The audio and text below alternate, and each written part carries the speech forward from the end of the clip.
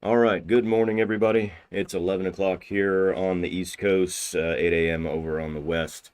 We've got Kagan here from German Aerospace Center Institute of Flight Systems, who's going to be giving our first talk of the third day of the OpenVSP workshop here. Thanks, everybody, for sticking with us and attending online, and we look forward to another day full of really interesting material. So while I go ahead and get this set up so that the view is appropriate, Kagan, you're welcome to go ahead. All right. Thanks, Brandon.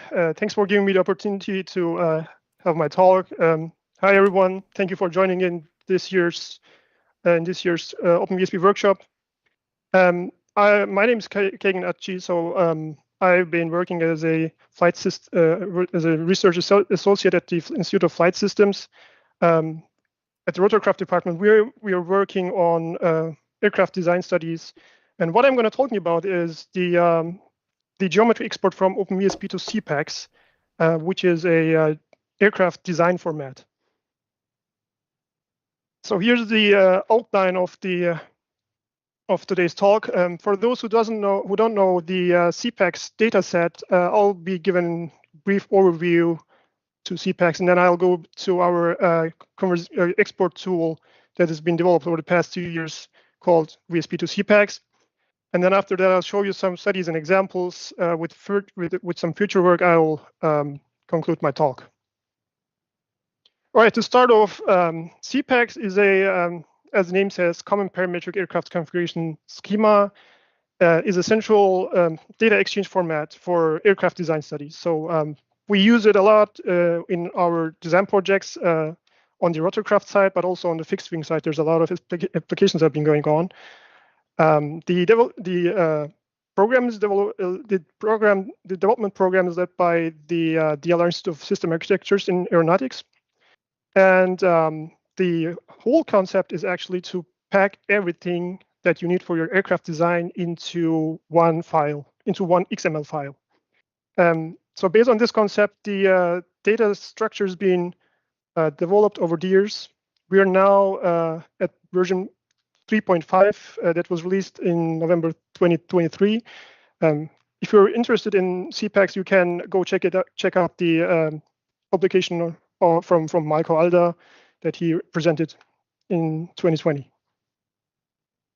Okay, so here's a little bit of the hierarchical data structure of CPACS. So imagine you have a XML file. You start your header, and then your first element, then you go down. This is what the next element set looks like. So we have a top level. There we have just the general data from vehicles all the way to airlines and studies. Here we go next, and in vehicles, and there we have the basic data to describe aircraft or rotorcraft along with the predefined data library, we call it. There we have profiles, engines, materials, landing gear, all the things that we need to build up a rotorcraft or aircraft together. Moving on, I'm going to show this example on the rotorcraft side, but we also have the aircraft. On the rotorcraft level, we have the component assembly. There we have wings, fuselages, rotor, and rotor blades. There we define our geometries, so to speak.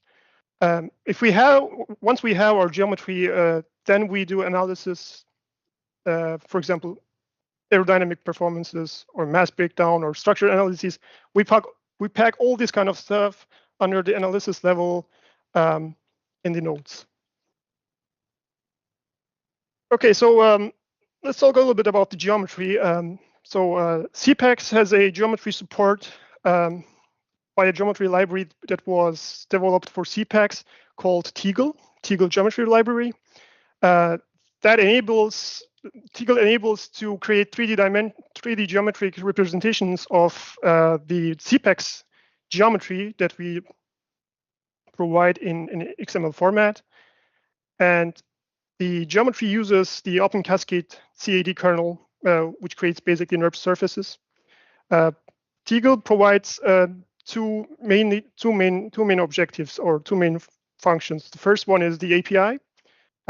There you can build up your geometry and then do high-level calculations such as point query for your meshings for structure or aerodynamic mesh. You can calculate surface area, shape volume, line point intersections, or line surface intersections, or things like that. On the other hand, Tegel has a viewer tool and a viewer interface to display your geometry. So when you create your geometry, and if you want to visualize it, you put it on Tegel Viewer. Also on the developments of Tegel, there's a good paper from Martin Siegel that was released in 2019. If you're more interested what's been going on under the hood of Tegel, go check it out. So where are we using CPACS and Tegel in Rotorcraft design? So here's a brief example of what it looks like. You see we have different kind of disciplines spread all around CPACS file, from geometry all the way to flight physics. How it starts is you create the geometry, you have a central file, you pass it, for example, to aerodynamics guys, they calculate the aerodynamic, pass it back, then you go to structures or propulsion electric systems, and then communicate with them and get the data, and all of these stuff is packed in one file. After that, in our case, we go to flight physics, we calculate the flight mechanical properties, or we do sizing with CPACS. And if it all goes well, we have a full-size vehicle that contains all the necessary data to run simulations. Thereafter, for that, we develop flight control design systems, and after that, it goes all the way to real-time simulation. So whatever happens here, and by the end of the day, it all starts with the geometry. So at this point, I want to talk a little bit about how we create the geometry with the OpenVSP. But before that, here on the top right side, you can see the projects going on in the Rotorcraft design. So we're currently in Project Arcade. It's set for 4 years. Okay, so our motivation here is to initialize a CPACS file that contains the aircraft or rotorcraft concepts geometries. So there's a lot of ways to do it. You can write a CPACS file by hand, put it onto Tegel Viewer and see how the geometry looks like, but it takes loads of amounts of time, and it's not generic. You cannot update it all the time by your hand. So the second way is we use a geometry program or CAD program, and then import the data, export the data from that geometry tool to CPACS. There I want to show now I want to show it how we do it with the with OpenVSP. We've been developing VSP to CPACS about for a couple of years right now. VSP to CPACS is a Python package that helps users to export the geometry from OpenVSP to CPACS. The VSP to CPACS uses the OpenVSP API in the background. So what it does is actually it cascades OpenVSP API as a converter. The process is started by the user with a Python script, which looks like this. Here we have we import our package and then set the file locations, and after that we just define which geoms we want to export into CPACS. There we define the geom name and the CPACS UID. And if it's all set, then we run the run method that starts the calculation. Once the calculation starts, VSP to CPACS communicates with OpenVSP. OpenVSP opens the file, reads all the data, passes back to VSP to CPACS, and then eventually the CPACS file is created. And once it's done, we have a XML file that contains all the stuff that we need for the geometry. So here are the compatible geoms which we can convert currently. On the left side, you see how it looks like in OpenVSP, and on the right side, they're displayed in Tegel Viewer. So it looks pretty good in a good agreement. To start off with, wing is defined as wing, and prop on the bottom line, on the bottom side, is defined as rotor and rotor blades, and everything else from fuselage all the way to body of references, body of rotation, is converted as fuselage. So fuselage is a broader way of definition in CPACS in geometry files. Okay, so here I want to talk a little bit about the commonalities and the conditions between OpenVSP and CPACS. To start off with the commonalities, we have a common coordinate systems with Euler angles.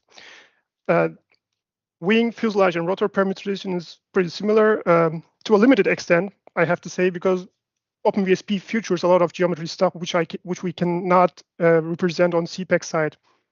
But in a basic context, it works pretty well. So does the section and profile definitions, as well as the symmetry plane definitions.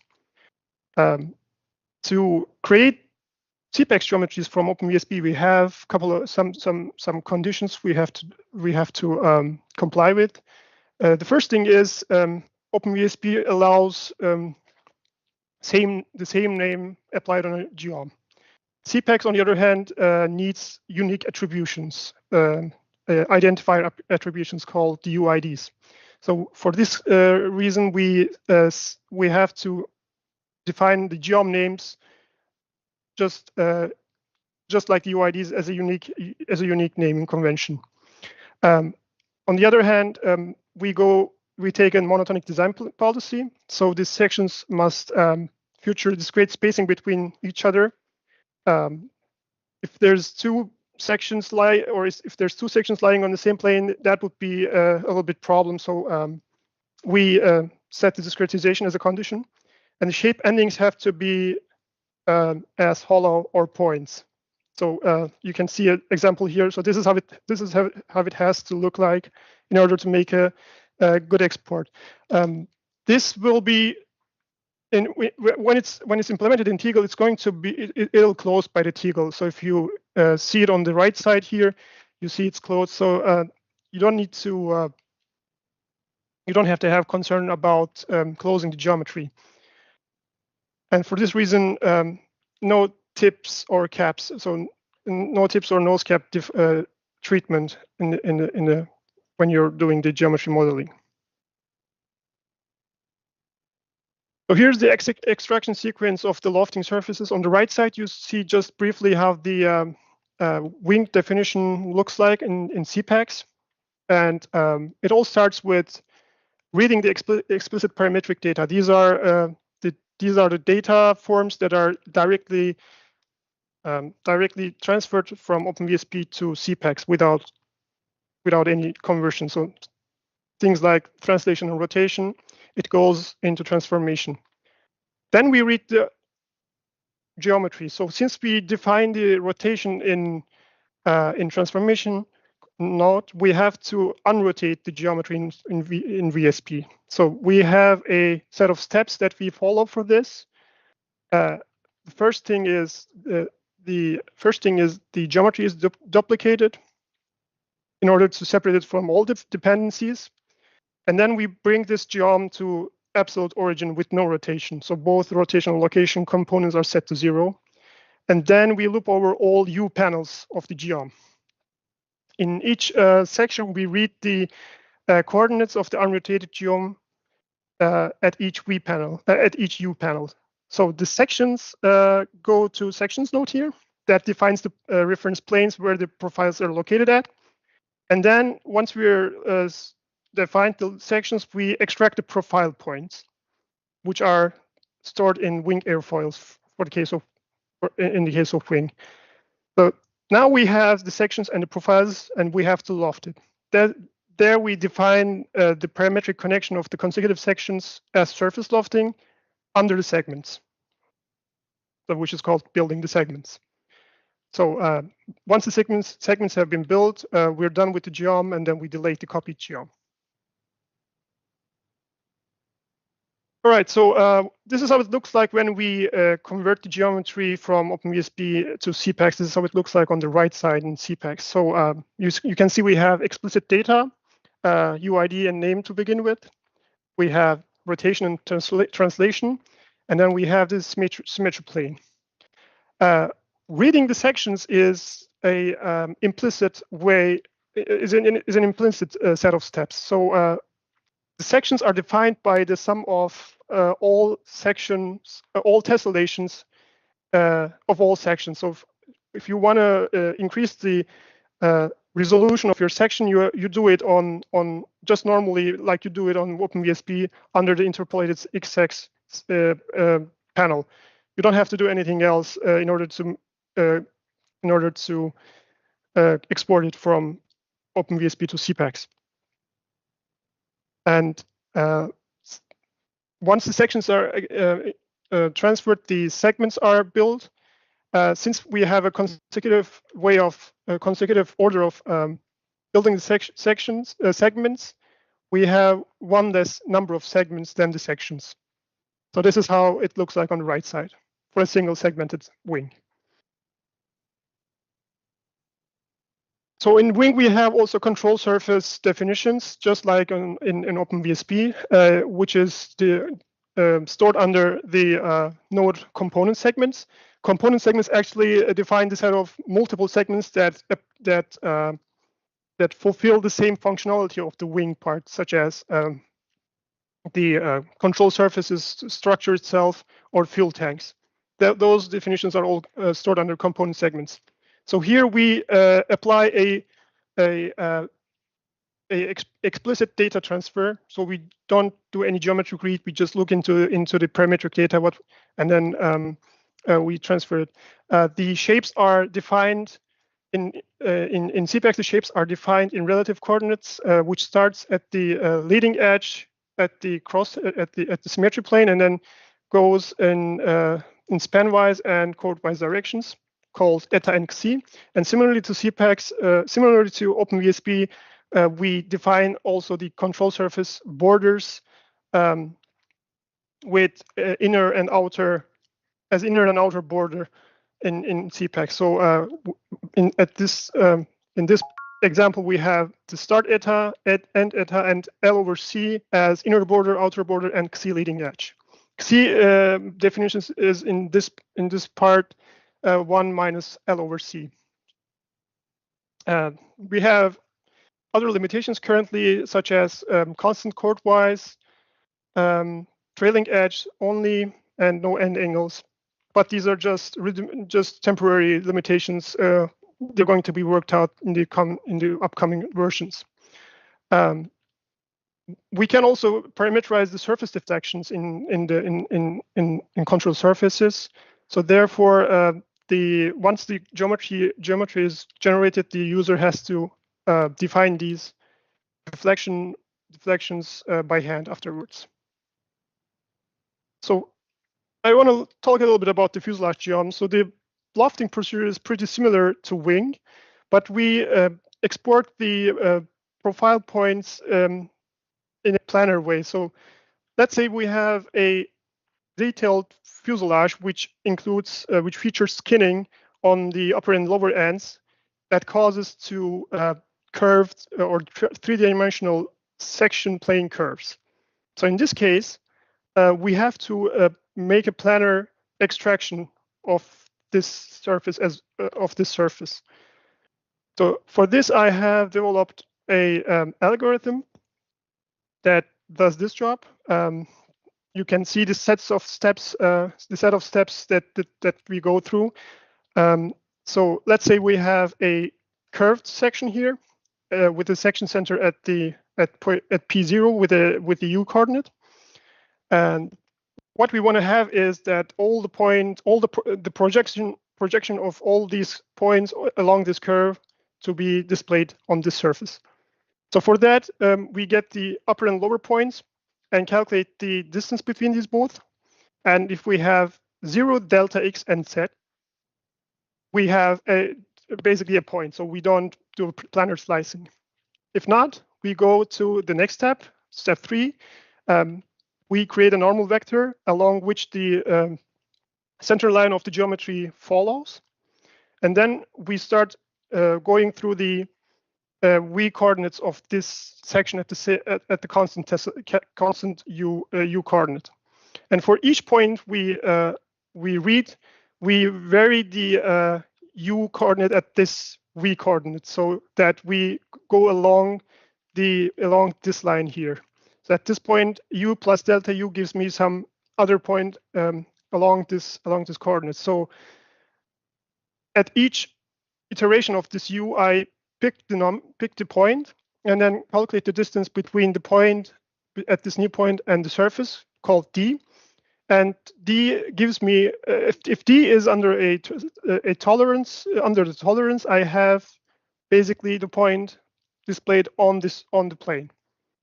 If I overshoot the plane, say I end up here, I how the delta u is divided by 2 and then multiplied with -1 in order to go back in a smaller discretization. So if everything goes well, I have a set of points that lie on the surface, and if it works just fine, I have a nice fuselage with planar surfaces. So let's talk a little bit about modeling the propeller geom in rotor. So the rotors and rotor blades are defined separately from each other. The rotors contain the parametric data of the rotor itself, and the rotor blade contains the geometric data of the rotor blade. And the rotor blade is defined just identical as the wing, so nothing different happens there. But for this reason, we need to have a propeller geom definition, the prop mode in blade definition from the propeller geom. The orientation of the rotor is not just identical like we do it in fuselage and wings. Let's say we arbitrarily rotate our propeller in OpenVSP, and if we convert it into CPACS, we see different numbers. They're simply not they're not the same. And it turns out it all comes down to how the thrust vectors are defined. So let's talk a little bit about this. The thrust vector in OpenVSP is defined aligns with the flight direction, just like an airplane propeller. And on the CPACS side, the thrust vector aligns with the z direction, like a helicopter rotor. So for this reason, if we start rotating with the same magnitudes along 3 axes, we end up in different rotor directions. It won't make sense. For this reason, we have to convert the thrust vector from OpenVSP to CPACS. It goes in 2 steps. The first one is we just normally convert or rotate the thrust vector from VSP. For this, we use Vec3D and Matrix 4D from the OpenVSP API. And once we obtain the thrust vector, we calculate the angles of this thrust vector with respect to our convention. And this ends up with different numbers, but it works. We have the thrust vector that we have the orientation of the rotor that we want to have. Okay, so I want to show a little bit of examples from our design study. So here you see our Rotorcraft portfolio that we have been working on. We have a primary rescue helicopter as a conventional configuration. We have an emergency doctor shuttle as a multi-rotor configuration with a pusher combination, and we have a high-speed rotorcraft as medium utility in form of compound helicopter. You can find the baseline studies on these 2 publications from my fellow colleague Peter Weyand that he published in last year's and this year's Vertical Science Society forum. And here are the studies where we used the OpenVSP geometry as a CPACS in CPACS format. So for the primary rescue helicopter, we converted the geometry from OpenVSP to CPACS, and then we passed it to structures. There, my fellow colleague Dominic Schwinn did a topology optimization research and displayed it in this year's this year's Vertical Site Society forum. On the multi-rotor side, I did a flight performance analysis for our emergency doctor shuttle. And for this, my colleague Hilal Inach did a aerodynamics analysis based on the geometry that was created in OpenVSP and then passed to DLR's uncity free-wake panel method. With the same geometry, Dominic also did a topology optimization last year in an ICAMS conference. On the high-speed rotorcraft side, we have in an inertial calculation. I converted the OpenVSP geometry to CPACS and then calculate the bag-off triangles in order to obtain the inertia. And this is going to be presented by Johannes Wartmann at this year's European Rotorcraft Forum in September. All right, so here are some other examples that I scrolled through the VSP Air Show in order to see what kind of capabilities we can achieve. You see different configurations here, from propeller to blended wing body or spacecraft, compound rotorcraft, coaxial rotorcraft, delta wing, or even X-57 Maxwell. So I had to do some simplifications on the geometries. It didn't take. It wasn't just one-to-one conversion, but there's also some. In some cases, I also had some distortions. So it's not always the best practice, but it gives you a good start. Here, this slide wasn't here until last year, until yesterday. I saw that there's also, like upon Brandon's presentation from 2 days ago, I saw that there's also configurations from NASA reference vehicles, and then I took the liberty to jump in and try to do some modelings. It also seems to work well. On the tilt duct side, we don't have the ducts yet, but we're also working on it to implement the body of revolutions. Okay, so here's some future work. We're going to be working on the capability improvements of our tool. So first thing to do is the full definition of body of revolution, ducts, and fuselage with engine settings as engine. So CPACS has an engine definition. So we want to put some data there, and we want to implement section lofting through guide curves. CPACS also has guide curve definitions which increase the model building or geometry building, and makes you save some time. We want to have more. We want to work more on the more detailed control surface parameterization, and also the export of VSP results in CPACS. Other than that, bug fixes and a public release is planned for general use, either in form of OpenVSP feature or standalone, but we are working on it as well. All right, here are some links for CPACS, TXC, Tegel, digital hangar as well. So there's a digital hangar like VSP Airshow where we place our configurations. Currently only fixed wing, but there's also works going on for the rotorcraft studies as well. And if you're more interested in our rotorcraft research, feel free to visit our website. And with that, I'm at the end of my talk. Thank you for watching, and I'm happy to answer your questions. Kagan, thanks a lot for presenting on this. We'll keep an eye on the chat to see if anybody pops up any questions. In the meantime, I have sort of two questions. One, if you could just talk a little bit about the motivation for why using VSP as a front end before CPACS, when from the outside CPACS looks like, you know, a parametric geometry tool that could define a lot of things and could be your starting point. And then also just are there any plans to develop a reverse direction where you could go from a CPACS file and create a VSP file going the other way? Yeah, well, the motivation in doing the conversion from OpenVSP to CPACS is actually before OpenVSP we had to rely on CAD tools. So you basically store the data in CPACS files, but you don't create a geometry with CPACS in the first place. So or you can do it, but it would take a lot of time because you have to do it by hand. So what we try to do is to use OpenVSP as the geometry engine, since it's much more practical and it provides reliable geometry. So all we have to do is just build everything in OpenVSP with all the user params, sizing rules, all the parameters.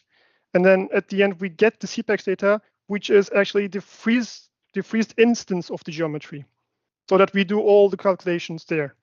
And then if we have to run another iteration in the design process, we change the parameters and then click the button, get the next part. So CPACS is in this case the database that holds the data of only one instance of vehicle in the design process. I thought about doing it in the reverse direction because we have previous designs which is only in CPACS format, so it's only parametric. But I didn't.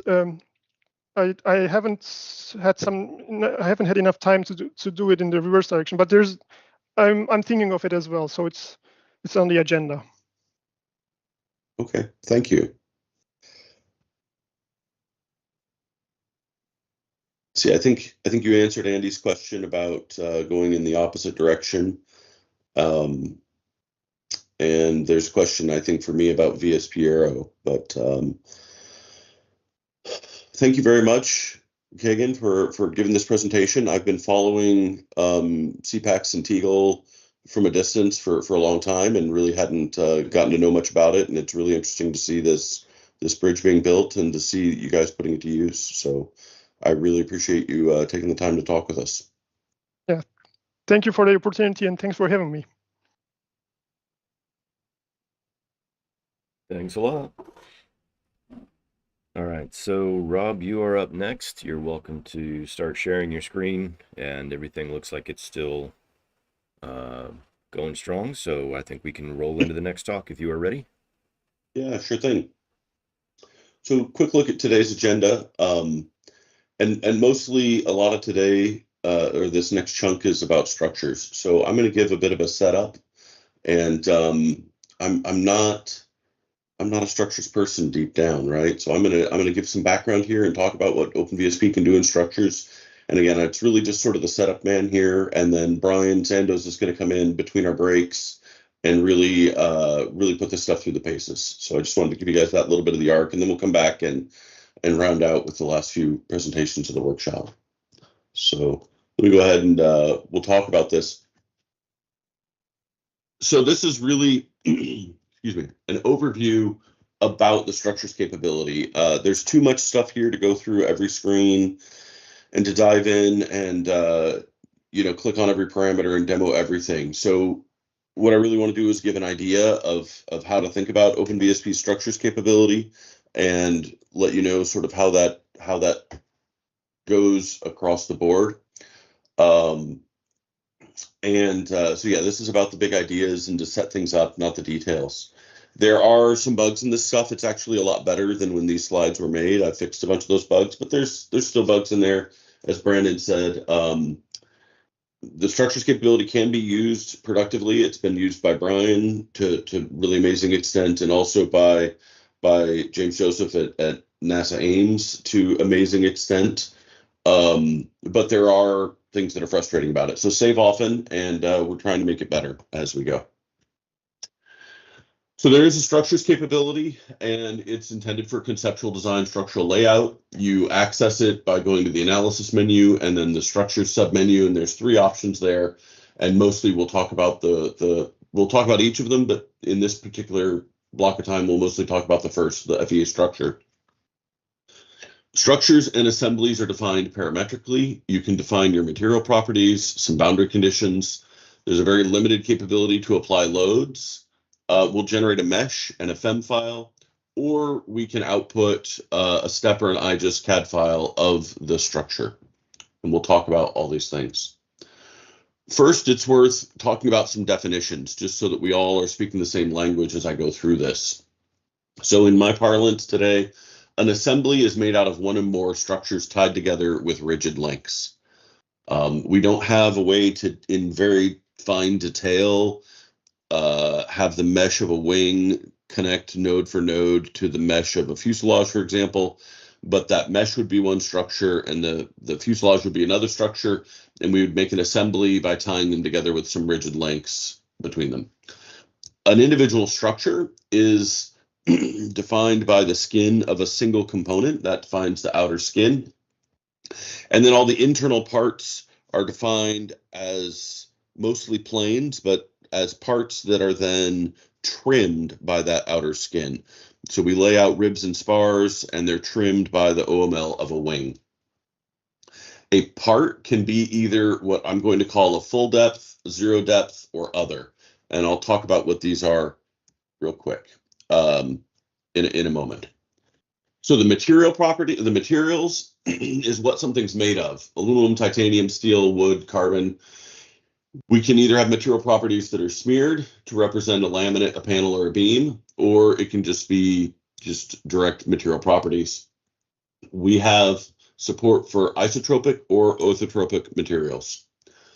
A property is assigned to an element, and it's a combination of the material and some dimension. So for shells, that means it's a thickness. And for beam elements, it's the type of the beam. Is it a box beam or tube or an I-beam? And then whatever its parameters are, its length or its height and width or its diameter, its thickness, or if it's a general beam, just its moments of inertia, its EIGJ distribution. So properties are a combination of materials and dimension. Materials are just the raw metal. Okay. So the FEM model is built the way we do it, is made of shell and beam elements. We do not have any solid elements whatsoever. We do have quads or tris as choices. We'll talk more about that in a bit. And we can either generate low order or high order elements. So in Nastran, that means we write out either C quad 4s or C quad 8s, C tri 3s, C tri 6s, or C bars. And Calculix, which is an open source FEM solver, which uses the Abacus file format, we write either S4 or S8s for quads, S3 or S6s for triangles, and B32Rs for beams.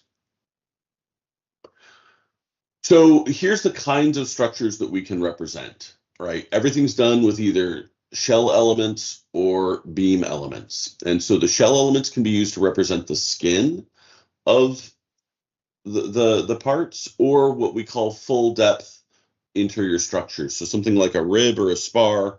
And by full depth, I mean it's essentially a solid sheet that goes from one end to the other. There's not a bunch of holes in it or rings in it. And so we can represent a lot of these things that way. We also have beam elements. And so those we're going to talk about as zero depth, because they're right, geometrically they're just a line, but they can have properties of like thickness and height, like an I-beam or something. But geometrically they have zero depth, and so you can use those to represent things like spar caps or stiffeners, stringers, or certain bulkheads if the depth of that bulkhead is not huge, or like this former over here. So we can represent the bulkhead as a full depth structure, and this former we would represent as beam elements running around the ring. Now, there are things that we cannot really represent. We can't, at this point, represent what I would call partial depth structures. So these are things where you have a hole in a full depth structure, and that hole is such that you can't instead represent it with beam elements. So, for example, that square hole in the bulkhead on the fuselage to the right. We don't have the ability to represent point-to-point beams, so sort of an arbitrary space truss where you specify the nodes and the connectivity. That would be great for something like a welded tube fuselage on a tube and fabric aircraft, or a lot of engine mounts on general aviation and other aircraft that are basically point-to-point structures. Brian has been able to do some of that, which I'm sure he'll show, but it's not really a first-class support. And then since we don't have solid elements, we don't have the ability to look at what I would call solid structures, things like the fitting between a wing body join, like this image down here at the bottom, where you would really want to analyze, the details of the stresses around the bolt pattern and the rivet pattern. And to do that, you need solid elements, and you need to mesh that up in a three-dimensional sense. Since we don't do any solid elements, any brick elements, we can't do that. So units become a complicated issue when you do structures. As we talked a little bit yesterday, most of OpenVSP doesn't really care about units, right? It's units agnostic. Whatever, if you imagine that your model is in feet, then it's in feet. And if you imagine it's in meters or parsecs or whatever, it's in that unit. And the only time that we have to be more specific is when we do an export. For example, if you export to a CAD interchange file, then you need to tell the CAD file what you're thinking so that when it gets imported into CAD, the CAD program knows what to interpret it as. Now, the world of structures is more complex than that. The first thing is that I find that in real life in structures, a lot of times the structures team works in different units than the rest of the team. So for example, the conceptual design team, the layout people of the aircraft, they may work their model in feet, and the structures people may work in inches. Or if you're metric, the aircraft design person may well work in meters, and the structures people are then going to work in millimeters. And so you often have a conversion that's happening when you go to the FEM file. But then there's also the problem that material properties have to be put somehow into consistent units for the analysis. And this is also a challenge because it's often very hard to find the material properties in the units you need them in when you go to, the web or to a material properties database. So I find that material properties are often specified in just sort of a random soup of units. And so to take care of this, VSP has the ability under the structures menu, you tell it what are the OpenVSP model units. So this is the length unit that your entire aircraft is modeled in. And then you also tell it what units do you want to do your FEMSolve in. So both the length and the mass units used there.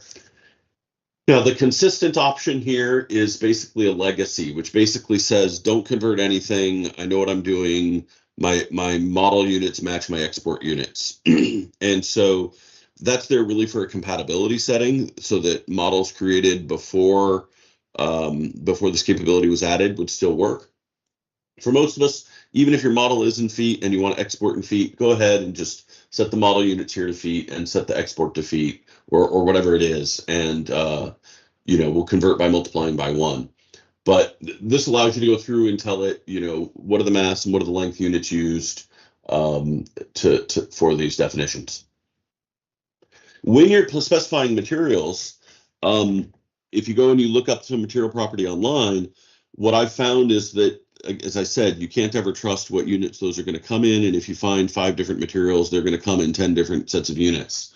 And so we actually, if you're putting in user-defined materials, then you're actually going to specify exactly the units for each of the material properties that you use as you find them. So for example, here, the density of the material, you've got a pull down where you can tell exactly what density units it's in.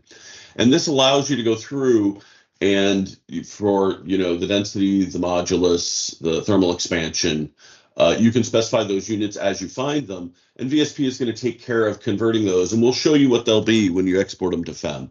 So we'll do that conversion for you and show you what it is. But that way, if you find, your material properties in random unit soup, it'll take care of it and put that all together. Similarly, properties. When you go in, you may want to think about your beam as you have a stringer. You think about that hat section. That may be a standardized hat section that you look up in a handbook, and that's a 2-inch hat section. So you want to be able to specify its dimensions in those units, even if your main model is in feet, and even if you're exporting and doing your FEM analysis in meters. So you can specify all these things a little bit separately. So there's different options for user-defined materials. You can define just isotropic materials, so everything's the same in all directions. The simplest things, just like aluminum, steel, and titanium. You can specify orthotropic materials. You can specify orthotropic, but with transverse isotropy applied. That's going to be very common, I think, for a lot of what aerospace people will do. Or there's actually a laminate tool that will build up a lamination using classical lamination theory. And so you can go in and you can put in apply schedule, and we'll do the CLT calculation and calculate those laminate material properties. So there, each lamina is chosen from the material library that you have. So if you want to go in and have the latest high strength Torre composite, you'd go into the material property first and put in that as a lamina, and then you'd come over and use that and put in the ply schedule for the thicknesses and the orientation.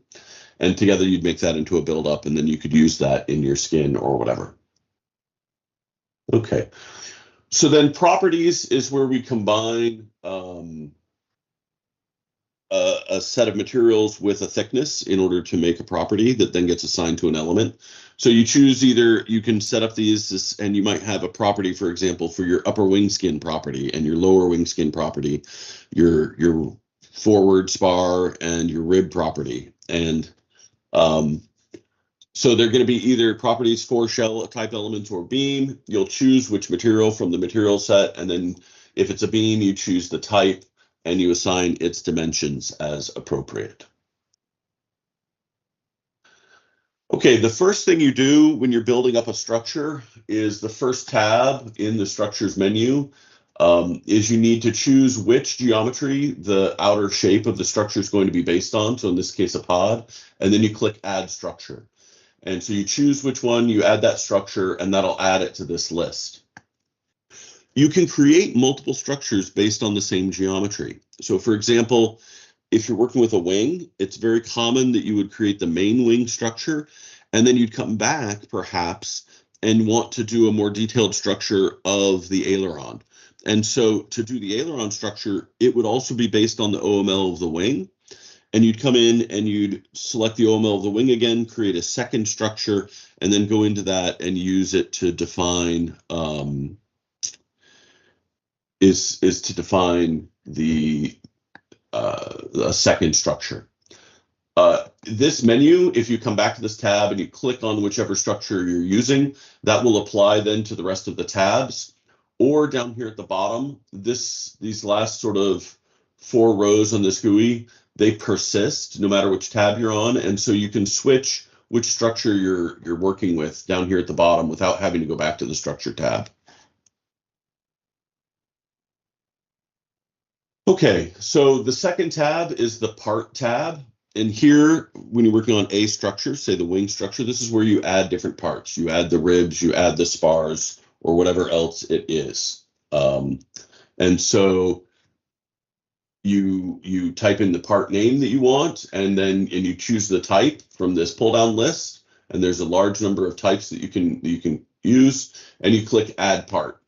Once you've added that part, it's added to this list, and then to really drill down, you click on edit part, and edit part will pop up, and all the parameters for that part will be displayed, including up here at the top, everything is always the same. So on a part, you can just say whether you want to keep the shell elements or delete the shell elements, and then whether you want to create beam elements. So what this does is if you have, for example, a rib on a wing, the beam elements will be created at the intersection between that rib and the wing. So that intersection curve becomes those beam elements.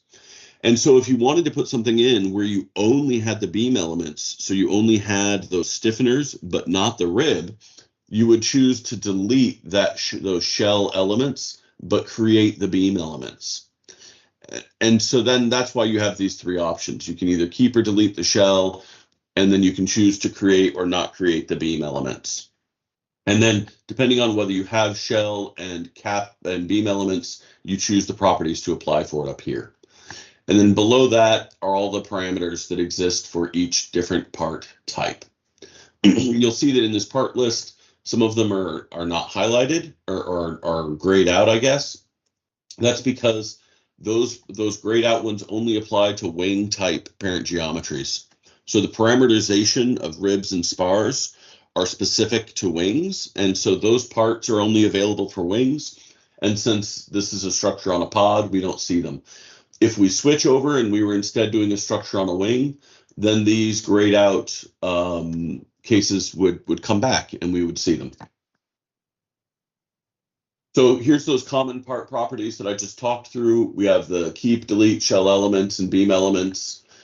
We associate the properties, and then we define the material orientation. So that orientation, basically, when you do a composite layout, you have to tell the FEM code what is the local 1 direction and 2 direction for that composite layout. So that tells you with your 45, 45, 90 applies, what that's measured relative to. And so that orientation, there's a lot of different choices here where you can choose, the global XYZ direction for that orientation. You can choose the component XYZ. You can choose the local part U and V direction. So if you're on a rib, that's going to be the U and V direction of that part.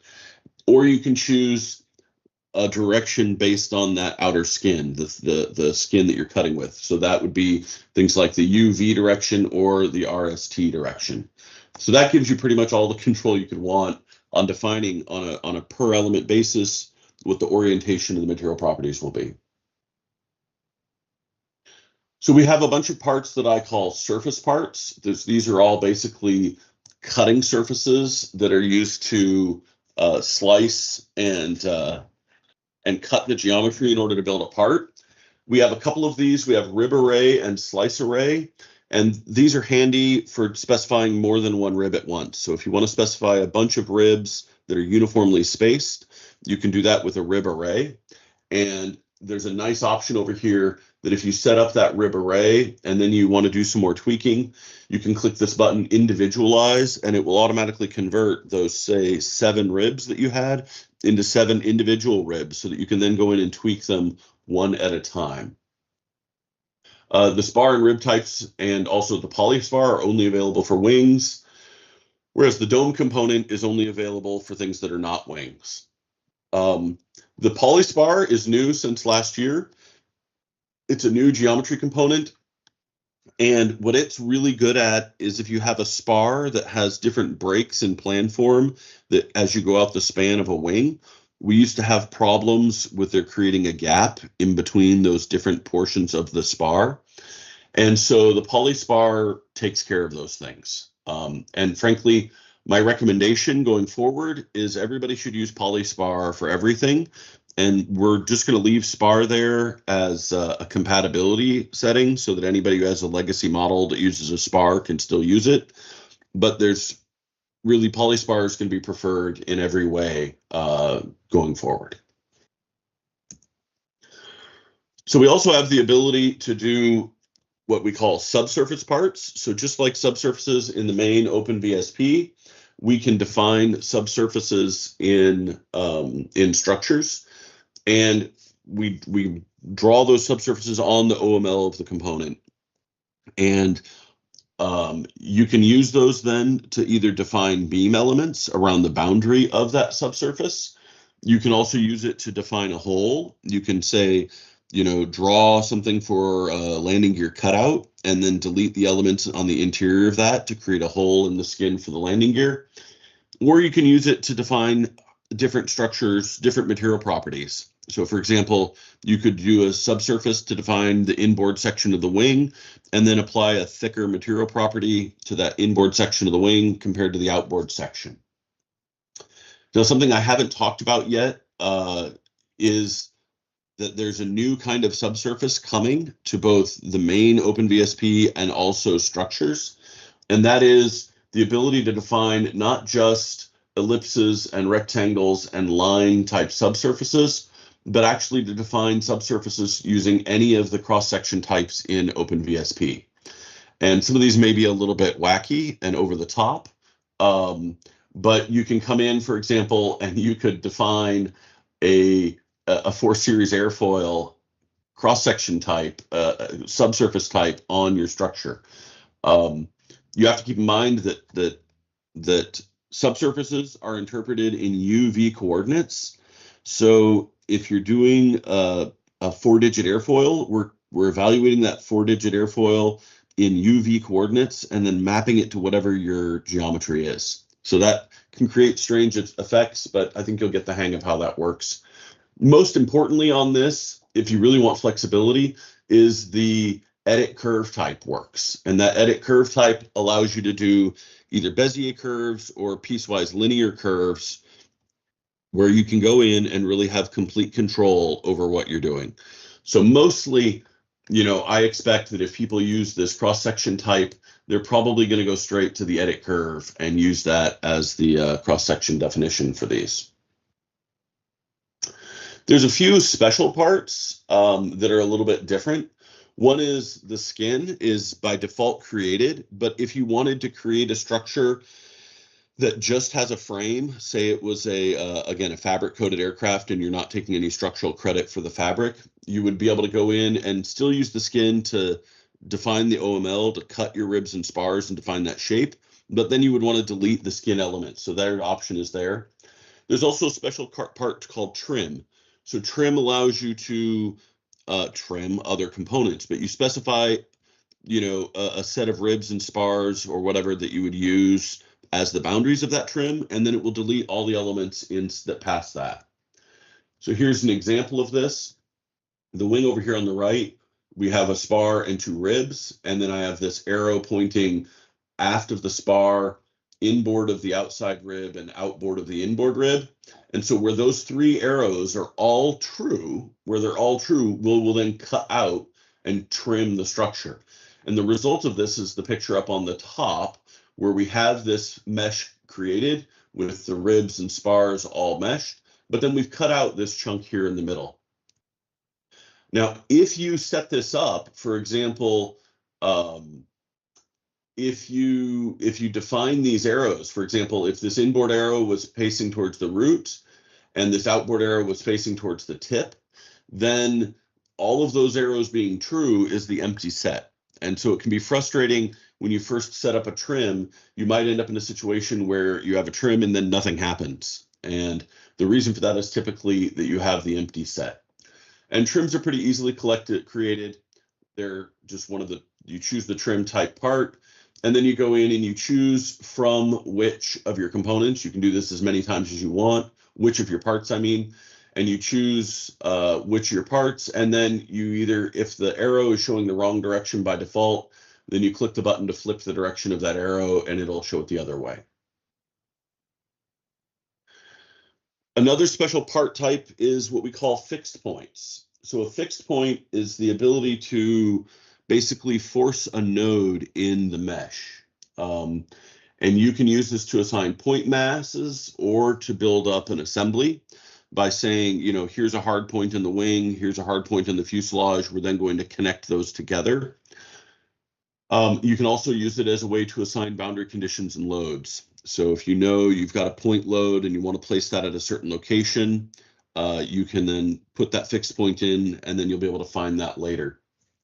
Fixed points can be applied to a body, either to on the skin, on the OML, or on a part. You can place a fixed node on a rib, for example, and it's going to force that wherever that point is, that UW point, it'll force a node point in the mesh.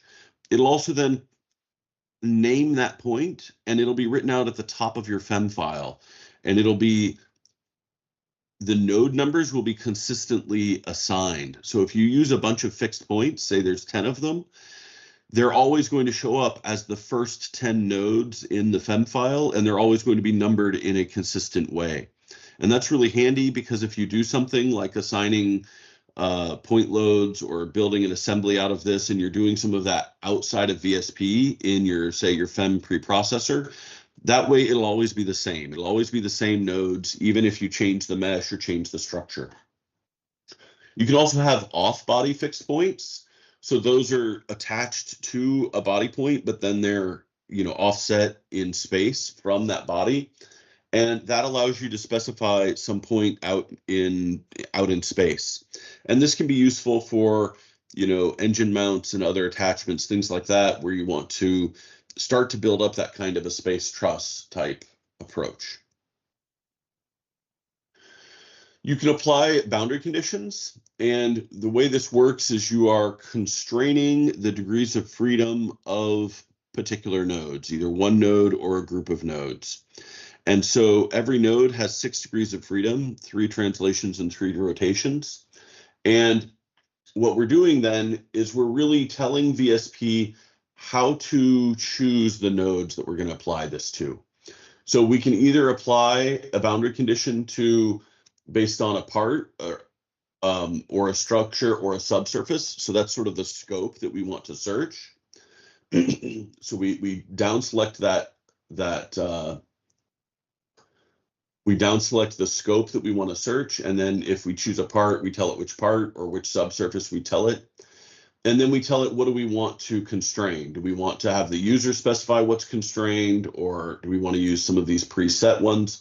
But you can just come in and tell it which of the 3 translations and which of the 3 rotations you want to constrain.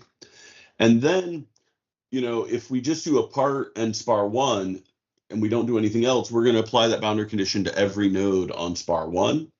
And so down here, we can basically specify a box, and this is in the finite element model units. We specify a box that says, like in this case, we've said we want to apply it only to y less than 0.1. And so you can specify as many of these coordinates as you want. So you can specify, you know, a region in space that's applied after, you know, whichever part or subsurface or structure you've down selected from. So doing that, you can zoom in and you can tell it where you want to, you know, where you want to apply that by BC. Okay, coming over to the next tab, the mesh tab. This is substantially similar to the way CFD mesh works in terms of specifying mesh resolution and different meshing controls. We don't use sourcing in the FEM mesh. We do everything based on the curvature-based meshing. So there's some global mesh controls on the max and mid edge length and things like that. You can either work in absolute or relative. I really recommend people work in relative. This is, even though the default is absolute. And the reason for that is, again, compatibility.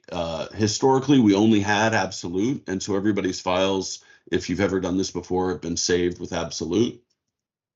And so then when I introduced relative, and that became new, we had to leave the default at absolute. But it's you're probably going to get to a good mesh fastest by using the relative settings. The way this works is the maximum edge length is, when you're in relative, is a fraction of the bounding box of that component. So if you have a wing, it'll be basically driven by the wing span. So you can think of this maximum edge length as a fraction of the wing span for each edge length. The minimum edge length, when it's relative, is a fraction of the maximum edge length. So this minimum edge length, the default here is 5%, 0.05. That's probably a reasonable number for a lot of models. So what that says is that your shortest edge will be 5% of your longest edge. Likewise, the max gap is a fraction of the maximum edge length. And so the default there is 1%. So simply by turning max and min edge lengths to relative, you then really get down to where you're doing most of your meshing adjustment using just the maximum edge length. I'm not going to go deep in the rest of these controls. They're the same as they are on CFD meshing. There are some FEA specific options. One is we do have a quad meshing capability. It's not a good quad meshing capability, but they in fact do have 4 sides. So what we do is we take our triangle mesh and we insert a node at the center and then split that triangle into 3 quads. We have the choice of whether you work with low order or high order elements. In general, my recommendation is use high order elements across the board. The exception there is there's some solvers that just don't support them at all. And maybe I'm out of date on some of this, but TACS is a really cool solver from Georgia Tech that has an adjoint capability. Last I heard, it does not support high order elements. MyStran is a open source Nastran clone. ComLab and Nastran 95, which is an open source release of Nastran from NASA, all of those don't support high order elements. So we still have the low order element capability for them. And then you can add in a node offset. So this is done automatically for assemblies, and you probably don't need to deal with it. But basically, this just changes the node number ordering so that if you're going to take 2 files and combine them, you can't, both of them can't have node number 1. So what you would do is you would just offset one of those files to avoid that collision. But if you're doing assemblies in VSP, I take care of that for you. All right, as I said, the quad meshing, we're just taking our tries and we're splitting them into quads. I do scale the meshing parameters so that the same rules apply and the edge lengths still work. The intermediate points, both on the center of the panel and on the triangle edge, they're placed on the surface and on the curves. So we're not creating quads on a planar triangle. We're creating these on the rounded surface. The data structures that I used to do this under the hood, I changed everything to sort of fully support quads. So all the edge data structures, all the connectivity, everything works with quads. So if we ever, have support and need to go back and do a better job of, generating a higher quality quad mesh, a lot of that groundwork has been laid for doing that. This isn't just I'm not just converting it on the fly as I write triangles and subdividing each triangle in 3. Okay, once you've generated a mesh, there's a bunch of visualization and output controls on the FEM tab. So up at the top, you tell it, which files do you want to write out and, give the paths and turn that off. You can control the visualization. So this is what's shown on the screen. Here with these controls, you can choose whether to show the mesh, the nodes, and the boundary conditions, and whether you want to color it. And there's 2 options for coloring it. I think we have a picture of that here in a moment. But you can either color things by tag, which basically means by part number, or you can color it by the reason. And the reason is i.e. the criteria that determine the local mesh edge length. And so if you're generating a FEM mesh or a CFD mesh and you're confused about, why am I not getting clustering in this area? Or why is my mesh too small in this area? And you've been changing some of the curvature-based meshing parameters and you're changing it and you're not getting the change in the mesh that you want or that you expect, come in here and change the coloring to by reason. And then there's this key, and basically all these colors of green, blue, and red, every element will be drawn with that color, and that'll tell you which of these criteria is what's driving that local mesh edge selection. And it's really helpful for diagnosing meshing problems. The last tab on the FEA structure setup is the CAD tab. And so this is, instead of exporting a discrete triangular quad FEM mesh, this is so you can export a step or an IGES file. So we name those files up here. You can tell it how to name the surfaces. Depending on your CAD program, when you import this, if it's able to understand the names, it'll actually read in, and the thing that you called rib will show up in your CAD file as rib. And so you can basically choose how do you want that name formatted and what information do you want embedded in that output file. There's a few options down here about exactly how it gets written to CAD. And then if you do this intersection, there's some visualization, so you can come in and drill in to see what that mesh looks like. But so if you don't like our mesh, you may be able to use this as a way to, take the step file and go into something else like Patran and use the same structures definition, but use Patran as a mesher and apply your boundary conditions and everything from there. You can also output the structure without trimming it. And so that's actually done completely separately in the file export menu. And then we have the untrimmed IGES and step structures definition. So that'll pop up either these two GUIs where you choose which structure and you tell it a few options that are similar. And that'll dump out the structure without attempting to do any trimming at all. So this is beneficial if you want to go to CAD and the trimming that we're doing in VSP isn't importing properly. If there's something wrong with our trimming, if it's crashing, or if your CAD program cannot import it, then what you can do is you can instead just back up a step and you can export our cutting planes. And what you're then going to have to do is go into your post processor or your CAD program, and you'll have to do that trimming in that intersection yourself.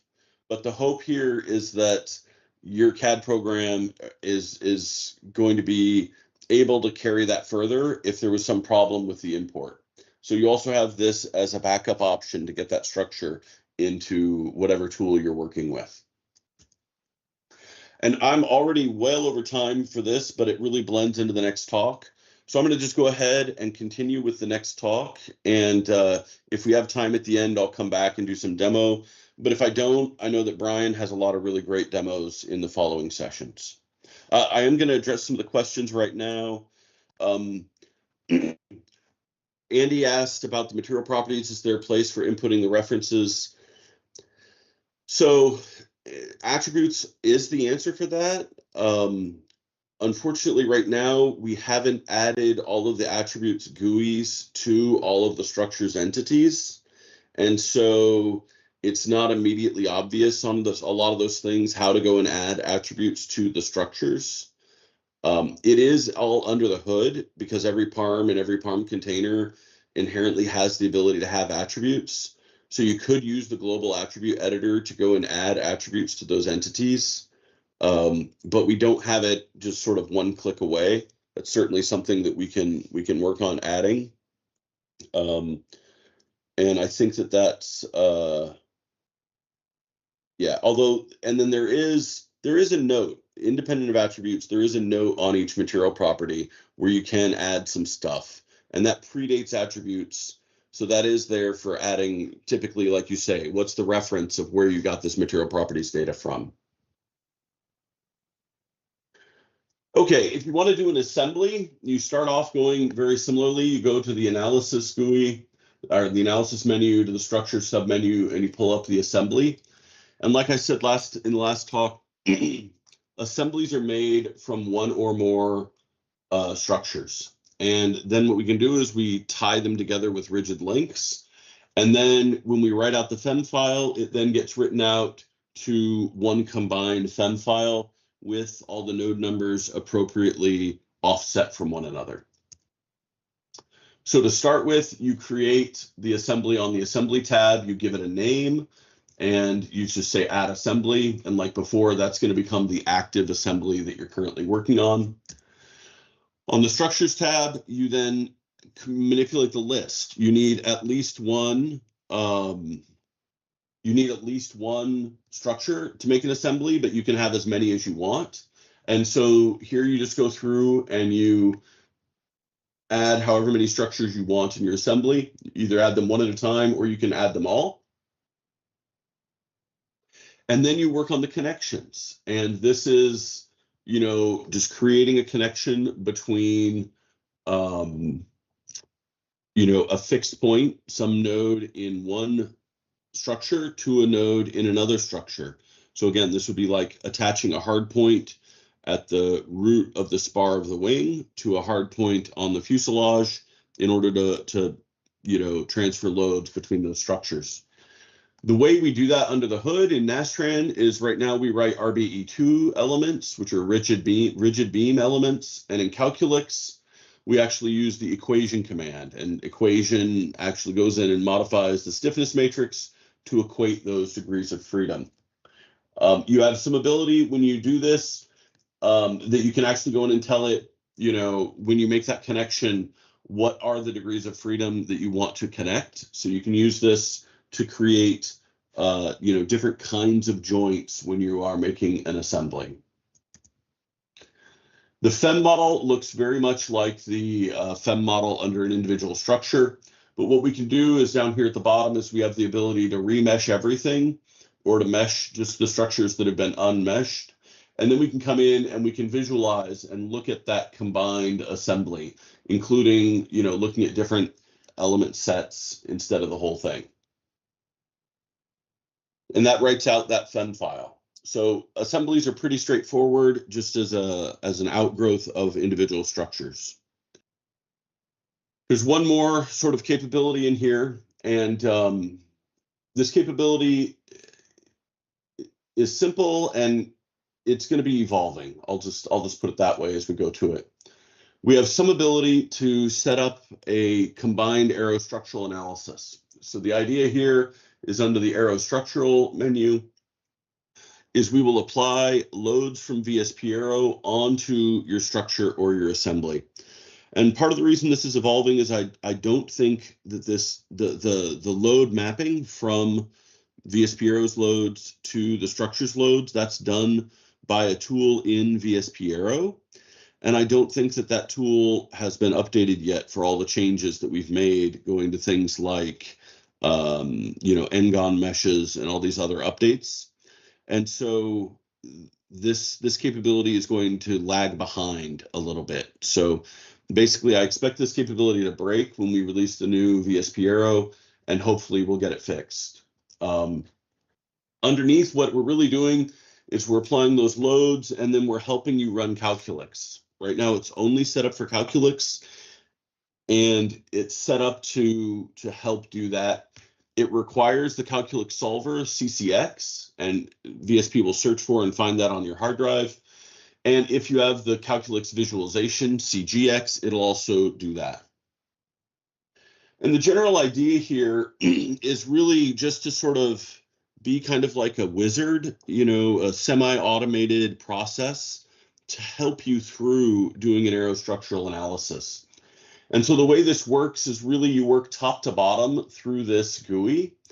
And basically what it means is it shows something in red if that step has not been done yet. So things that are in red are not done yet, and things that are in gray cannot yet be done because their prerequisites are not satisfied. And so what we really do, you know, is we start, you're going to need the loads first. So first you have to execute VSP Aero. If you haven't done anything, that button's going to be red. Once you've executed VSP Aero and it then has a set of loads, that will then no longer be red. You can come back and you can rerun it later, but it at least knows you have a set of loads to start from. Then you pick which structure you want to work with, and you choose the structure. And then you can either show the structure GUI or the assembly GUI, and you can mesh it. If it hasn't been meshed yet, that's going to show as red. And if it has been meshed, then they'll show as gray. Once it's been meshed, then you have to export the FEM file. And again, it's grayed out right now because in this, you know, very initial case, it hasn't been run. But once it's red and you can click it because you've generated you've meshed a FEM mesh, then you can export it and it'll write that file. Once that's written, you have the option, you can visualize it. And so you can take a look and look at that mesh, see if it's what you want. Next, you need to transfer the loads from the VSP Aero solution to the mesh. And again, this is only possible to be done if the mesh has been written to file and if VSP Aero has been run.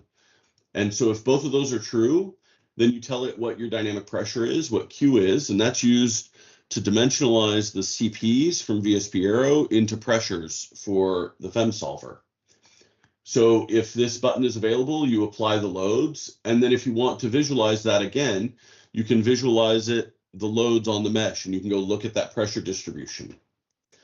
If all of these things are true and all these things have been satisfied, then you can actually solve the solution.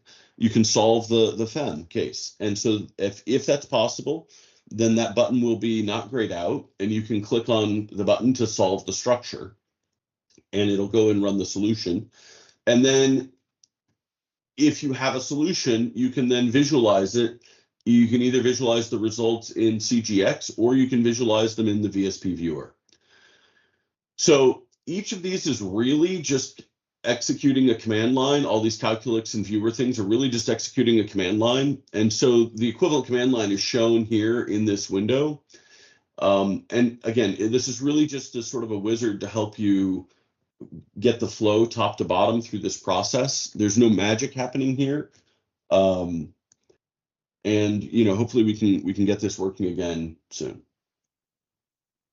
So with that, I have a little bit of time. I can go do just a very, very brief demo of some structures capability. And I can also, if anybody has questions in the background, I'm happy to try and address those questions.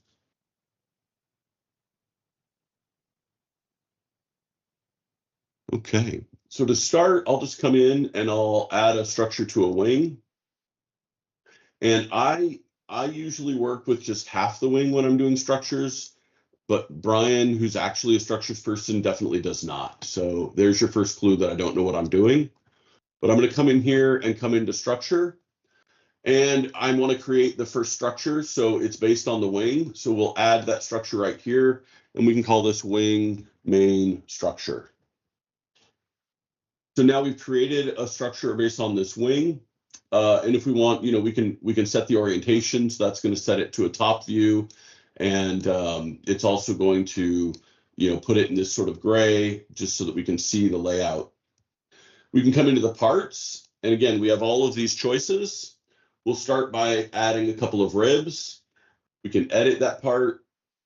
And as we said, we can move that part. Here's the location. We can move that part inboard.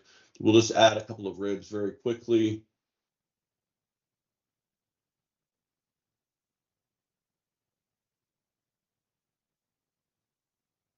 Okay, so we've added a handful of ribs, and then I'm going to add a polyspar. And so you can see here, again, this is new. The polyspar is defined by the points in that polyline. So we have a start point and an end point of this spar. And, we no longer, it doesn't have to go all the way out the wing. It can now, come out just a partial extent of the span. Or if it goes all the way to the end, we can insert another point before, and that'll be that midpoint. And that point, we can then come and we can move that around, right? So now we can independently control where that point happens along that wing. And of course, all of this is, with respect to the wing that's currently active. So we can come in here to our wing, we can split this wing, for example, and then we can increase the root chord. So here we have, maybe not that far, let's not go crazy, but let's reduce that inboard span. So here we've got, a cranked wing plan form, and we can go back to that structure and we can come to this default point. And now we can, we can dial in that eta for this polyspar. Or if we don't want to work in terms of eta, and we know that, okay, we have our cross sections, 0, 1, 2, 3, whatever that is.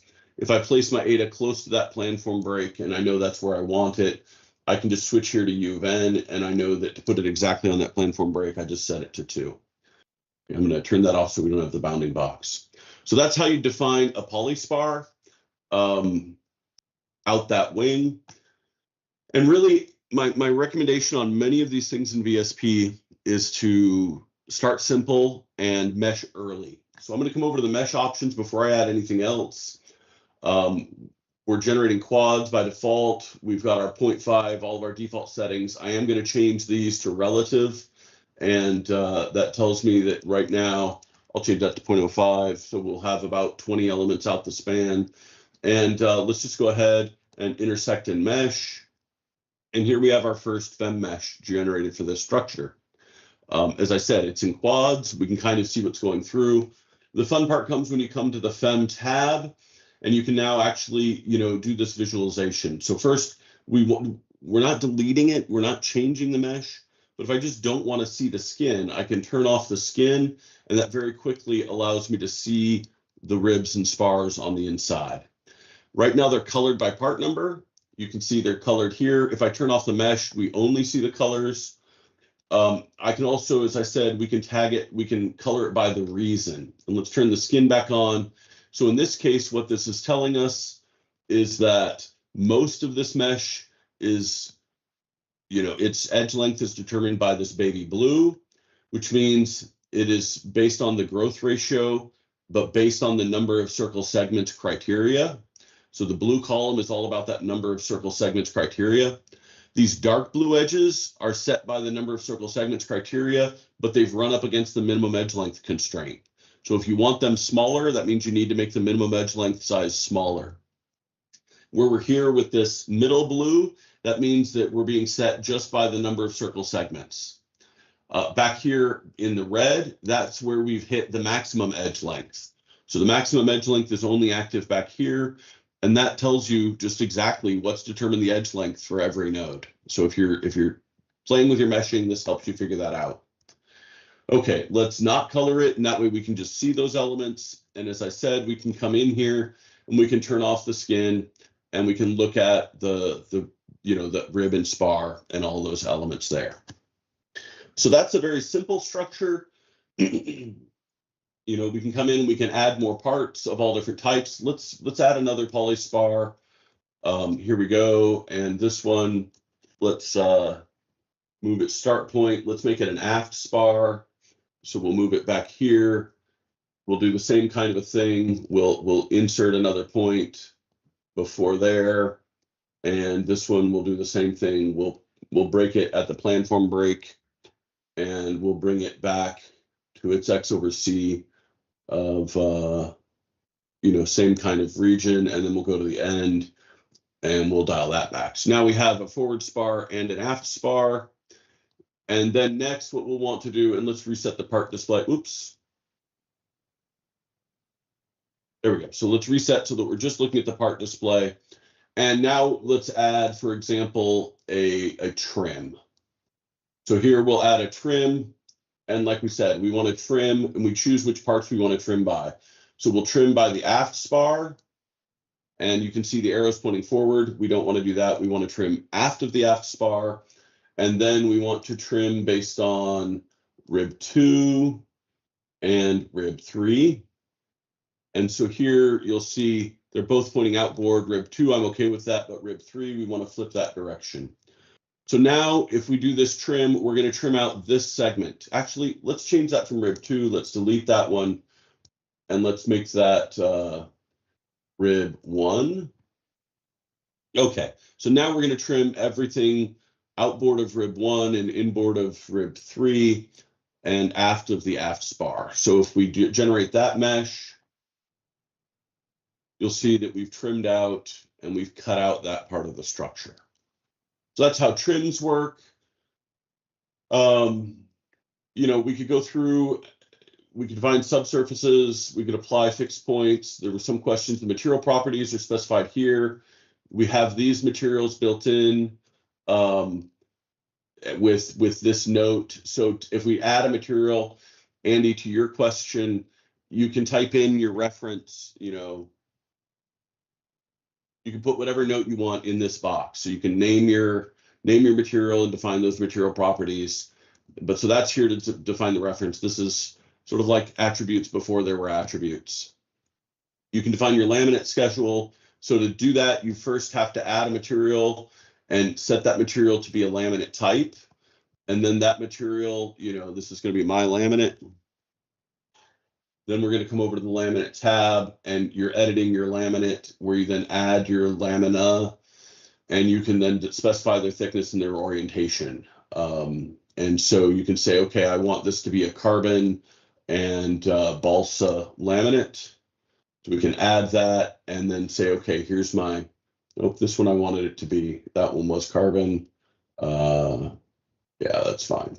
So there we go. So now we're carbon, balsa, and and then say add another layer, and that one would be carbon again. So we've got a carbon balsa sandwich. with 1/10 of an inch thick layers. Those are really thick carbon layers. So that's how you would build that up. Properties, you come over here and you always need to have a default property, but it'll create a default if you don't have one, and then you can create all of your others, and we can go on through. I'm going to cut this off so that I give Brian as much time as we can. Oh, actually, we're up against the break, not Brian yet. So I will still cut it off so that we can go and the East Coast can have lunch, and I will, see you back after the break. Sounds good. Thanks for the demo, Rob. I know everybody really appreciates walking through, especially something as complex as the FEA structures and assemblies, that we get to see kind of a hands-on approach of how this stuff all works. So when people really see what you can do with it, it's pretty incredible. So like Rob said, we're going to break for about 30 minutes. We'll be back at 1 o'clock Eastern, 10 a.m. Pacific. In the meantime, everybody enjoy your break, and we'll see you soon.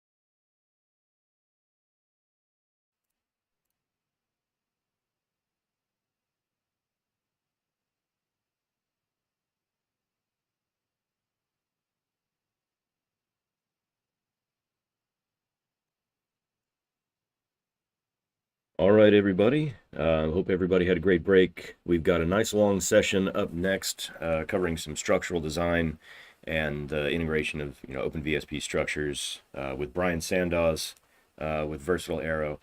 So these have historically been really interesting and very complex talks. So if you want to really see some heavy use case of OpenVSP and structures, this is going to be right up your alley.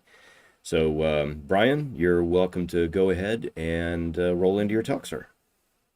All right. Hello. So my name is Brian Sandoz. I'm a consultant that works in kind of aircraft design, conceptual design stuff. And I've been working with OpenVSP and trying to develop a lot of workflows specifically around mass fraction and structural mass fraction, and kind of incorporating like aero configuration to loads to structural analysis at a very conceptual level in order to sort of feed that early stages into a program, give some mass fractions that are, sort of physics based.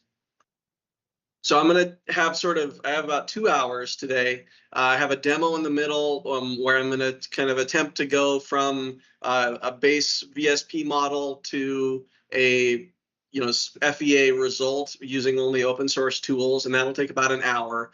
At the beginning of that, I think I have about 45 minutes I'm going to talk through right now with you about sort of the structures workflow that I use, possible workflows, and then a bunch of tools and tips, mostly as sort of a reference for future use. When you're thinking about starting to do a structures work, you can pull this up, look at the slide deck, and kind of remind yourself, oh, that's right, this little feature does this little feature does that, because it is very detailed, and there are a lot of there's a lot of repetitive work in structures, and it's helpful to be able to make that efficient.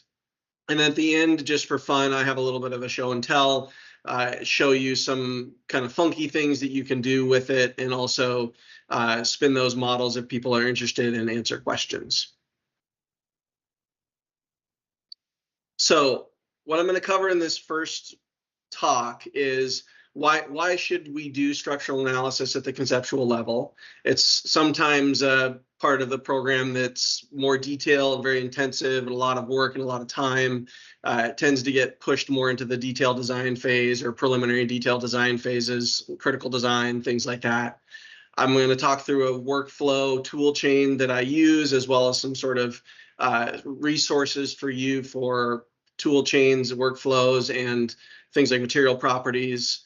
I'm going to talk a little bit about external loads. Loads in and of itself as a topic is a very big topic, and there's certain ways we can go about generating loads in order to actually generate an analysis where we can size our structure. And then I'm going to go through sort of an extensive tips and tricks like I just mentioned. So the why question for conventional aircraft construction. So we often use a structural mass fraction, and we can pull that from a variety of resources, typically based on historical data. We have NDARC, which can be used for, as sort of mass methods. There's various aircraft design books all have different mass buildup methods. And those tend to work well if you're doing a helicopter or a transport aircraft, and sometimes even like a general aviation aircraft. But for things like UAVs or novel configurations like we're seeing with a lot of the VTOL or eSTOL or eVTOL, or in my case, flying cars, rotable aircraft, those conventions tend to break down, and they're not as accurate. Also, for scale, a lot of the large aircraft is where the data is, and so if you're doing a UAV, things start to kind of fall apart when you're estimating a mass fraction. And getting that mass fraction wrong can cause a lot of problems, because it can ultimately lead you to think you can do things that you can't. And that's part of the reason why I'm sort of working to develop this conceptual level structural analysis built into all the other tools that OpenVSP provides for conceptual analysis, both in the design and layout, configuration, and then also in the aero and the stability control and sizing aero structures, and then also being able to take that and now get a mass fraction and kind of iterate inside that loop to get what I would call sort of a physics-based mass fraction.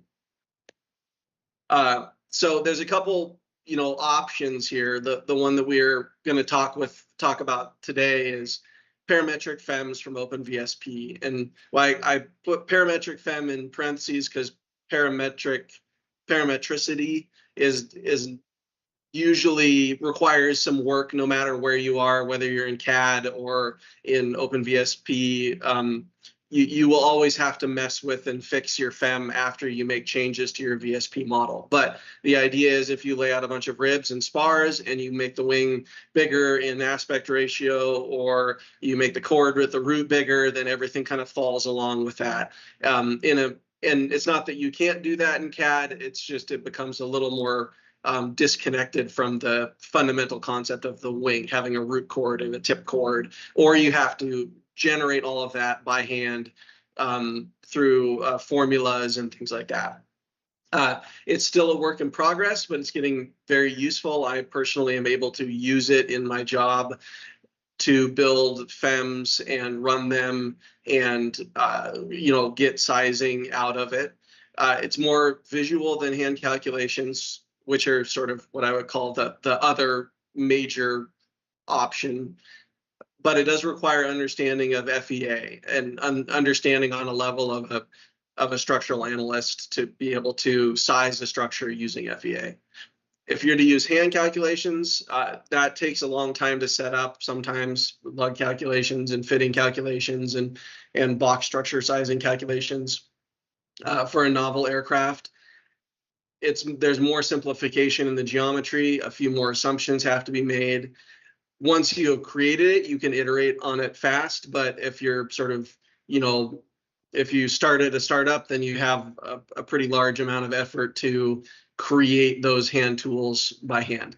There's also a blend. You can, a lot of those hand tools work really well for generating attachment points and things like that OpenVSP's structures tool does not really address. So there's also a combination of the two. And then, of course, there's also specialized structures like the M4, or specialized tools like the M4 Structure Studio that do this as well. So this is a slide that I've presented before.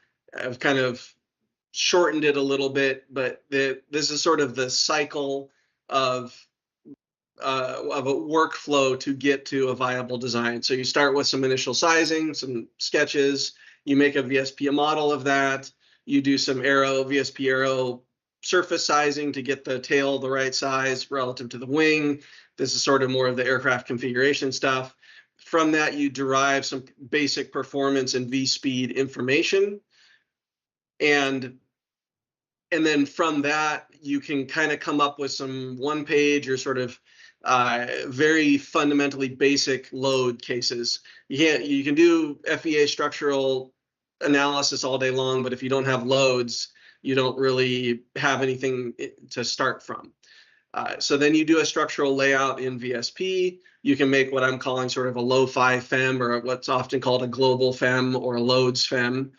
You can use that to size the structure and you can get to a viable design. Now, the reality is you end up bouncing back and forth between all of these different things, as you should at the conceptual level when you're iterating. The nice ability of this tool is you can go into the structure stuff, start laying out internal structure and realize, hey, wait, this doesn't make sense. I can't put a bulkhead here because it doesn't fit, or the structure, the OML isn't the right size. You can immediately go back up to the OML and change the wing or change the fuselage, run some of your VSP stuff, VSP Aero stuff, make sure that still works for what your requirements are. Rederive maybe some changes to performance and V speeds and get some new load cases, and then go back to the structural layout. So that's kind of the general workflow. And when we talk about tools here, so there's 3 sections of that kind of require external tools to OpenVSP. So load case definition using Excel or Python or MATLAB or text. That's derived from some resources that I'll show later on.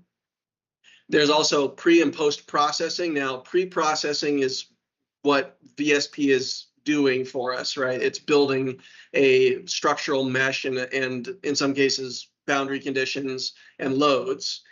But you also need to be able to post-process and look at the results and look at the strains and look at the beam forces and figure out where you are on your sizing, and then go back to the structures, change sizes, thicknesses of shells, and then go back and reanalyze. So for those post-processing tools, there's many tools that you can use for this. There's a series of open source ones like PyNastran GUI, which is what I'm going to demonstrate today. And then, of course, there's FEMAP and Patran and HyperWorks and ANSYS or Abacus, all these paid for, MechWay, paid for tools for pre and post processing. Then for analysis, we have solvers that we need to solve the structural analysis with. The kind of Rob sort of went through some of these, but the one that I'm going to be working with is MyStran. As also Calculix is kind of embedded in VSP and VSP Aero, and I'll use some aspects of calculus as well, but not the solver. So this is the tool chain kind of put together. What I'm going to kind of show after we go through these tips and tricks is a combination of OpenVSP, using Python and Excel to define some load cases, PyNastran GUI, which is really a post processor, but also sort of a partial preprocessor, and then MyStran as a solver. And MyStran is an open source solver which processes Nastran formatted input decks, which is really great because particularly with the aerospace industry, the Nastran is sort of more of the predominant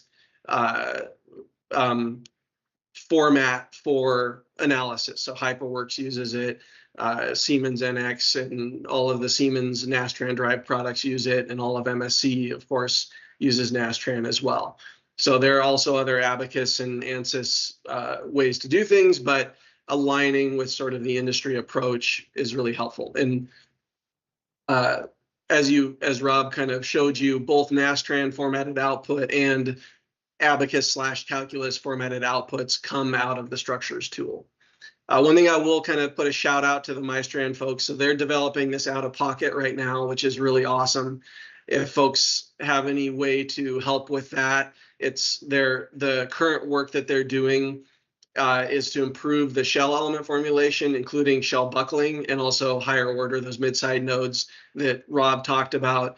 Their new shell element will have the ability to do mid-side nodes or second order shells. So that's really exciting.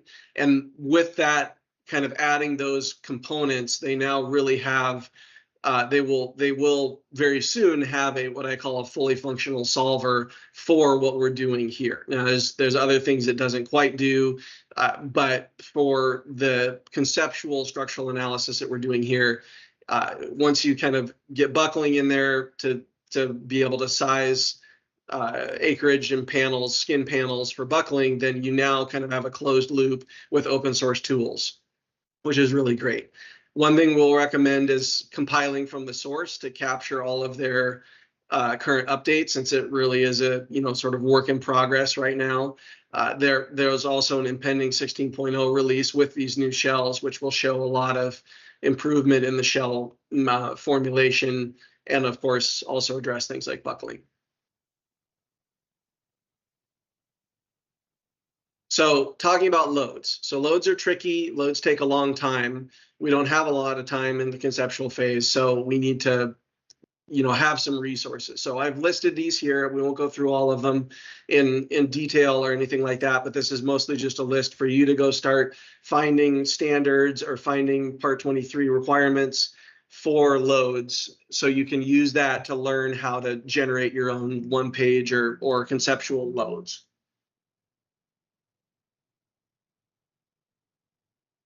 So an example of that for just symmetrical maneuvers, so pull-ups, pushovers, things like that, things that typically exercise the wing, we can create what's called a VN diagram. That's a speed and load factor diagram you see down there in the lower left, and these are available in lots of resources.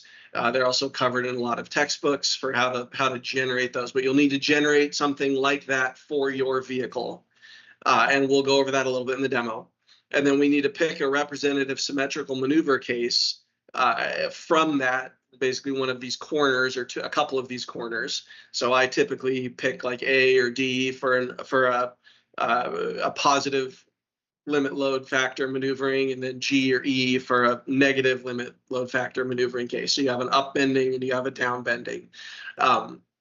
They tend to be somewhat similar between the slower speed ones, A and G, and the faster speed ones, D and E. Now, it's not always true, but if we're just trying to get a really rough hack at a weight from a physics-based approach, we don't necessarily need to do what you would normally do and what you will later do for structural analysis, which is run all of the corners and make sure that you've captured all of the critical load cases.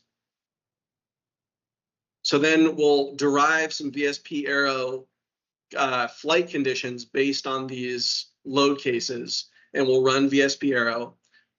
And then we will run the VSP Aero-structural coupling to grab those pressures out of VSP Aero and apply them to the aero surfaces. Then you do that again for a negative G maneuver, and then for if you're trying to size like a wing, like we're going to work on, you can do that for an asymmetrical maneuver or a roll, something that gives you sort of a max torsion. So now you're exercising the wing up in bending, so you're compressing the upper skin, and then you're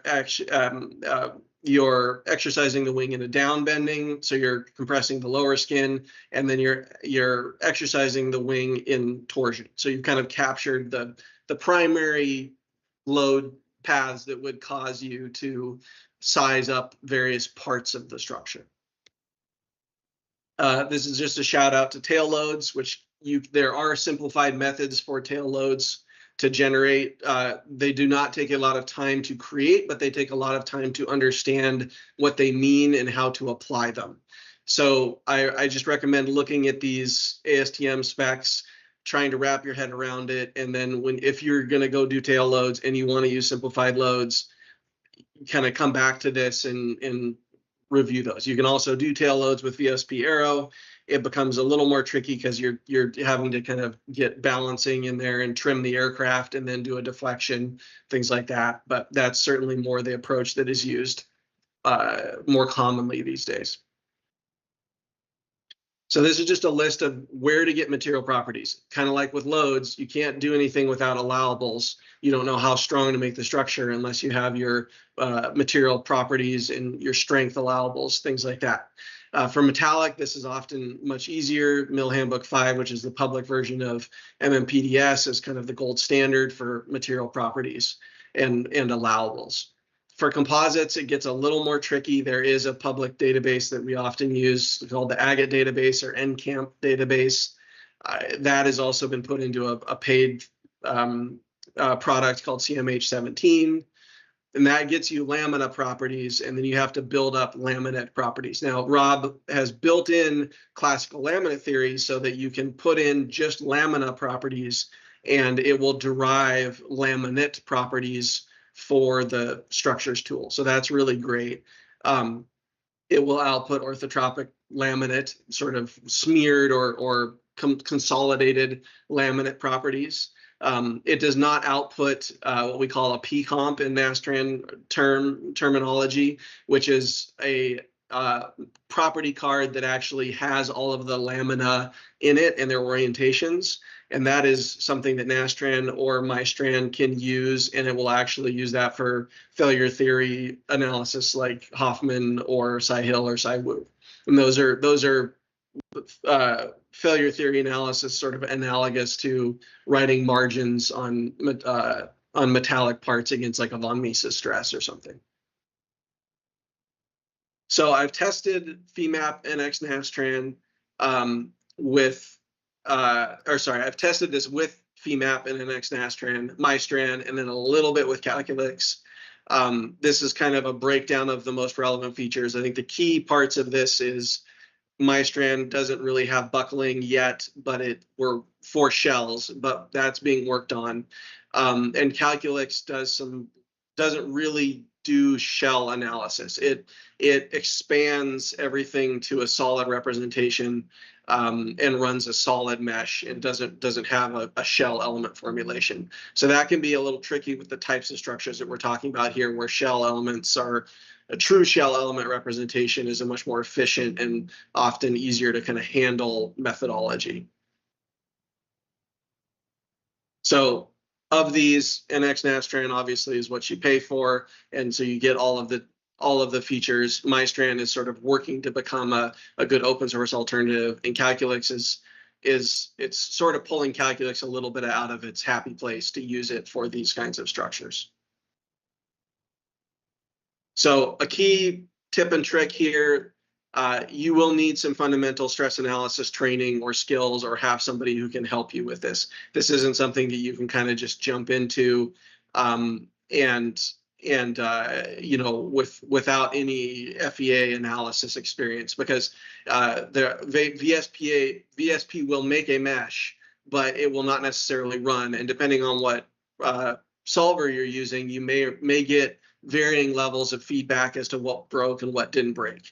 So that can be a little challenging if you're trying to troubleshoot mesh, but you don't really know how to read what's a Jacobian, non-positive Jacobian determinant, or what's a warped mesh, or what's an aspect ratio. So getting some training in that part will sort of help you be able to mesh better in VSP to get meshes out that will work.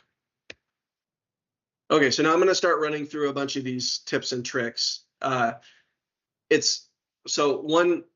important one that I have had to kind of stop myself from doing several times is it's easy to get obsessed with symmetry and accuracy in VSP structures.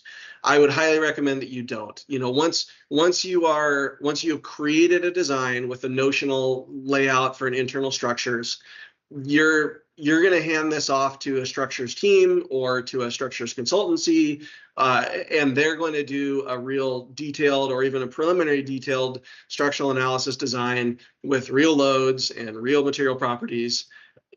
That's not what you're trying to do here. Your goal here is to just get a better than convention weight estimate with some sort of a buffer. So you're trying to be able to tell the design team, hey, we need to actually make the fuselage 6 inches bigger in diameter, because the structural stuff, just the weight goes down by like a lot if you just increase that diameter. Can we do that? Can Aero do that? Long before, all of the lines have been frozen or the OML is locked or things like that, where now you can't mess with any of that.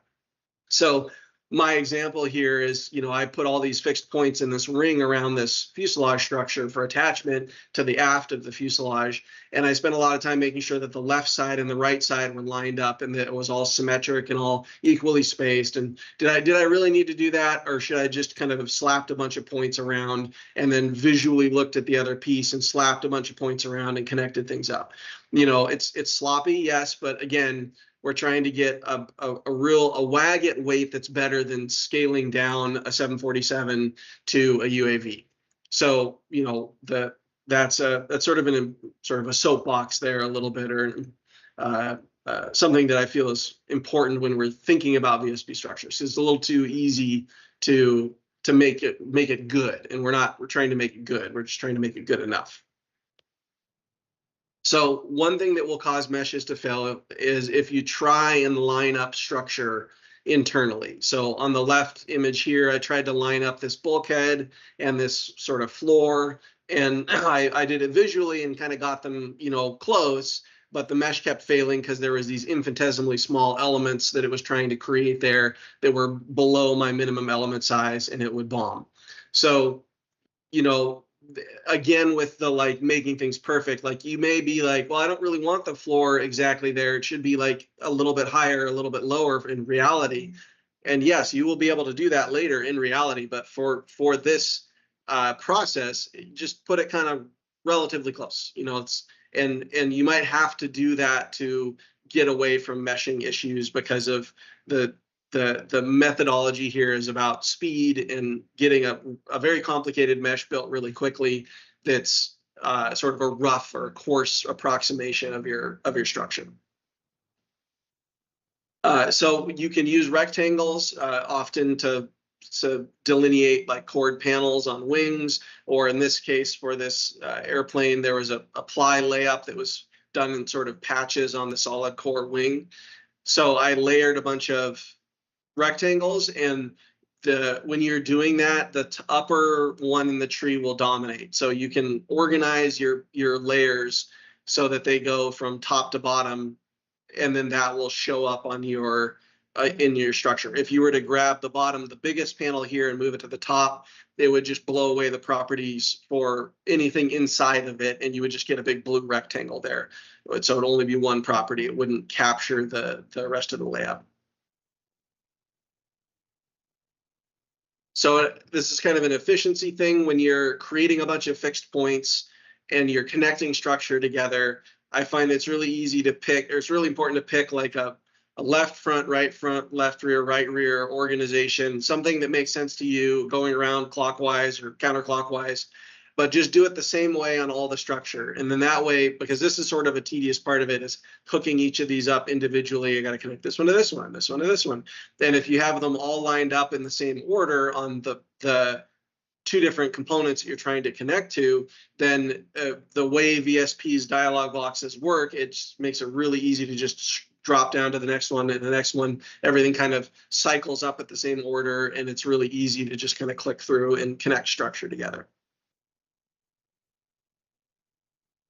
One thing that I have started doing more recently is don't forget that you can, even though you're in the structures GUI, and when you open up the structures GUI, everything disappears on the VSP screen and only starts showing you the structures thing. That doesn't mean that you can't go add in wheels or tires or wings or backgrounds to help you with your structural things, other components. So in this case, on the left, I'm meshing the fuselage structure, but I've pulled in the wing and the tail so that I can kind of see where things line up, so I can put my fixed points where I want spars to be.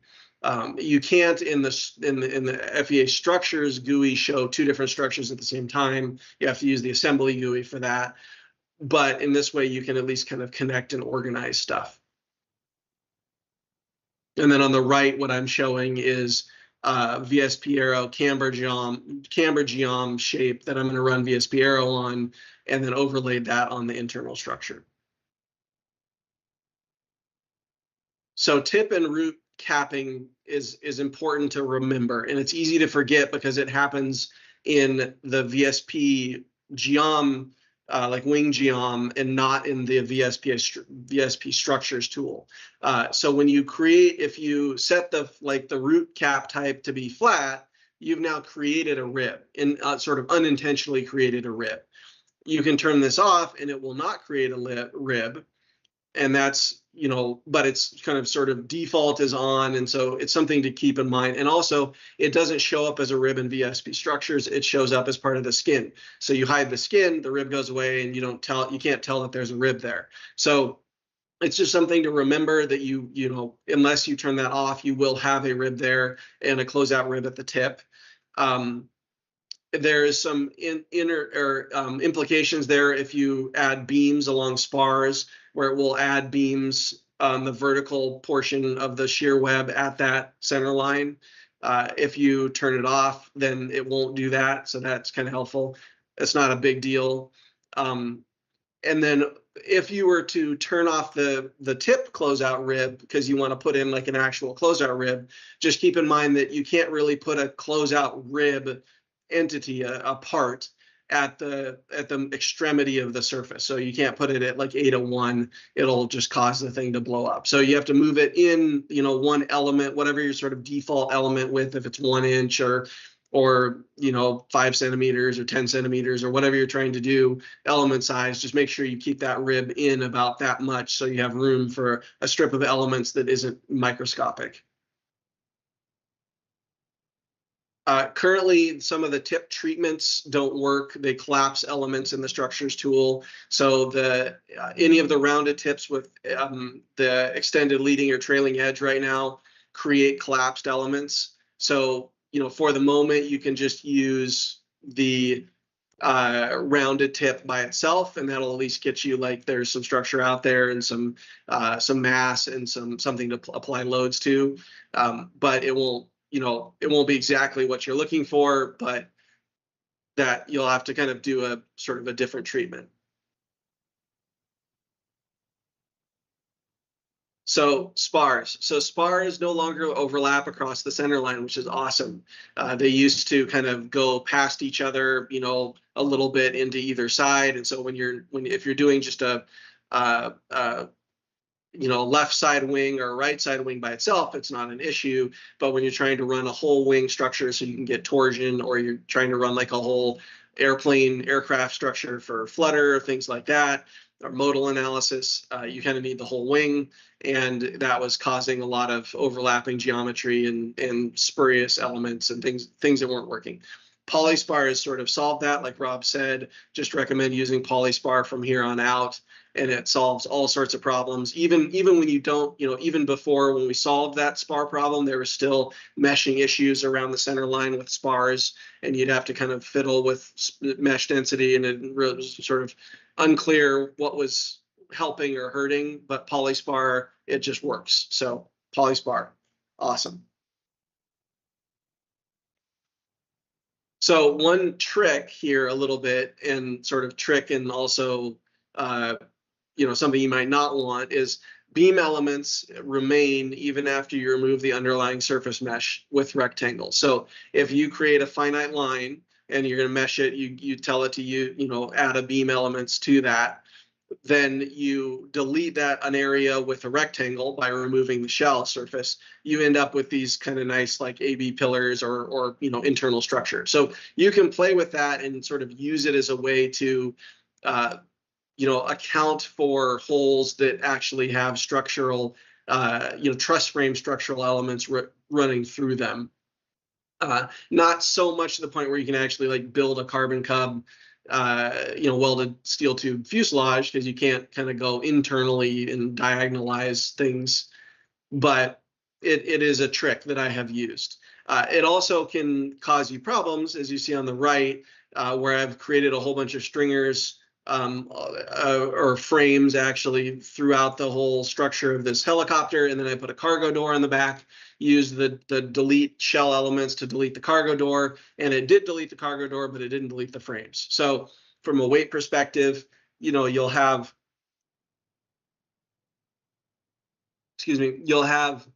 some extra weight back there from frame chunks that don't exist. And if you're pulling this into like a FEMAP or some sort of a preprocessor that you can, like a fully functional, fully featured preprocessor, you can just go delete those and then run your analysis if you want. Okay, off-body points. So this is a frequent thing that you do in structural analysis for items of mass like engines or fuel or payloads, things like that. You represent that by a single point, and you put either a mass there, or you just put forces representing the G loading of that under like if you're doing a 4G pull up, then you put 4Gs of your engine weight as a force downwards during that analysis.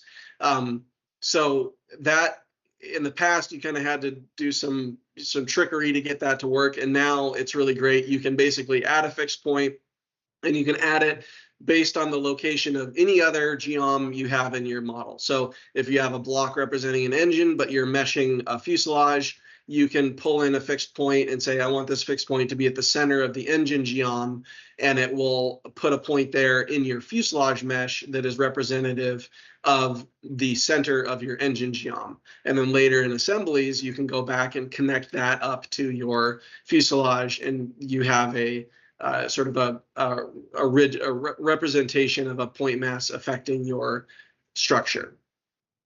So this is a really great feature. One thing that I've had to remind myself, it's easy to forget that you can make several structures all from one geom. Sometimes I'll have a fuselage, and I'll make a fuselage, and then wing, and I'll make a wing, and I'll forget, and I'll get into some complicated thing with the fuselage and forget that I need to go, and I should maybe break that out and make like an aft fuselage and a forward fuselage, or a cabin and a tail, or something like that. And the nice thing about this is it's all derived from that same geom. So if you go back into your fuselage, change the length of the fuselage and increase it by 10 feet or something, then all of the downstream structures will rederive from that new shape, and you won't have to be working with multiple geoms and VSP and making sure you're doing the same thing to all of them.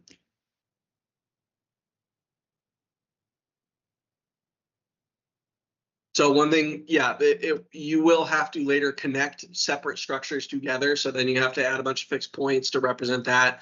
or you have to go into post-processing and sort of, you know, connect everything together. So it does add scope, but it'll allow you to address different parts of the vehicle differently. So this is a trick. You know, always make an assembly, even if it's just a wing or just a tail or just a fuselage. The reason for this with the MyStran or Nastran workflow, the assembly exports will generate what's called a case control deck and a executive control deck. And you need these not only to open this in PyNastran GUI, but you need them to run the analysis. This is where you define your load cases. So if you run an assembly, there's sort of a default in there. It's maybe a little extensive for what everybody needs without putting a lot of results, but it's a default place and you can delete things from there rather than having to go try and get the syntax right and add that in on your own. So for connections, we're going through connections. Dependent points cannot be associated with more than one independent point. So if you have an independent point, like representing the engine here, and you connect it to 4 engine mounts on the forward firewall bulkhead, and then you later connect one of those bulkhead connections to a person or something, and that person is the independent mass driving to that firewall engine mount. Most of the time, or all the time, Nastran or MyStran will fatal error out on that, or it should fatal error out on that. So that's just something, if you're daisy chaining stuff, you can, you know, daisy chain independent to dependent, and then that dependent is an independent of another dependent. If you really want to get crazy, you can kind of connect things like that, but you can't have a dependent be two things. They're dependent to 2 different independent nodes.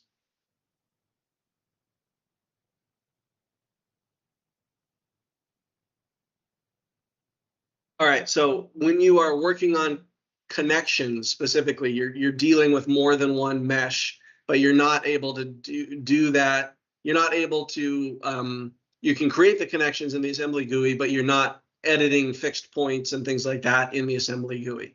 So when you're creating the points to use to connect 2 different meshes together, I find that the little drop down at the bottom of the structures GUI here is really helpful, because you can really quickly flip back and forth between your main wing and your flap, or your main wing and your aileron, or your forward fuselage and your back fuselage. And you can do that to kind of line your points up and then later go connect them in the assembly.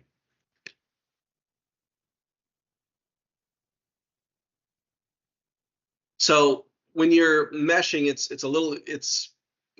tempting to mesh it and it looks good on the outside, and you just go try and run it. But you really do need to hide things and review your mesh, and we'll go through that later as some sort of methods to do that. But one way to do it is in the GUI, you can go to the mesh tab or the FEM tab, and you can unclick things and you can hide individual components. This is really helpful. You can basically hide the main wing skin. You can hide, panels or rectangles or any components there, and that'll allow you to view the internal structure, and you can see if it's meshing correctly as you want it to. And you can pan and zoom around and look for little tiny elements or bad mesh, things like that. In the case of the root and tip cap stuff, like I talked about earlier, if you hide that skin, that root or tip cap will disappear with it. So you do need to use clipping in some cases to view those meshes, or go look at it in post-processing tools that can sort of transparentize things, and you can look at issues that way. Tapered spars. So with the polyspar, one real great benefit of that when we're talking about the mass fraction stuff is you can actually do a much better representation of a real spar. Real spars aren't a constant width and thickness for the most part all the way out on a cantilever wing, or even like a strap braced wing, the outboard portion as well. So that is really helpful. It allows you to define different property cards for the different sections of the spar, and so you can go through and make a big cap, a medium cap, and a little cap, and a big web and a medium web and a little web, and you can kind of make a tapered spar. And then that'll help you because you're not sizing the spar to the root problem and then calculating that weight or that mass for that spar all the way out continuously to the tip.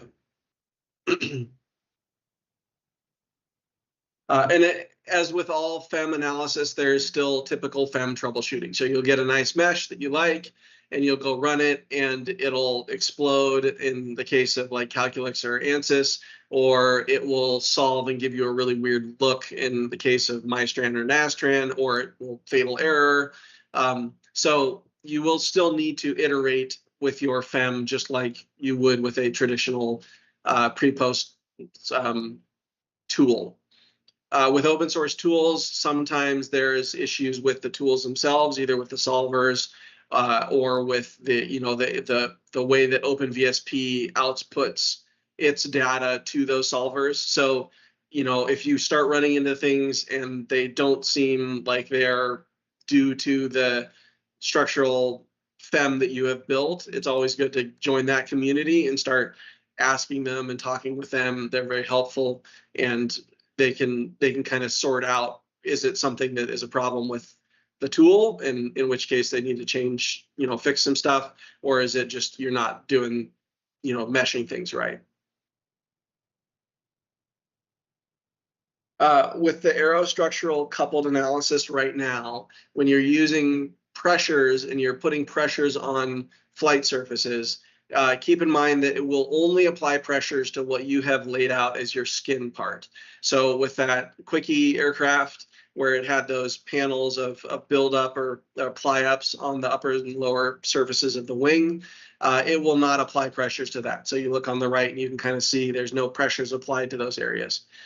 This is something I think once the new VSP Aero thick, thin stuff comes through, and then we kind of maybe can take a look at the loads part of that and realign that with the loads part, or realign the loads part with that, or update the loads part. This will be a sort of a big component of that, so that you can create sort of sandwich panel construction composite aircraft with different panel surfaces and get the loads onto those parts of the structure. So this is a key one here and I'll demonstrate this too in the demo.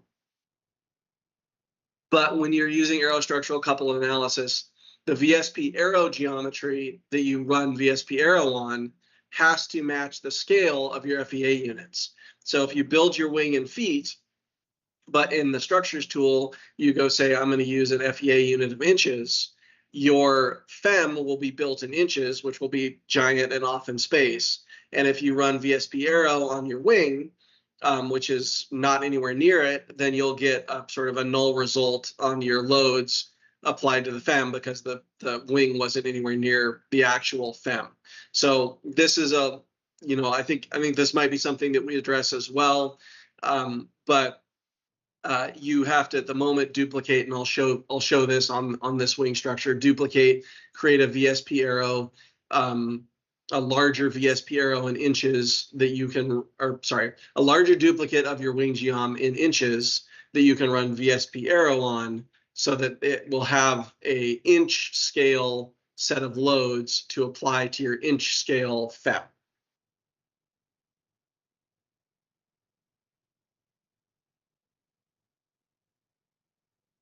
Okay, so post-processing required. So with Mastran, Nastran, this may or may not be a problem anymore, but for a while there, I had to pass any BDF file that I created out of OpenVSP to through PyNastran, which would kind of clean out scientific notation.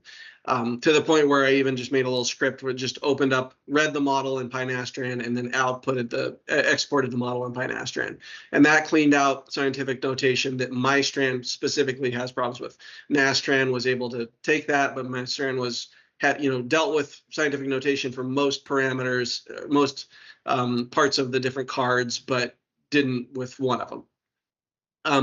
I'll also, the current analysis or VSP Aero-structural analysis tool only transfers the VSP Aero loads onto the Calculix output file. It doesn't do that to the Nastran output file. Again, that's something that we'll be probably changing to have it send those to both formats. But it will, for the moment, I have a Python script that I'll put up on GitHub for folks that pulls in your Calculix file, pulls in your Nastran file, and then transfers all of the loads that are in the Calculix file onto the Nastran file. And I'll demonstrate that. There's also out-of-plane stiffness defaults, which are 0 for orthotropic and laminate properties right now, which will cause the analysis to run. So I also have a little tool that fixes that by setting the Z direction shear stiffnesses by hand for any sort of nonlinear or orthotropic material cards, not nonlinear, but orthotropic material cards, which is the MAT8 card in Nastran or in MyStran. That is not necessarily the right approach for this, and I've listed sort of a better approach, but it requires you to do it by hand from some knowledge of your material properties. So we're not going to do that here, but note that that's a better approach and might be something we put in features to be able to do in VSP structures at some point.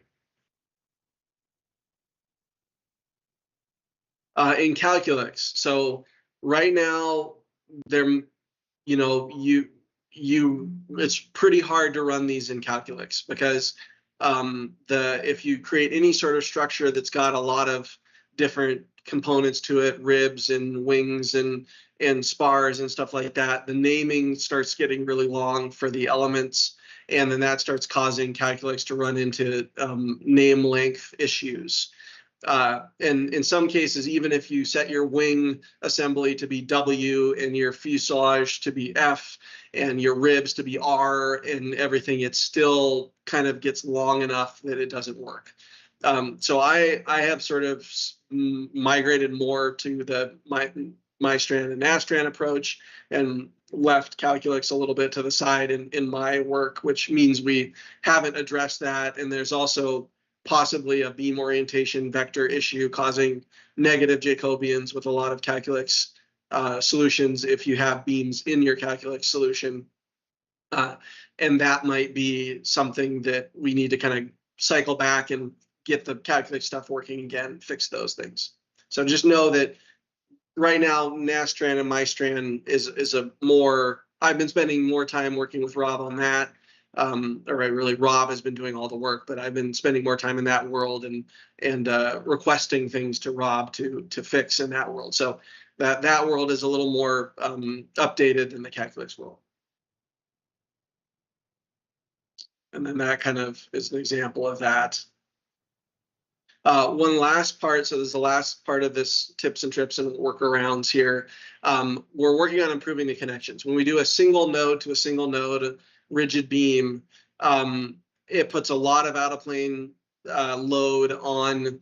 Typically, often we'll put a lot of out-of-plane load on that shell element, which causes it to fail in some instances. And that's not typically how you would create a connection in a FEM for like a shell, kind of a classic shell and beam representation of a box structure like we do a lot in aerospace. So we'll probably be updating this as well, and I'm working with Rob on what the formulation will be, but it will essentially allow you to, with each fixed point, maybe define a radius parameter, or maybe it's baked in that it'll grab a certain number of nodes.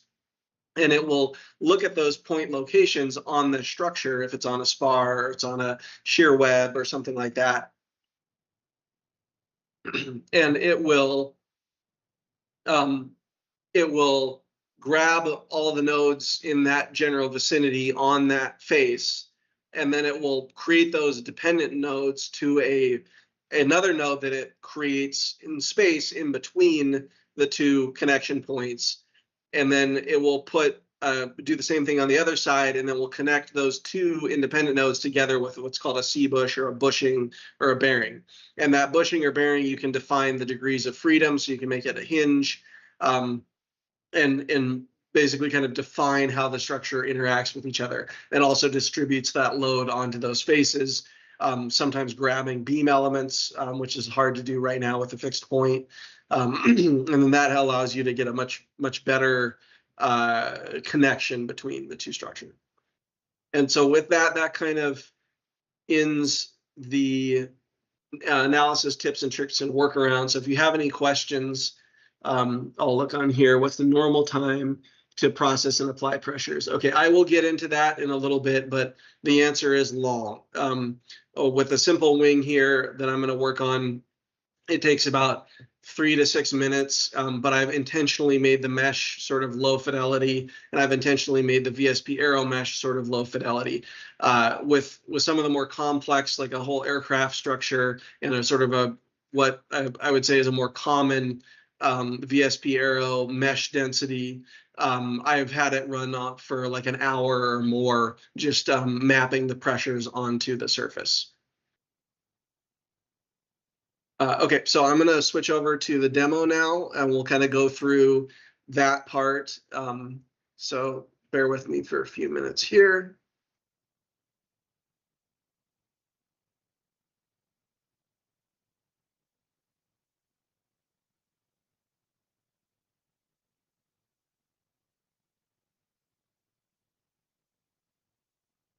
Okay.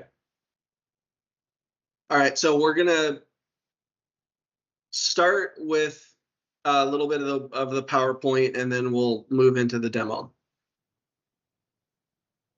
All right, so for this sketch to weight demonstration, so I've created this big long list, which we're not going to talk through, but this is something you can kind of go reference later for, you know, where to start and then what to even do and kind of how to do it. So I'll be stepping through this. Largely, it can be broken down into, let's create a FEM, let's export it, and let's look at it, and let's check it.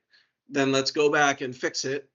And then let's export it again, and let's try and run it. And then let's check our results and see do our results make sense. And if they don't, we'll go back and fix it.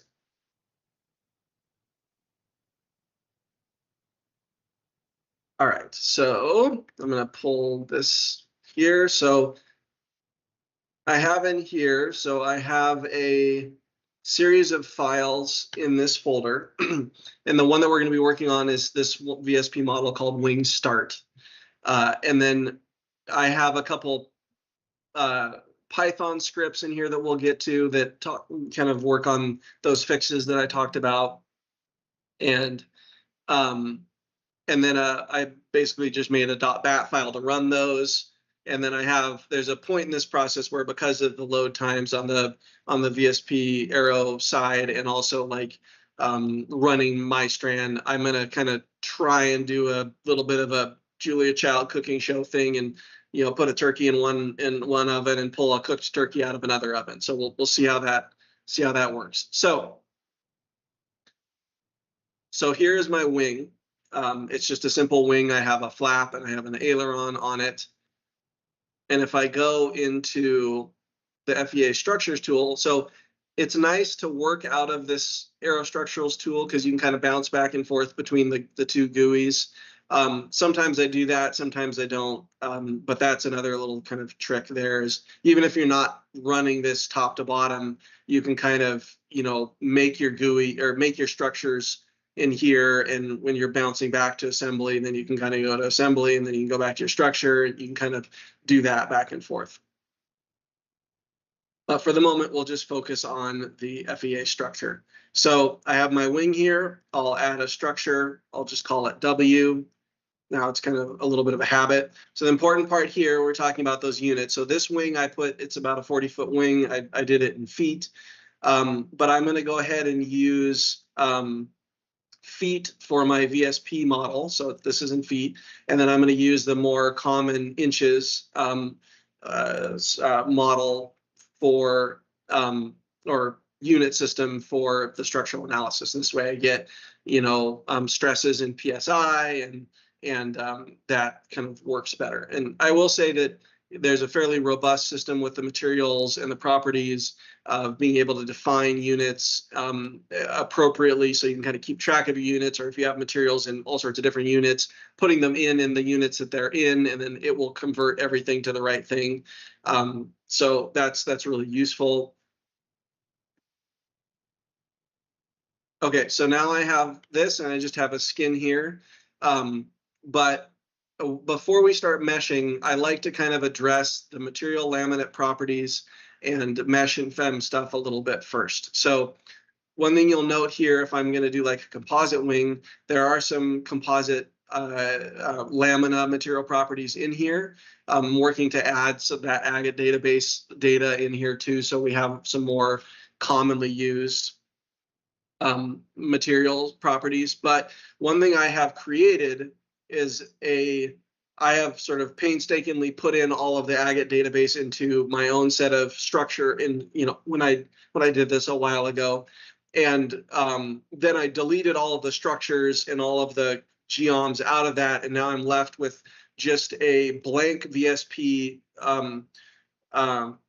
sort of starter file that all it has is material properties in it, and it has material properties and a few property cards. So what I can do here is I can insert that.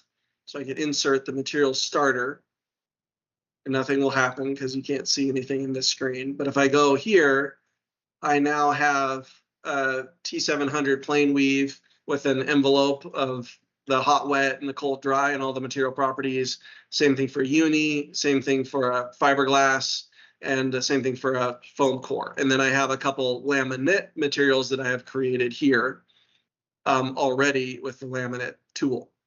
So now that kind of allows me to start with a default list of material properties and a few commonly used for the sizes of aircraft that I'm often working on layups. So let's go ahead though, and just like for the sake of argument, let's add a laminate from this so we can kind of see. So I always forget this. We have to add the laminate as a material. So let's do like 4 core 4. We'll call it a laminate, and then all this will immediately become unchangeable. So if we go over here to 4 core 4, we can pull up the plane weave. We can, all the agate data stuff is for the plane weave is 8.6 thou. Yeah. And we'll set this to 45 degrees. And then the nice thing is it kind of keeps this. So we're going to add another one. We'll just change it to 0 degrees. Then we're going to add a core. Oops. We'll put our foam core in here. We'll say this is 0.375, or let's call it 1/4 inch core. And that's 0, but it doesn't matter because it's an isotropic material. And then we'll add a, oops, this is 4 core 4. We'll call this 3 core 2. 3 core 2. And then we'll add another 0. We got to make sure we change our thickness, or we're going to have a really thick ply. That is not a valid number. And then we'll have that be 0, and then we'll add one more lamina, and we'll have that be at 45. So we got a 45, 0, 0, 45. This is really 2 core 2. So let's add that final ply. It's 45, and let's move that ply up here. So now it's 3 core 2. And that's not a symmetric laminate, but it is a laminate. So now we have 3 core 2 here, in addition to all of our other laminate material properties. All right, so one thing I like to do here first, so now we've dealt with materials, laminates. Let's go ahead and make some default property cards. So I'm just going to call this skin because we have a wing skin. And that is a shell property, and that shell property, I'm going to use that 3 core 2 down here. Let's call that there. And then let's have this be a main spar cap. And I've created a quasi ISO because the bar elements don't use orthotropic material properties. They just use isotropic material properties. So I've created a sort of an ISO, quasi ISO T700 uni material property here. We'll keep that a rectangle. We'll call it, let's say, 4 inches for the main spar cap, and we'll say 1/2 inch thick for the main spar cap. And I'm just going to do a constant cap all the way out to the tip, because that way we don't have to wait for me to build up a tapered spar. And then let's do main spar web here, and we'll do the same thing. We'll say that's going to be like 8 plies at the root. And then we'll add another one. We'll call this the aft spar web.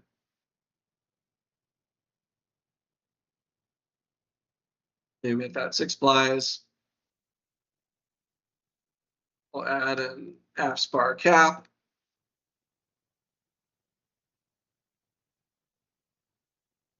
Change it to rectangle. We'll make this, let's say, 2.5 inches, and we'll make it 1/4 inch.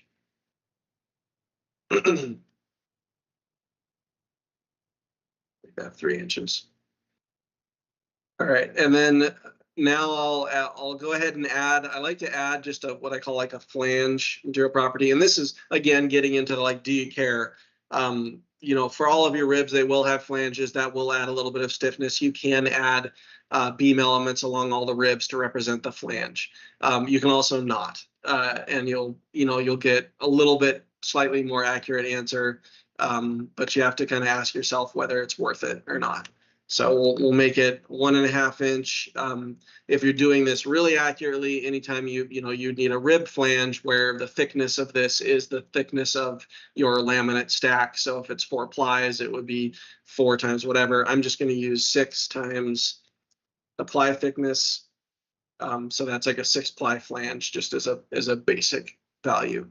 Now let's add a rib. Oops. Yeah. So let's add like a 4 ply rib, and then let's add like a support rib or a closeout rib, or not a closeout rib, a root rib, something that's stronger. So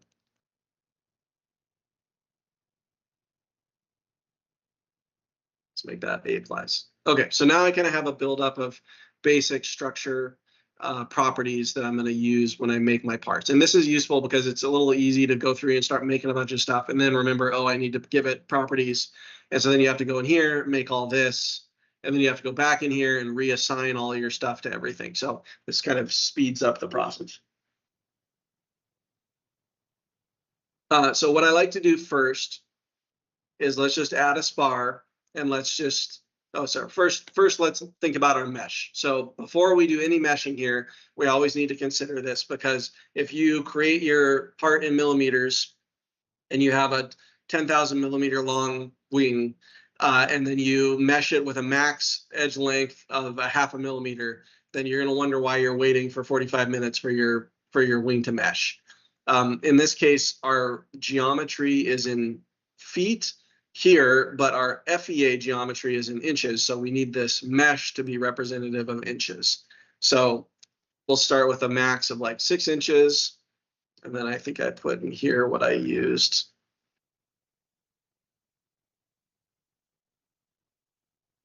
Thought I did. I didn't.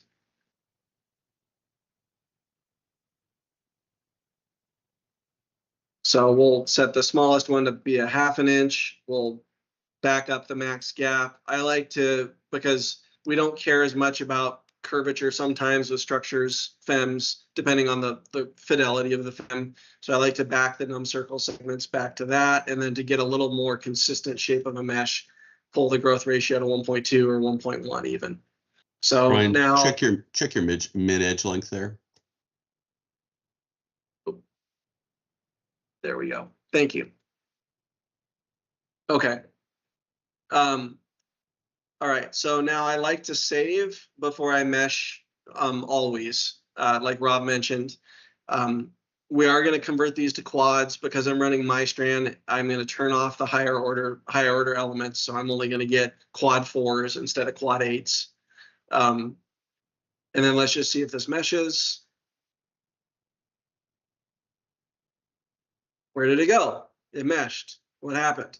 Well, what happened is you were looking at your foot geometry, and you had set your wing, in my case, I'd set my wing aft of the nose and up a little bit. So my wing was, 5 feet back and 3 feet up or something. And now it is 5 times 12 back and 3 times 12 up. So everything is moved out of your view. So the F button to refit back and forth between the two geometries is going to be really important. And I can demonstrate that. There's the wing. So we were, zoomed in here and it just disappeared. And this caught me for a while until I realized it's not a problem or anything. I think I even complained to Rob. I was like, it's not meshing at all. It's like, well, it is, just not in your viewpoint. So keep that in mind. You have to go back and forth between these a fair bit when you're doing this sort of standard approach where, the VSP kind of works really well in feet or meters, and then all your aero stuff is feet per second, and that all makes sense, but you want inches when you do the FEM. Okay, so that meshed, and let's just take a look at it. Let's check the center line, make sure that we got decent mesh shape and we don't have any sort of deleted elements. So we just kind of look at that a little bit. Look at the skin a little bit. So it looks okay. Now there are some areas here. These are probably not happy elements, but for the sake of this demonstration, I'm not going to go mesh a more fine mesh or try and do like a local refinement or anything like that, because it's just going to slow down the other parts of the process later. Okay, so we have now meshed that with our polyspar. Let's call this the main spar. And now let's just start laying out our internal structure. So we've got a main spar here, and we're going to give that, we're going to keep the shell. We're going to create beam elements on that. We're going to give it the main spar web property and the main spar cap property. So we've got that. We're going to leave this at 0.25 and 0.25, just kind of the thicker part of the airfoil there. So that's sort of an efficient location for a forward spar. And then one thing I like to do is keep this up and then add a second spar, and it just pops up here and I can edit this. So we'll make that AS spar. We'll create the beam elements. This will be the aft spar, the aft cap, and then we're going to set this one to be 0.75, which is where I put the control surfaces. Okay, so now we have a main spar and an aft spar. And I won't do this a bunch, but I tend to add 1 or 2 things that are the same and then intersect and mesh, because I've done this where I've added like 12 ribs and then it blows up and I can't figure out why, and I have to go undo everything to figure out what's, what the problem is. So there now I have 2 spars. You can see the beam elements represented by the lines. And then we'll go ahead and just add in the rest of the stuff. So we'll reset the part display. Look at it from the top here. I'm just going to add a bunch of ribs. This is a composite aircraft, so I'm going to kind of add ribs where I need to hook up to other things to start. So we'll add like a root rib. Let's call it rib 1. We're going to create beam elements. We're going to give it the support rib size. We'll go ahead and give it a flange, and then we'll move it to like where side of body is or something. So I'm kind of like there.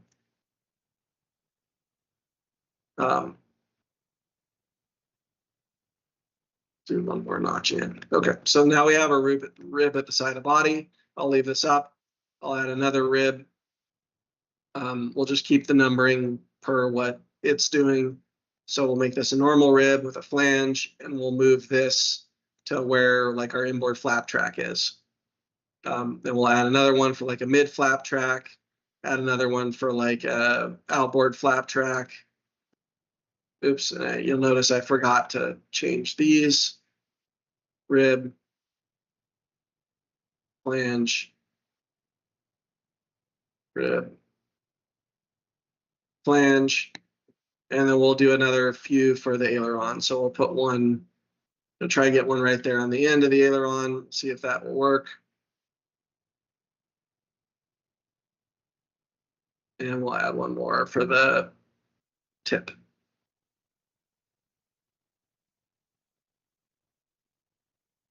We'll put this kind of close.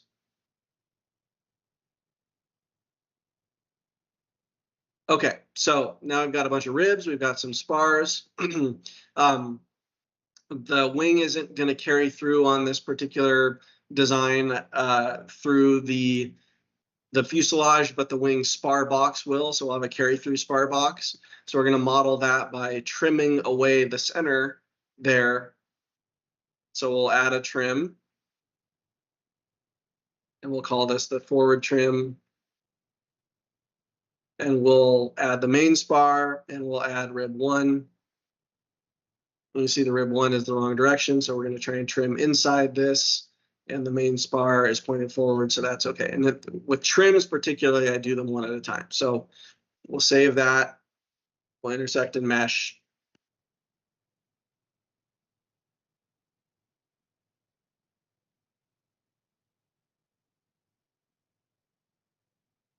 All right, where'd it go? Hit F, there it is. Okay, so you'll notice here, it looks like I have elements here, which, wait, that might be indicative that I didn't turn off the root cap. So let's check that by using clipping, clip and X. You have to give it like 48 or something there, so we can kind of keep moving back.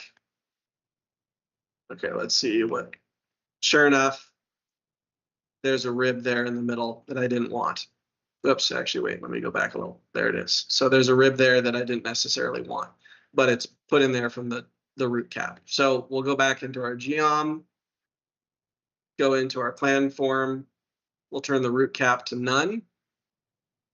And then we'll come back here to structures, hit save, intersect and mesh again.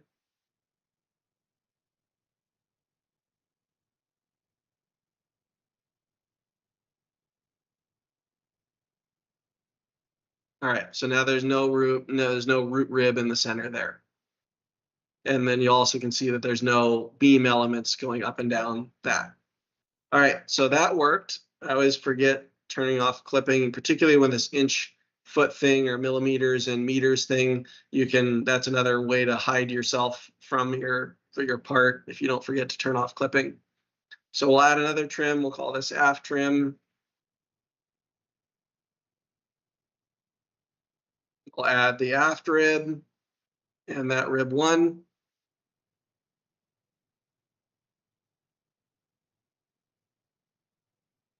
And this rib 1 we need to change, but the aft one is pointed the wrong way too, so we need to change it. So now we're going to trim out that back part there. Save, intersect and mesh.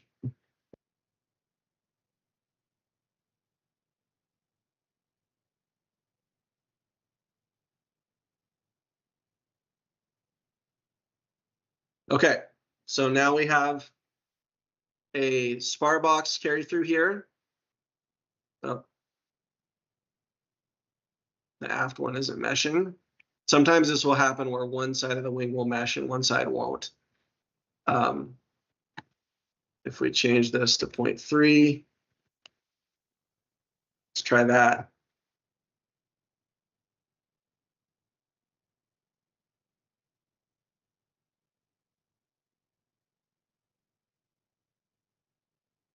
Okay, now it meshed. Now that meshed. And then let's hide the wing skin. And now we have a nice internal structure. Decent mesh. All this mesh is connected. So all of these, you'll see there's one node here and it's part of this element. It's part of that element.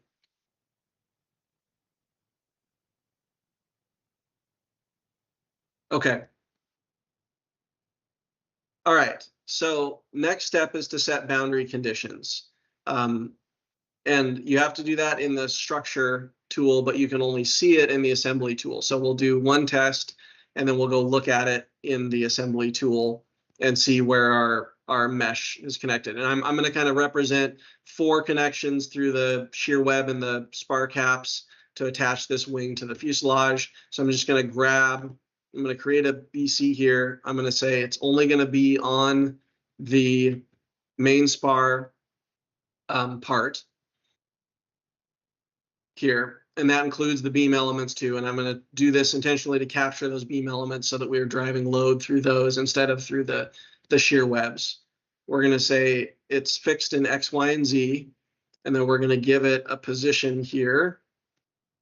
And we're going to say Y needs to be greater than, let's say, 16 inches, and it has to be less than 20 inches. All right, so I'm going to save. I'll intersect and mesh.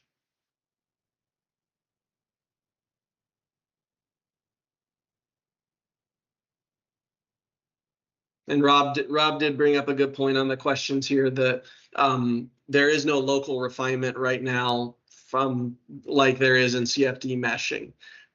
That might be something that we've added, but we haven't really kind of gotten to the point of like widespread usage of this yet. So we haven't added that feature, but it could be a feature that is worth doing, particularly for things like this, where you want it to mesh a little bit differently and not create these high aspect ratio elements.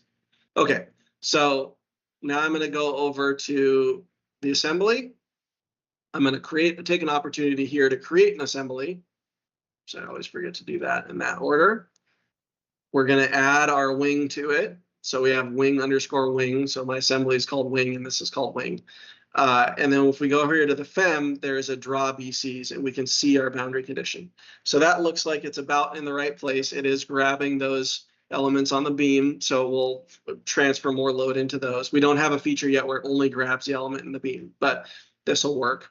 So I'll go through now and go back to the FEA structures, and we'll add another one on that main spar.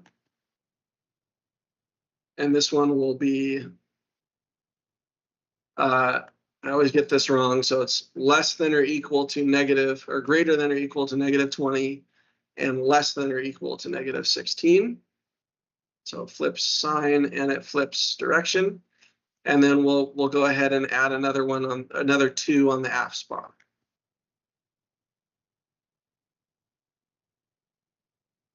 And we'll do the same numbers.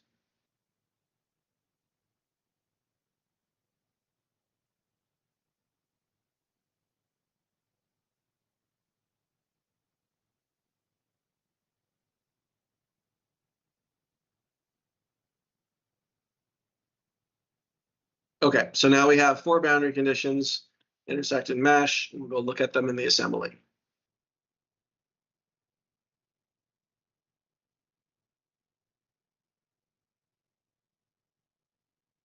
Okay, go over here to our assembly, and there you go. So we have a strip of nodes there, strip of nodes there, more nodes on the front. Okay, so we have boundary conditions, we have a mesh. Let's take an opportunity here to inspect this outside of this tool. So we'll go ahead and we'll export the assembly, assemblies only, right? So we'll export the assembly. Notice there is a mass here, so we kind of can talk about that part. And now we will go to Pinastran. And we'll take a look at this in Pinastran.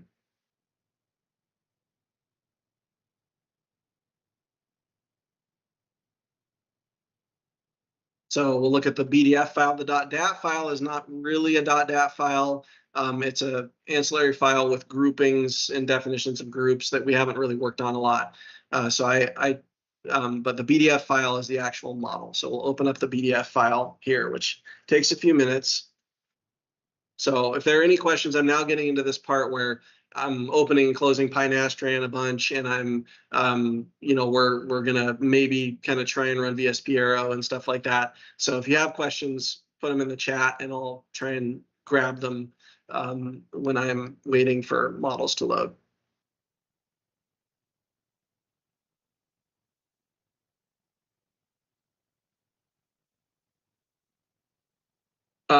One thing I will do while this is loading is the next step that we're going to look at is some mesh quality checks. So we want to kind of, just because it meshes in VSP Aero doesn't mean it's going to run or it's going to give you good results. So I've put into the slide deck here that will be associated with this video some just real rough ballpark mesh quality check metrics.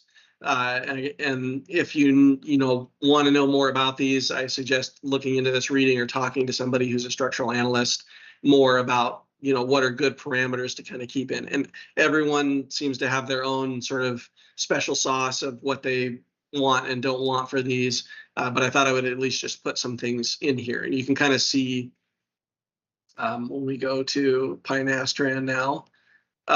So here's my model. I can go over here to this little browser and I can apply. Fringe means to color the surface with that.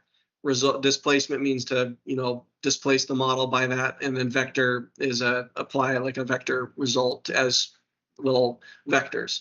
So we'll apply the property cards to the color just to make it a little easier to read, and now you can kind of see the structure here as well. There's also, we'll use this edit geometry properties a lot. This is kind of like your browser for making things show and hide. So we'll kind of make the skin transparent a little bit. We'll scroll down here. You can look at your material orientation vectors, so you can make sure that your material orientation makes sense for your model. In this case, everything is fore aft on all the ribs, and it's inboard outboard for all of the skins and all the spar shear webs. We'll turn that off. We have our SPCs here, so we can show those. If later, if you connect things with 3D bar elements or rigid bar elements, that will show up here, and you can show the dependent nodes, the independent nodes, and the connections between them. And then we have our 3D bars, and those are default opaque, but we can kind of show them not opaque. So you can see the rib flanges and the spar caps, everything. Okay, so we'll pull that back to there. Go main, we'll turn it opaque. And there is an element checks in here. So you can look at these max interior angles, min interior angles, apply them to the fringe, look at the element. In this case, our min interior angle is 8.89, and we kind of were wanting, greater than 10. So I'd probably want to go back in here, find where those blues are, and they're going to be on these corners here, and maybe have to drop the mesh density down an order of magnitude, or not order of magnitude, but by 50% or something, to try and get these mesh elements here to be more equilateral. Okay, so let's say we've done that, and we've created a better mesh, and we've looked at this, and we've gone through these different aspect ratio and different criteria and fixed what problems that are needed to be fixed.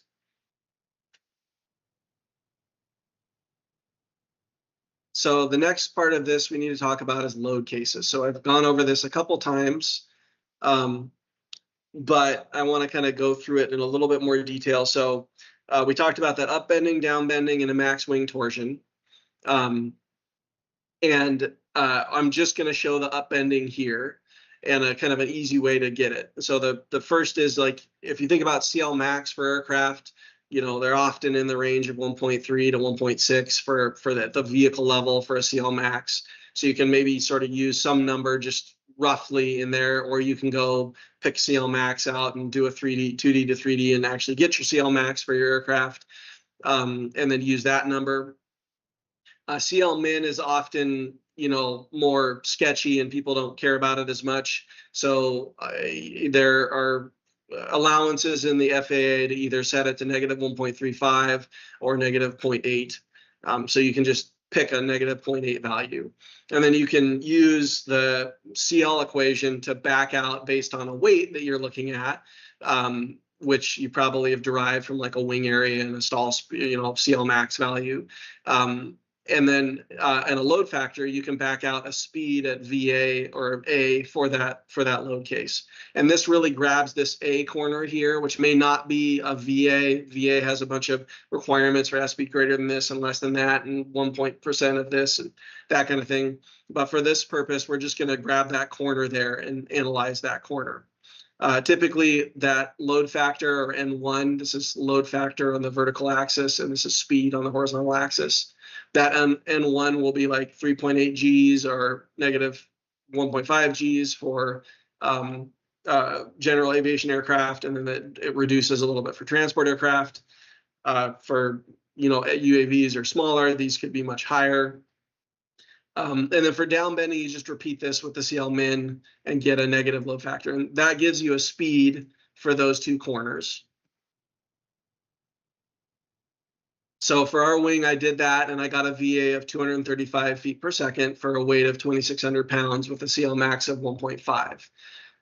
So we need to know that dynamic pressure, and we need to know it in our units in our FEA. So we convert that to dynamic pressure and then convert that to PSI because I'm using inches for the units. And then you would further do that for a condition G or a condition E or some other downbending case or a gust at C or F. And then you do that again for the requirements, often 2/3 of the NZ in addition to a full deflection of the roll case here, or some less than full roll deflection here and a third roll deflection here. So there's different ways to address that you have to look up in those sources that I showed in the prior talk for a roll case, but we won't be demonstrating that here. Okay, so I have a little bit about a definition for VSP Aero.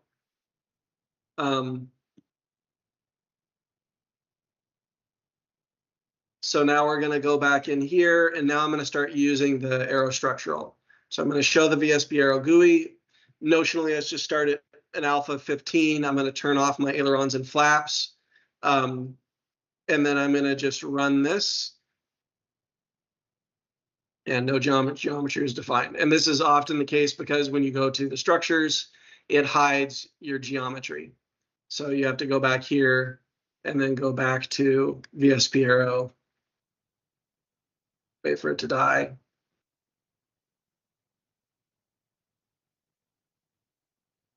And then run it again. Now, one thing that I just did is I ran that on this wing, but I need to run that on a larger wing, and we haven't made a larger wing yet. So if I show my FEA viewer, I have this here. So I'm going to go back to this, and I'm going to copy this and paste it as a child, so it moves and with this. I'm going to call this wing inch, and then I am going to run, or I'm going to scale this by 12. So it's big, but you notice it hasn't moved into the right place yet because I need to multiply all of my offsets by there. So now my FEA geometry is in the same position as my VLM geometry. Now, one thing that has happened here is whenever you create a copy of a structure, it duplicates that structure. It does not duplicate the materials or the properties, but it does duplicate that structure. So I'm just going to go ahead and delete this so I'm not confused. All right, so we'll go back here to our aerostructural coupled analysis. We'll show our VSP GUI. And then another thing that I like to do is go back to this wing inch and assign it to a set so that I'm always running a set. And I'm not running, whatever is shown. And that'll kind of prevent that problem earlier from happening. Okay, so we've run this. Now, if you look at your sweeps, I have a CL of 217. So this is, I'm really good at this wing design, apparently. What's happened is I'm using the 0 wing as my reference instead of the wing inch. And so all of the dimensions for references are really high. So we'll change that to wing inch. Run that again. And now we can look and we see a CFZ of like a little bit below 1.5. And one thing to note, we're always looking at the body axis for any of these load cases. So when we're trying to match us, that CL max value, there's some ways to go back and forth between CN max and CL max, but I'm just going to, for the purpose of this, assume we're trying to meet a CN max of 1.5.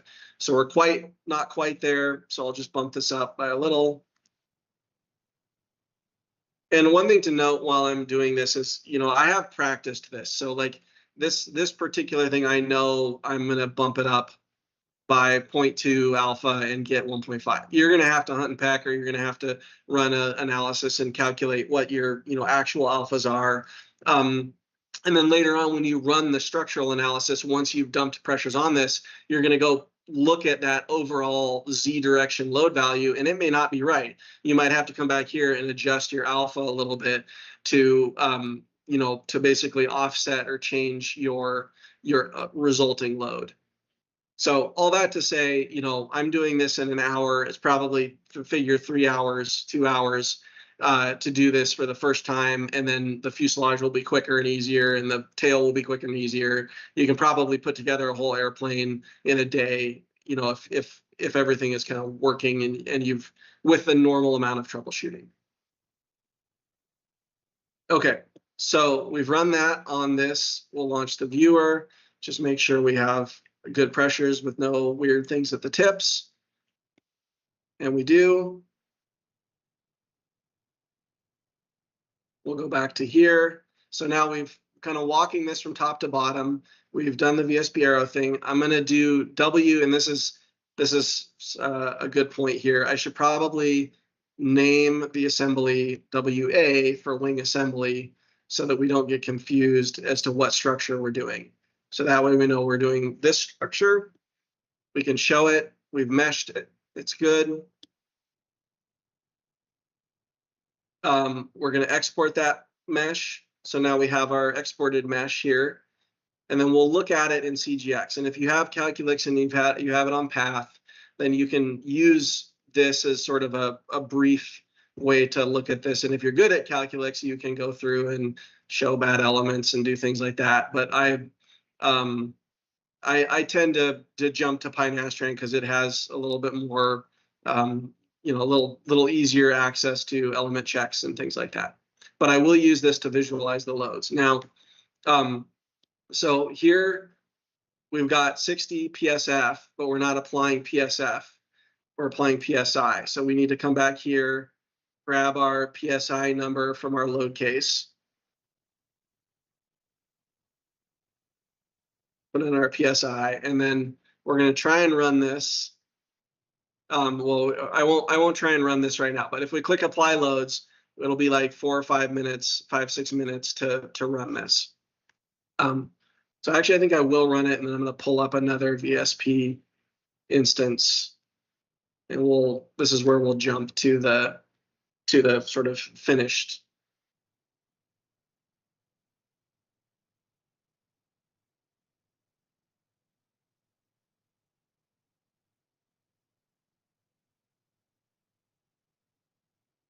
Okay.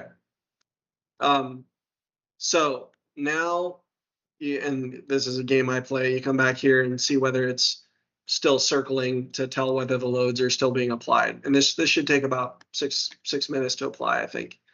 Okay, so now we're back over here, and I'm going to do a little bit of logistics work here. So in my demo, we have this wing start Nastran BDF file WA for the wing analysis. And this is the file that is the model. So we pull it up here, you'll see that case control deck and that executive control deck. And then we have this is sort of the inverse of what will happen once you run this through Pinastran, but we have the properties at the top, and the materials at the top, and the SPCs at the top. And then it starts moving into grid, which is node definition and element definition. And that's the bulk of the data. And that's pretty much all this is. Pinastran will flip all the stuff that's not grid or element to the bottom, which is kind of convention. But I don't know, I like being able to see all the things I care about at the top. And you may have to hand edit this if you're doing, your own loads and you're not pulling loads from VSP Aero, or you're not using Pinastran, the Python tool or library to create your own loads. You'll come in here and you'll start adding force cards, at this and at this level. So there's also this Calculix file, and what's happening right now is it is this apply loads is creating a calculus underscore static and a calculus underscore buckle. And I have written a little Python script, which I will share with everyone here, that pulls in, gives us a load set ID, because you need to sort of identify the load set. And that is important because the executive case here, the default set is a load set of 1. So I have it set, you can apply, whatever load set number to this VSP Aero run that you want, but you'll need to go in and do a little bit of hand editing. If you want to do multiple ones, you can add all those resulting P-load pressures down at the bottom here, but then you'll need to copy this subcase and paste it, make another subcase 2 and have it load 2. And you can kind of build up your, a run with a bunch of different load cases there. It takes in the calculus file, an input file, a Nastran input file, and a Nastran output file name. And then basically this just transfers all of the loads from one to the other. There's also a fix that I'm running here, and this fix goes through and loops through all the model materials and takes the G12, which is the shear in plane, and applies that same value to the G1Z and G2Z, which are the out of plane shear moduli. So that's an important part, like we talked about before. So we'll run that as well. Okay, let's see how we're doing, see whether I need to jump or if we're good. So here, still working. Okay, so what I'm going to do is I'm going to switch over to this files folder. I'm going to grab my tools here. I'm going to come over here. So this is what will come out of this. So we'll have a calculus WA calculus.static.input file. And then we'll have a Nastran .bdf file. And I actually realized that I didn't copy over I'm remeshing it, so this won't be consistent. So we'll have a Nastran. This will be the file that we already have in the other demo. So let me check out this one last time.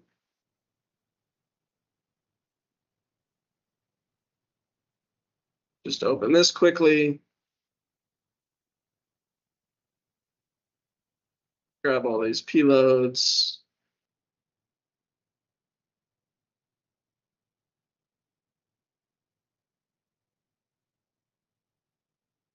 Leave those out. Okay. So we'll say that this is what we are working with now. So we have our Nastran.bdf file. Delete.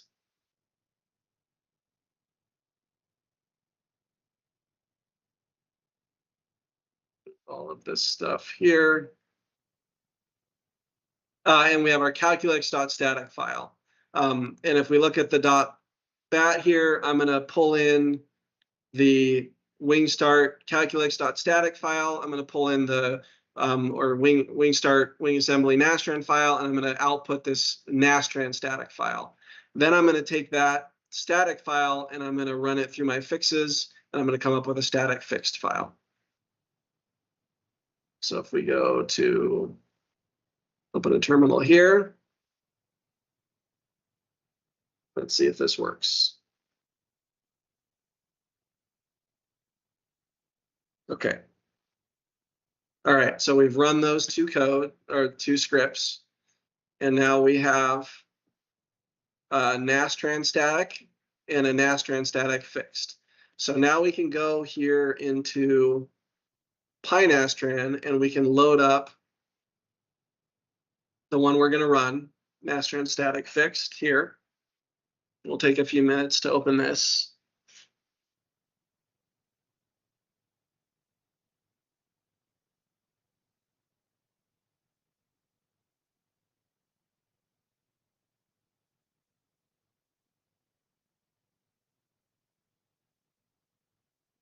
Okay, so now if you open up geometry here, you'll see there's a load case with pressures, and we can apply those pressures to the fringe, and now we can see we've got our pressures applied to the surface. And one thing that's of note here, if you've done more of this, this is I'm using VSP Aero in the VLM mode. I'm doing that because you can then apply representative pressures from control deflections, flaps, and ailerons, and things like that. And in order to capture, if you really wanted to do this for a wing and capture that, completely, you would want to break out the flap and break out the aileron. And if you're trying to do this with the VSP Aero pressure mapping, you would need to model those as separate components, attach them to the wing, which you can do. And I have done that before. In fact, we can look at that here.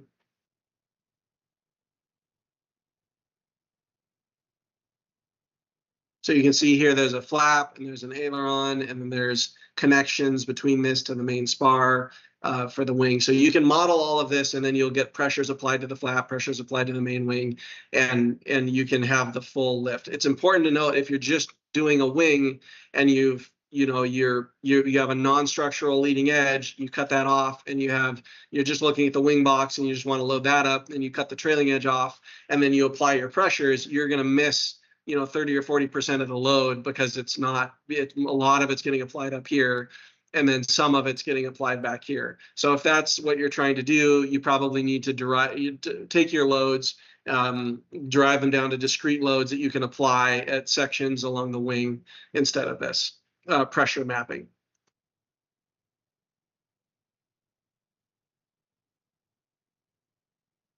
The other thing is the distribution will look a little different, because it's taking that flat plate VLM, or that camber surface VLM, and applying half of it to the top and half of it to the bottom. It tends to focus more of the pressures on the leading edge than if you run panel code. It'll look a little more sort of normal. But the key thing here is you have a pressure distribution. You can run your loads, run your analysis. You can look at your results, see if your pitching moment at your SPCs, at your reaction points, makes sense, and that your vertical shear makes sense. Compare those back to your loads, and then you might have to iterate on that, but at least you can understand that what you put in, you get out, and then you start it and then manipulate it to get out what you're intending to get out, which would be 3.8 Gs of your vehicle weight. Okay, so we have that. So now we have pressures, we have boundary conditions, we have a good mesh, or good, this isn't a good mesh, but you would have worked on this to make it a better mesh. So now it's about running PyNest, or running MyStrand. So if we come back here to this folder, and this is where I'm going to cheat a little bit, and I'm going to run the MyStrand 16, which you need to compile from source yourself, because it works with this model. But again, if you wait for the new shells, you'll get a much better shell element, and then that will probably be where things really start gelling between these. So I will run MyStrand 16.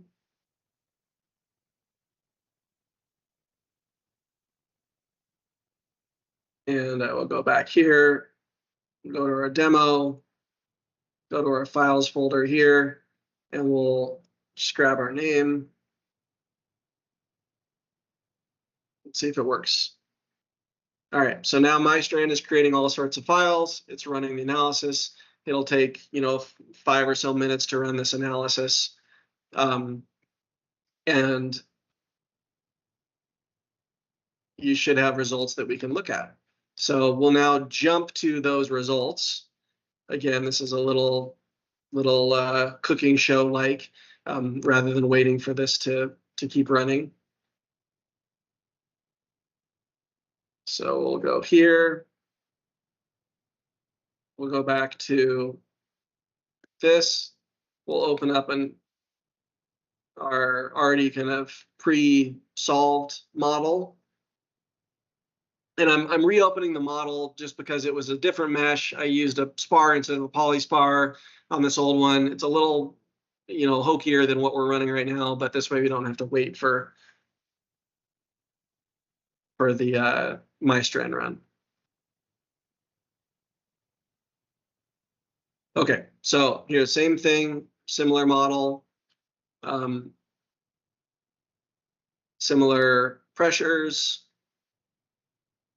And then we'll open this to open the results file. The results file, there's two results files. There's OP2, and then there is the FO6. And one of the first things we'll do is we'll open this and just see, did we even get anything that was remotely sensible here? So we go in here, displacement, we'll apply that to displacement. And look, we have a wing that's bending up, which is the direction we expect it to bend up. I'm not sure why there we go. It's bending up 12 inches, which is not an unreasonable displacement for, particularly because this spar caps are pretty thick all the way out here.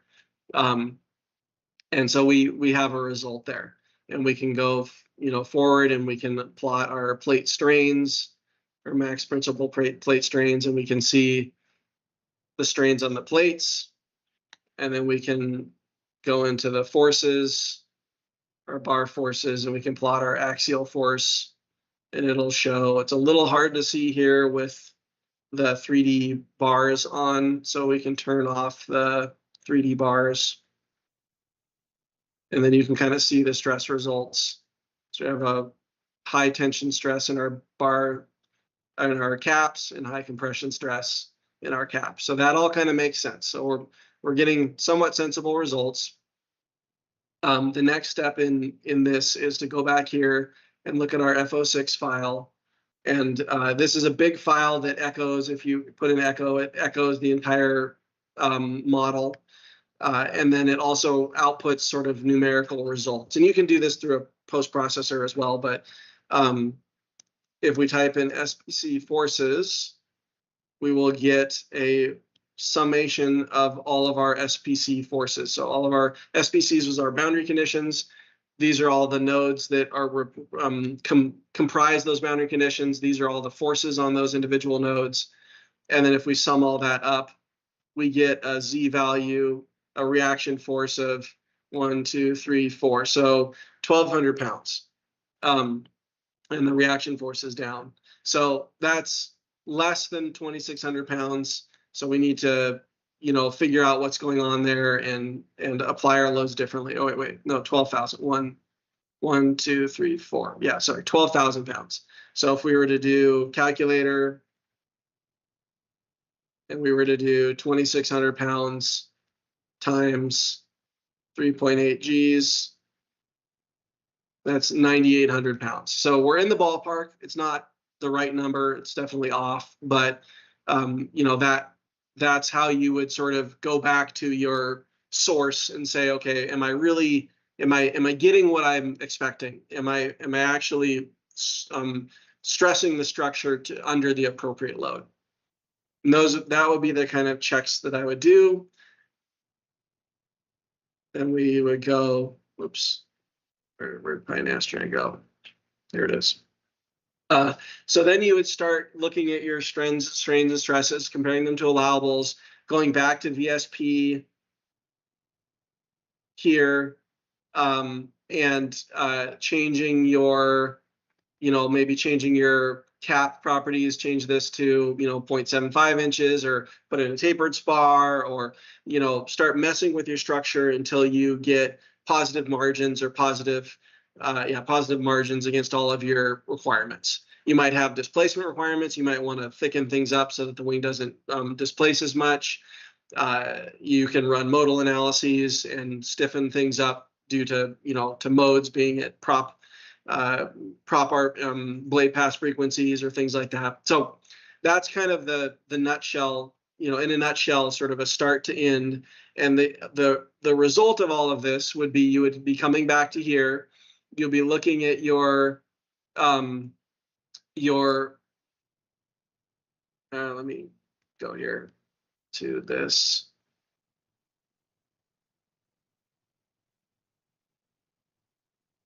So I talk a little bit in here about the things that we talked about. I won't go over this, but when we're talking about sizing the structure, this is really where you need some experience to do this.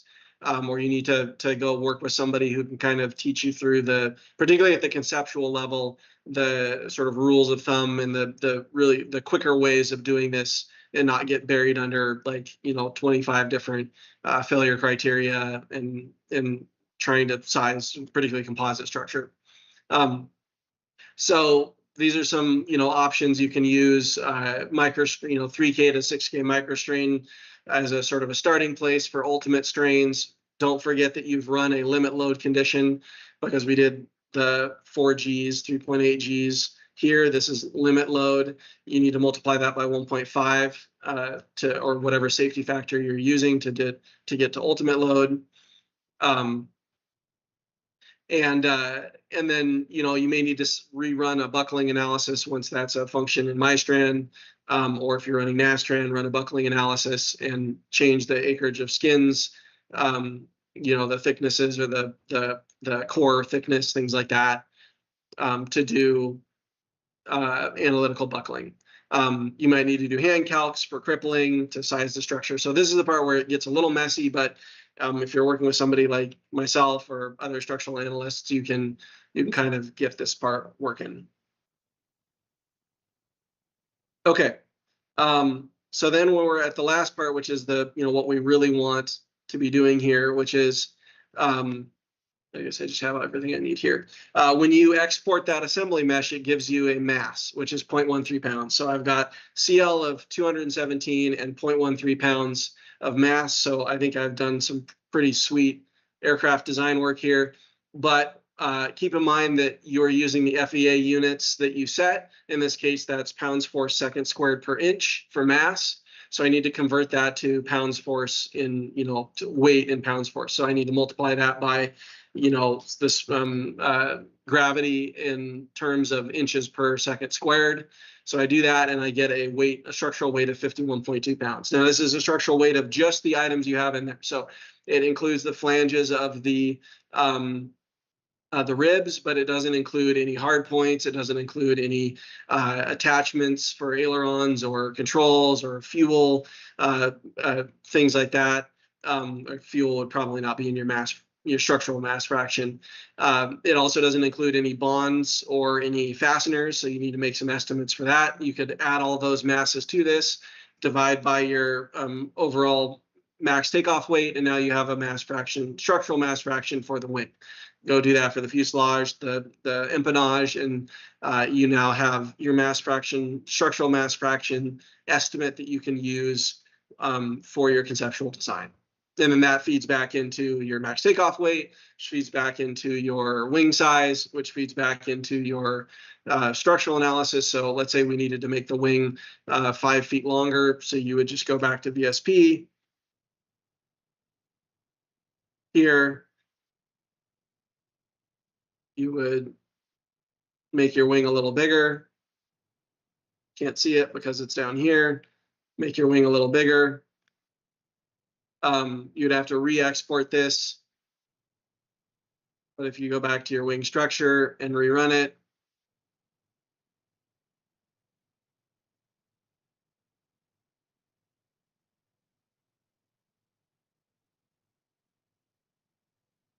there, now you have your bigger wing with all of the ribs in the same places and everything else. So then you would just run through this iteration with a larger size structure. And that's the point where things tend to slow down, I think, with traditional structural analysis, is you do all this work in CAD to make this wing bigger, then you hand it off to an analyst. The analyst recreates a whole FEM from scratch or modifies a FEM to make it work, and then runs through that loop as well. So this is really where the conceptual VSP Aero connection or VSP, part of having the structures tool coupled with an Aero tool, coupled with a design tool all in one is really helpful.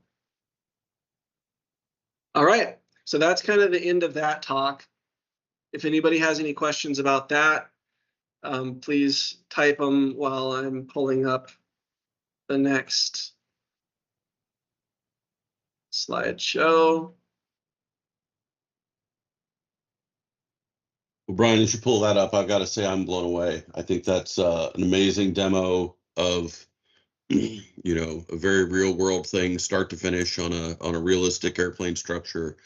That was really impressive. Thanks for doing that, and thanks for letting us record that. Absolutely, and thanks for creating these tools to do this. I think this is really, again, it's structures is often not relegated to later stages, but just that if you just look at the light sport aircraft ASTM spec 2245, probably 2/3 of it has to do, a third of it is loads, in just paragraph count, a third of it is structural analysis, and a third of it is like flight performance and everything else all combined. So like it's just such a big chunk of the design effort that to have a tool that you can do rough calcs, and again we have to be sort of take it with a grain of salt as to what kind of masses we're getting out of this, and I'll talk about that a little bit with this show and tell here for the next 6 minutes.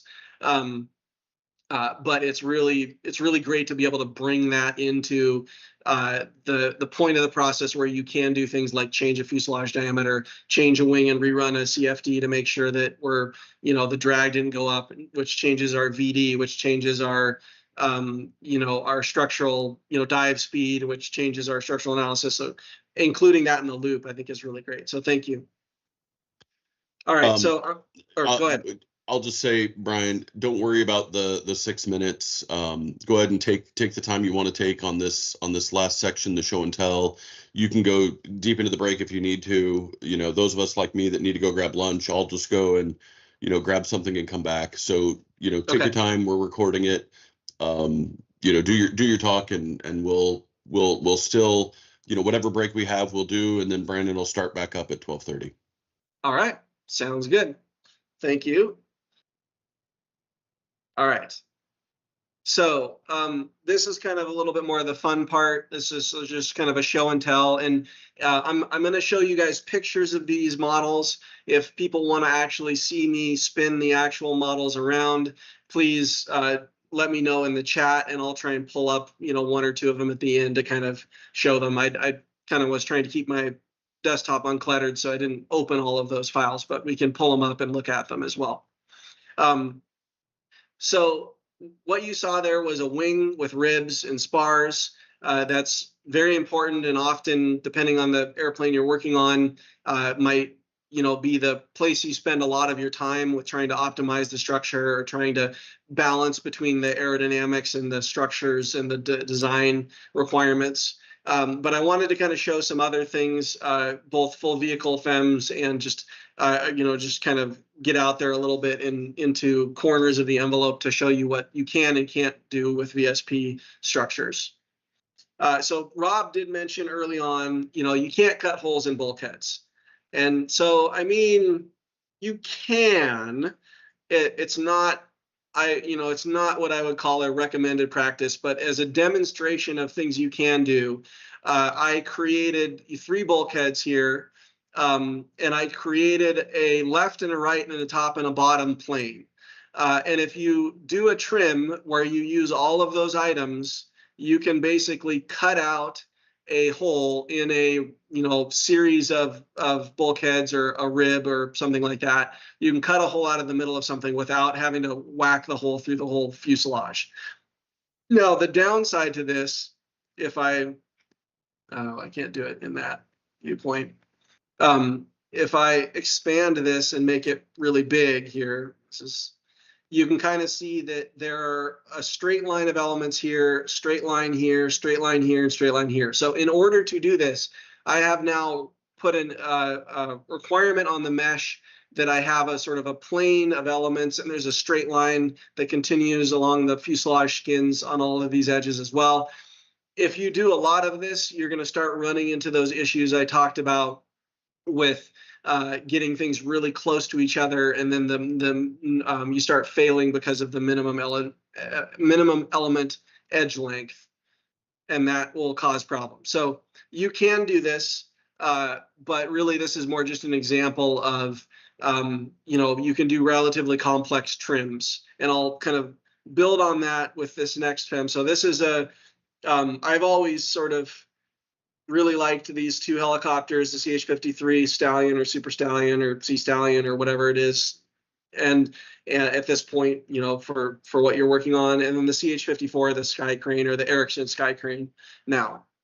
I don't think it's called the Sky Crane anymore, but and I've looked at them and thought, you know, those look like they were derived from very similar geometry, or even, you know, part commonality and things like that. So just for fun, I made a, you know, a fuselage structure, a fuselage geom, and then I modeled the fuselage of the CH-53, and then show that, you know, so with the CH-53, it's more of a traditional stressed in monocoque, or, you know, kind of a traditional aircraft structure with stringers, frames, and floors and things like that. So I put all of those in there. And then, but you can also take that same structure and you can cut away 90% of it with the trim, and you can add on an external legs and attach that to it. And now you have a completely different helicopter fuselage that is almost, you know, nothing like the original CH-53 kind of traditional helicopter fuselage. And these are both based on the same fuselage geom. So if I were to go into VSP Aero and make this a foot or 3 feet longer, both of these helicopters would get longer. And you can kind of manipulate multiple configurations all at the same time with that. So that's just an example of, you know, the level of fidelity you can do with trimming. Now, with this, with the Sky Crane configuration here, these protrude outside of the OML. So you can't, you know, you got to make a separate structure there, and you got to attach these back in. If you were to, and this is not commonly done in aircraft, but I've done this when in the world of rotable aircraft, where there's more of a external aero shell, and then there's an internal structure, and the internal structure is not the aero shell. You know, we're not relying on kind of an external structure for all of the strength, or the OML structure for all the strength. You can go through kind of like the opposite of this, and you can create, instead of creating these slices that I used here, where I told it to delete the shell. So I didn't create, you know, sort of a floor and a ceiling and vertical places. You can basically, you can create those side vertical structures and floors, and whack things away and cut the OML away and make an internal structure out of an OML. So you can even do sort of complex things like that. I would say, you know, it's probably 60% of the capability of trying to do that in a CAD program. You can get most of the things made, but you can't delete certain things, and you can't do things without deleting the skin. So that's one of the future work that Rob and I are kind of contemplating, is being able to do trims and have sort of a exclude list, where you say trim everything but the skin, and so you can cut away things except for leaving the OML, and or trim everything except for this rib or this bulkhead, and it'll go through and trim all the things except for those. So having like an exclude list or something like that will you know, add, you know, get that closer to a CAD, you know, functionality of being able to delete individual surfaces. And then, of course, you know, being able to put subsurfaces on internal structure might help with that too. But to start, I think being able to sort of selectively exclude things will kind of improve this. So that's that. Another example here. So this is a Falco aircraft, and this experimental aircraft derived from I think it was a certified aircraft. And it's a kit, but it's all, you know, spruce and plywood and things like that. So you can get the plans online, but it's an example of like a very intricate and complicated internal structure that you can create in VSP. I made a model of this, you know, based on the plans. So you can kind of see like there's a lot more ribs. You can create those ribs with rib arrays. You can create, you know, slices with slice arrays. So for when you're talking about like transport aircraft or things like this, where there's a lot of duplication, that's where the CAD, doing this in CAD versus doing this in VSP structures, I think they start to to become very different, because at the end of the day, you can make a whole bunch of planes in CAD, but you got to go do it all individually, or you got to have a tool that does it for you, or you got to create an array of it. This kind of does those things automatically. So you can create a whole bunch of ribs, you can create a whole bunch of stringers, or frames or bulkheads. That's sort of an example of like a very dense internal structure with a lot of complexity. But you can kind of see, for example, here, this floor that comes in and stops at this fuselage station here. I can't make it stop there, so it goes all the way to the back. So that's where those excludes, or the putting in trims that can do that will make it a little more realistic. Okay. So this was one that I showed a couple of years ago. This is a composite structure of a quickie. It was just kind of a funny, cool airplane. So this is the VSP model that I made of that, and this is kind of showing how you can, a lot of connections, a lot of modeling internal items of mass like the engine and the people with fixed points. And this, you can still see I had to model the person as a box with a point on it, but you no longer have to do that. So this gets you to running load cases where you can either fix the aircraft at the items of mass, or you can fix the aircraft somewhere in the middle, and you can apply relieving or reacting loads to the items of mass, so that the aero loads are being reacted by the inertial loads, and you kind of balance the aircraft in your analysis. This is a composite, so I've got those panels on the wing representing the ply-ups for sort of the spar representation. And then I also have the disconnect between the forward and the aft of the fuselage. For this aircraft, you could pull off the aft tail cone and vertical tail and then transport it on a trailer, sort of, facing sideways.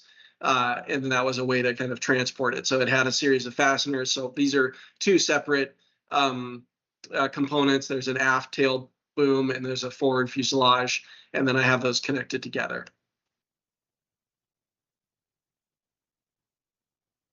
So this shows sort of the mesh and then the pressures. Again, we don't get pressures on those internal panels, which hopefully we'll kind of go through there.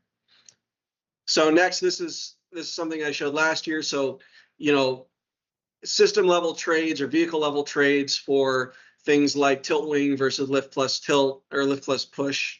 Or in this case, this is a lift plus tilt, because the forward propulsors tilt up to be VTOL propulsors. And this was something in all of the VTOL work that I had done at the conceptual level that I never quite got far enough into actually doing a mass fraction structures trade, because there was lots of words thrown around about, well, this is more efficient and this, but you got the weight of the booms, but you've got the weight of the tilt mechanism and the the concentrated loads of running all of the pitch through a smaller section of the wing box, and nobody was ever able to put numbers to any of those things. So this is the perfect kind of tool and level of analysis to do those sort of early trades, to say, like, am I going to do this kind of an aircraft or this kind of an aircraft?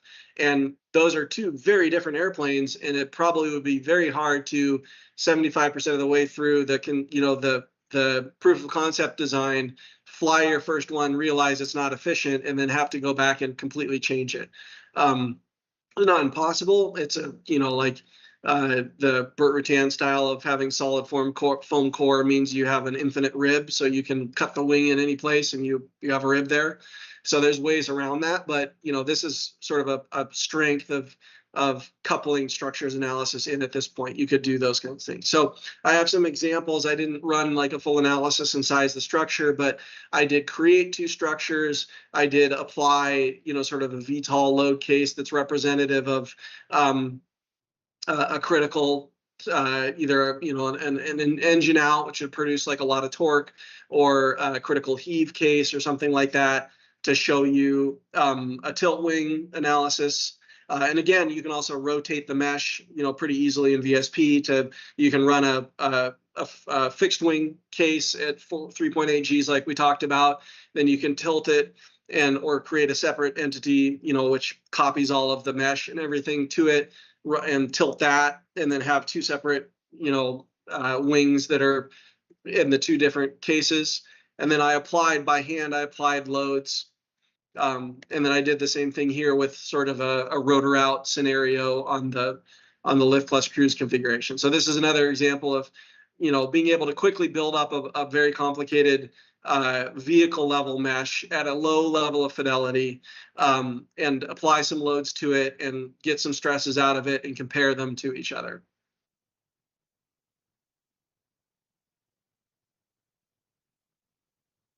And then just to jump the shark, to really kind of go out there, and show what weird stuff you could possibly do. I tried to make a paper airplane because my son got really into paper airplanes, and he decided he wanted to make one out of like 16 sheets of paper. So you make it out of 16 sheets of paper, and it's a big floppy mess because it's 16 sheets of, flat printer inkjet paper. And so we added some internal structure and things like that, and it made me think, hey, well, you could run that in VSP, and so you can. I mean, you can make an internal structure. You can make a structural element of something as weird as this.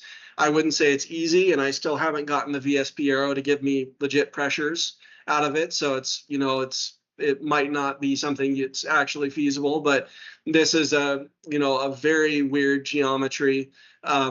Running in VSP Aero and running in the structures tool without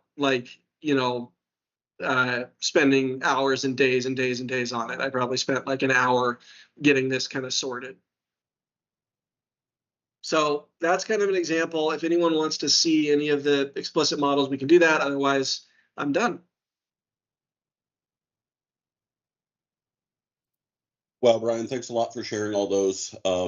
There's been a bunch of people on the chat who, frankly, I thought I knew everyone who was using the structures capability, and I could count those people on maybe 2 or 3 fingers. And a bunch of people in the chat clearly have some experience with it and are people that I didn't know were using it. So that's great. So I think some of those people may have questions. So we can just hold there for a moment, but thanks a lot for sharing these really amazing demonstrations. Absolutely. Yeah, thanks for the opportunity. I appreciate it. Okay, so I have one here. How does the fuselage attach to the, okay. Will the BC be the same for the wing? Okay, so I can answer Aero Pegasus's question. So if we look at like, let's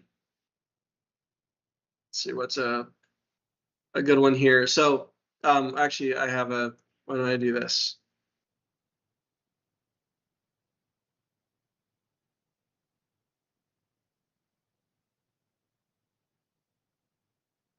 So I have here a whole airplane, just like a really basic, high aspect ratio airplane.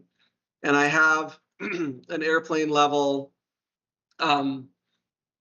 structure, or an airplane level assembly, and I have all these connections, and you can kind of see here that I have, we can remesh it, but I've basically cut out the top of the fuselage, and the wing spar box goes through that, and then on the wing I have some points, and those points are connected to, in this case, this is sort of an attempt at connecting those points to the to multiple fixed points as sort of an example of the RBE methodology to connect like a wing to a fuselage. I think as we kind of develop this, as we develop this, it should go back to just like 1 point per, each of these 4 connections here, 1 point per component. So we would have 1 point here on the fuselage and 1 point here on the wing, and then we would create our connection, and it would build up, tying into 6 or 7 nodes on each side and putting a C-bush between them and making a connection that way. So that's how we want it to work. I would say this doesn't work right now. If I run this model, the wing flies off into space because I haven't adequately constrained things. That's how we're going to have it happen, is we'll have, a point on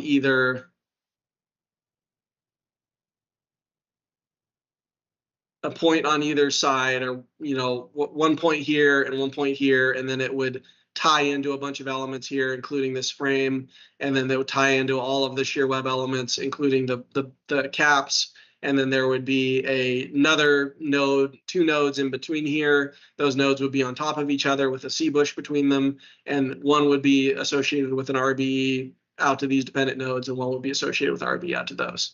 So I have, 4 connections there. And then for the tail, it's a little more complicated, but you have, and again, these are with spars and not poly spars. That's why there's holes in the middle across the center line. But you have connections to your bulkheads from your spars and your vertical tails and your horizontal tails.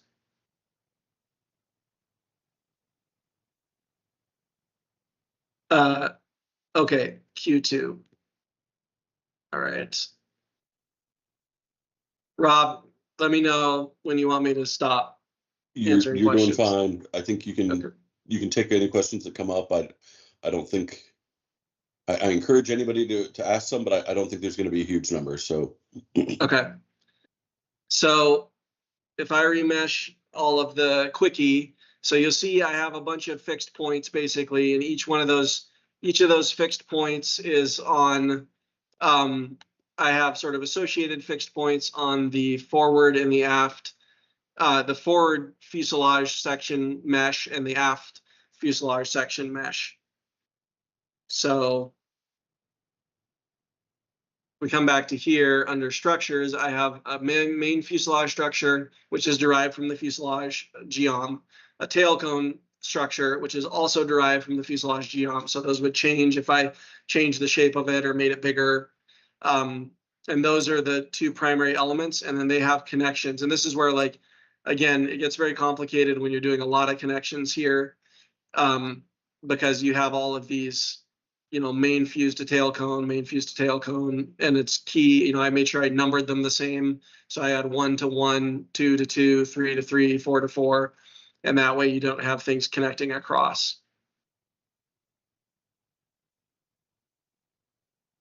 Okay.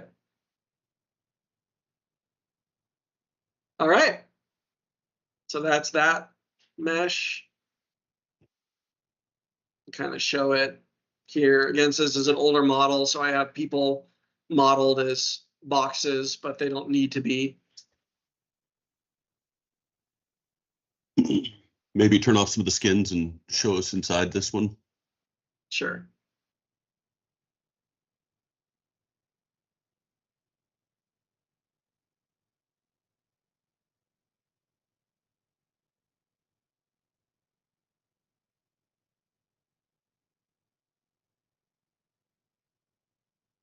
And this one doesn't have any ribs or anything in the wings because it's a solid core, which currently you kind of can't do.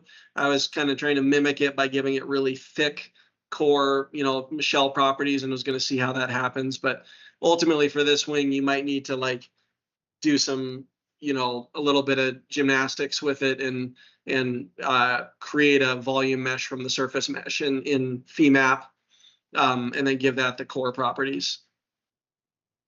But you can kind of see lots of different types of things going on here. That's super cool, Brian.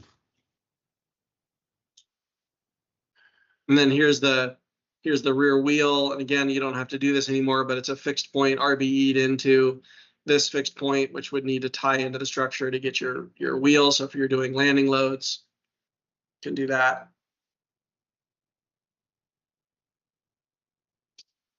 Cool.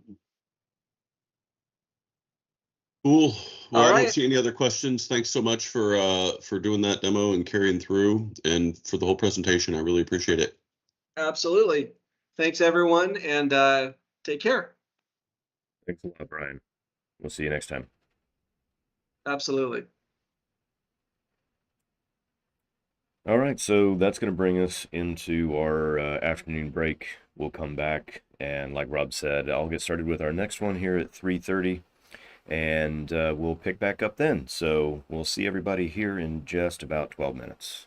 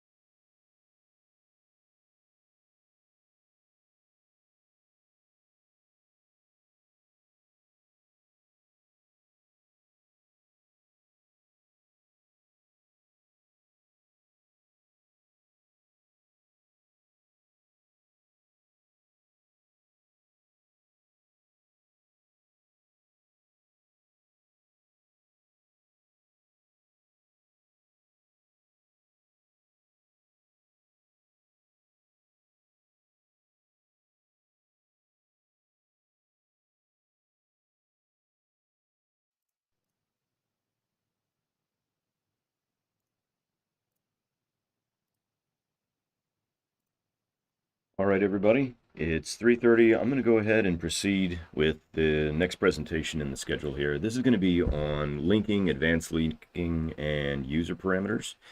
So let me go ahead and get that pulled up, and then we will get started.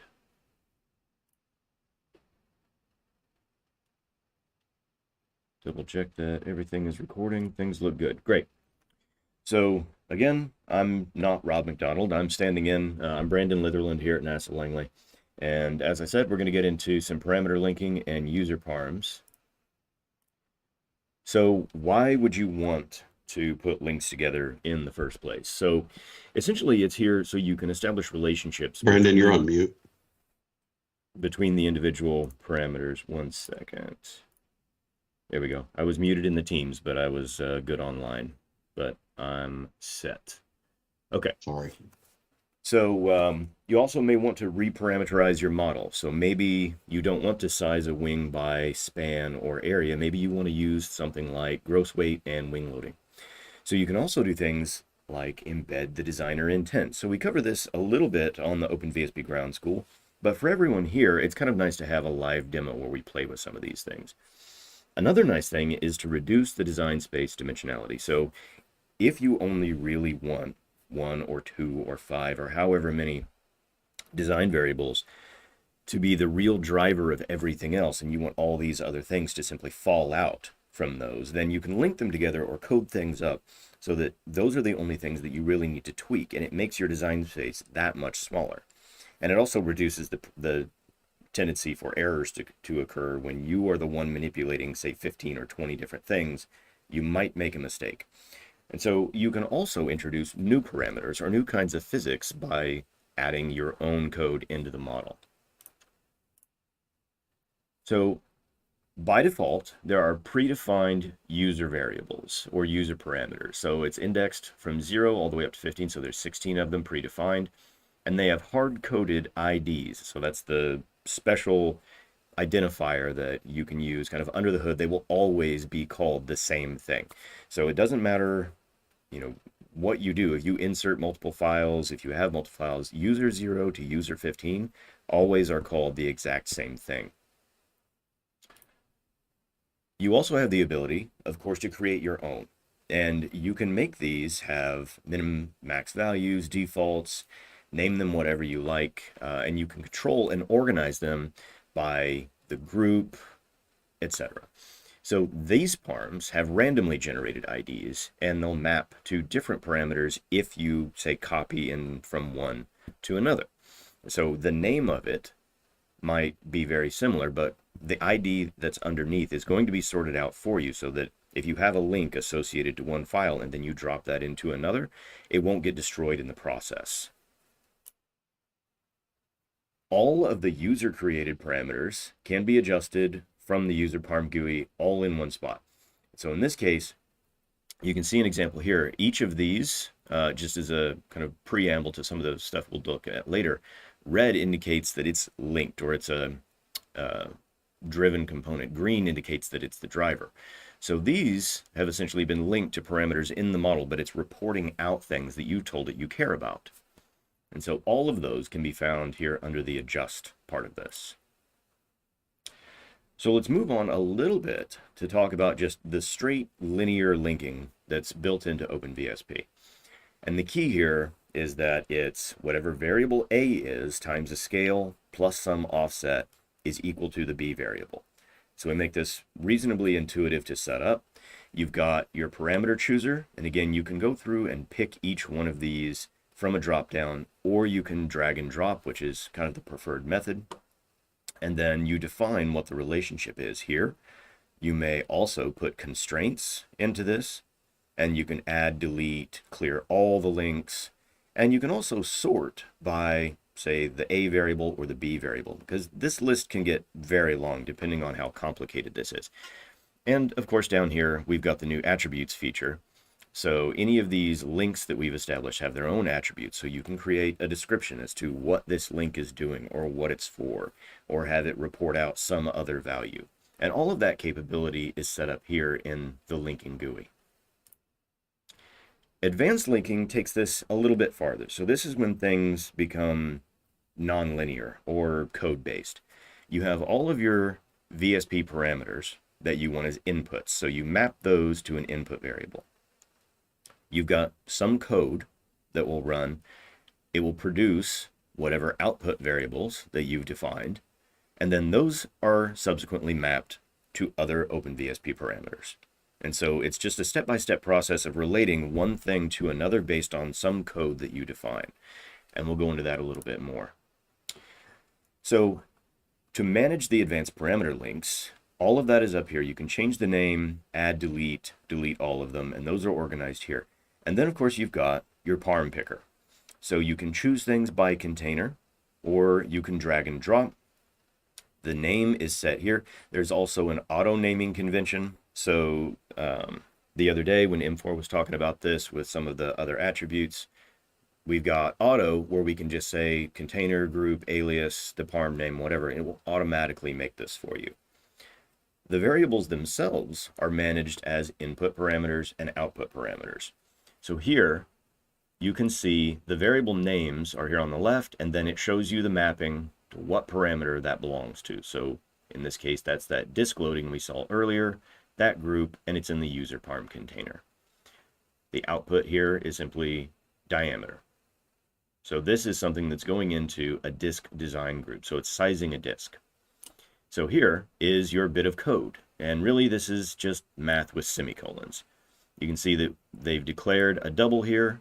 It's the disk area, gross weight disk loading, and then the diameter area. The diameter of it is simply follows this equation. Boom, you're done. You click compile, and if anything goes wrong, it'll pop up a warning message. This will be red if it's inactive. But once you click this, it's gray. It means it's active. If for whatever reason you have this and you want to save it, you can file write and file read, so that if you have, say, a common block of advanced link scripting that you would like to use, you can save that and then read it in later. Save yourself tons and tons of time. As we mentioned, the variable naming here is all set up according to input and output. You do have automatic variable names, which we'll demonstrate again here in a little bit. But what's really nice is you can drag and drop the targets. So if you type in a variable name and you want something that is now an input variable, you simply drag from that variable over to, say, input parms, and it creates the new input variable with that assignment without having to go through and pick everything. So that'll save yourself a whole lot of time. It's very, very handy. There's also the ability here to change the variable order. Now again, if your model becomes very complex, you've got a lot of these links, and you have variables upon variables, you can sort them by the variable name itself, so it will sort it out here. Or you can sort it by container, group, or parm. Had that backwards there, container, group, parm. And so in that case, if you have something that's, say, in a similar container or in a similar group, you can sort those all out and say, now here are all of the variables that I have from this specific group in this container that are linked here, and you can do the same thing over here on the output side. That gives you a handy way to visualize where all this stuff lives. And if you don't like the order, of course, you can always just pick one and slide it up and down, all the way to the bottom, all the way to the top.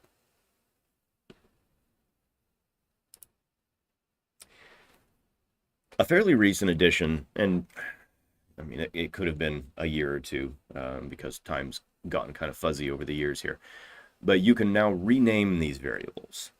And so when you click on these and you choose to rename it, say if you decided that diameter wasn't good enough, what you really meant was rotor diameter or something else, or if the name was too long and you wanted to make it something shorter, this dialog box will come up and you can choose to either rename the variable only, or it'll run a search and replace in your code box, and it will rename and it will update the code. So anytime it finds that particular variable, it replaces it. And so you don't have to go through and find everywhere in your advanced link where you happen to call or point to this specific thing. It will do that for you. So very versatile, very handy tool to kind of improve quality of life. And if you change your mind, you can click cancel. It will close the dialog box. Nothing happens. So trying to make it very user-friendly to everybody out there.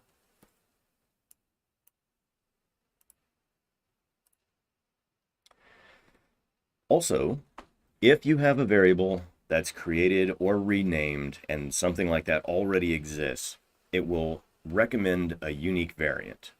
So it says, for example, if you tried to make a new variable called disk loading and it was already there, it would say, oh, would you like to use _1 instead?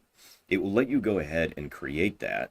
So it drops it in. And then if you want to go in and say, well, here's my variable, the mapping is correct, but I want to change the name to something else, you can, again, go through that process of renaming the variable, or you can hit cancel and fix it yourself. But the option is there. It will flag this and warn you, hey, you're about to do something goofy. You need to fix it.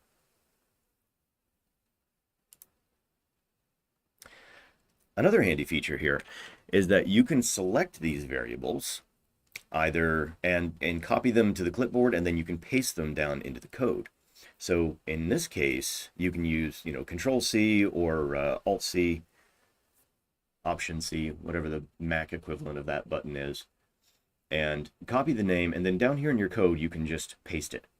And that's a handy way, instead of coming in, and if you're worried about having a really long variable name and having to type that exactly right every time down there in your script, you can copy and paste and kind of save yourself the headache. So again, a lot of quality of life features have been added to advanced parameter links over the years here. So a bit about advanced link code.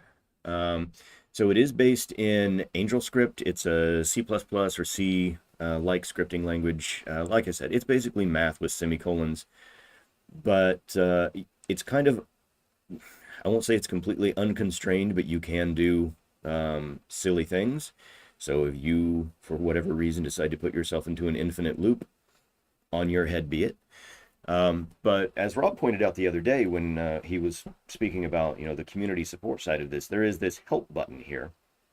And so clicking on that help button in Advanced Parameter Leaks will bring you to that HTML help file, and it walks you through all of the things that you can do, the math, the operators, all of that stuff. It walks you through everything about advanced linking. So that's an excellent resource. If you're just getting into this, by all means, go in and look at that help page and see how things shake out and what you can do with it. It's a really good place to start. Some behind the scenes changes. So for example, let's say that you went from something like an ellipse to a rounded rectangle. It used to be that if you had a parameter linked to that, it would destroy the params because that ID no longer exists. It didn't know what to do with it.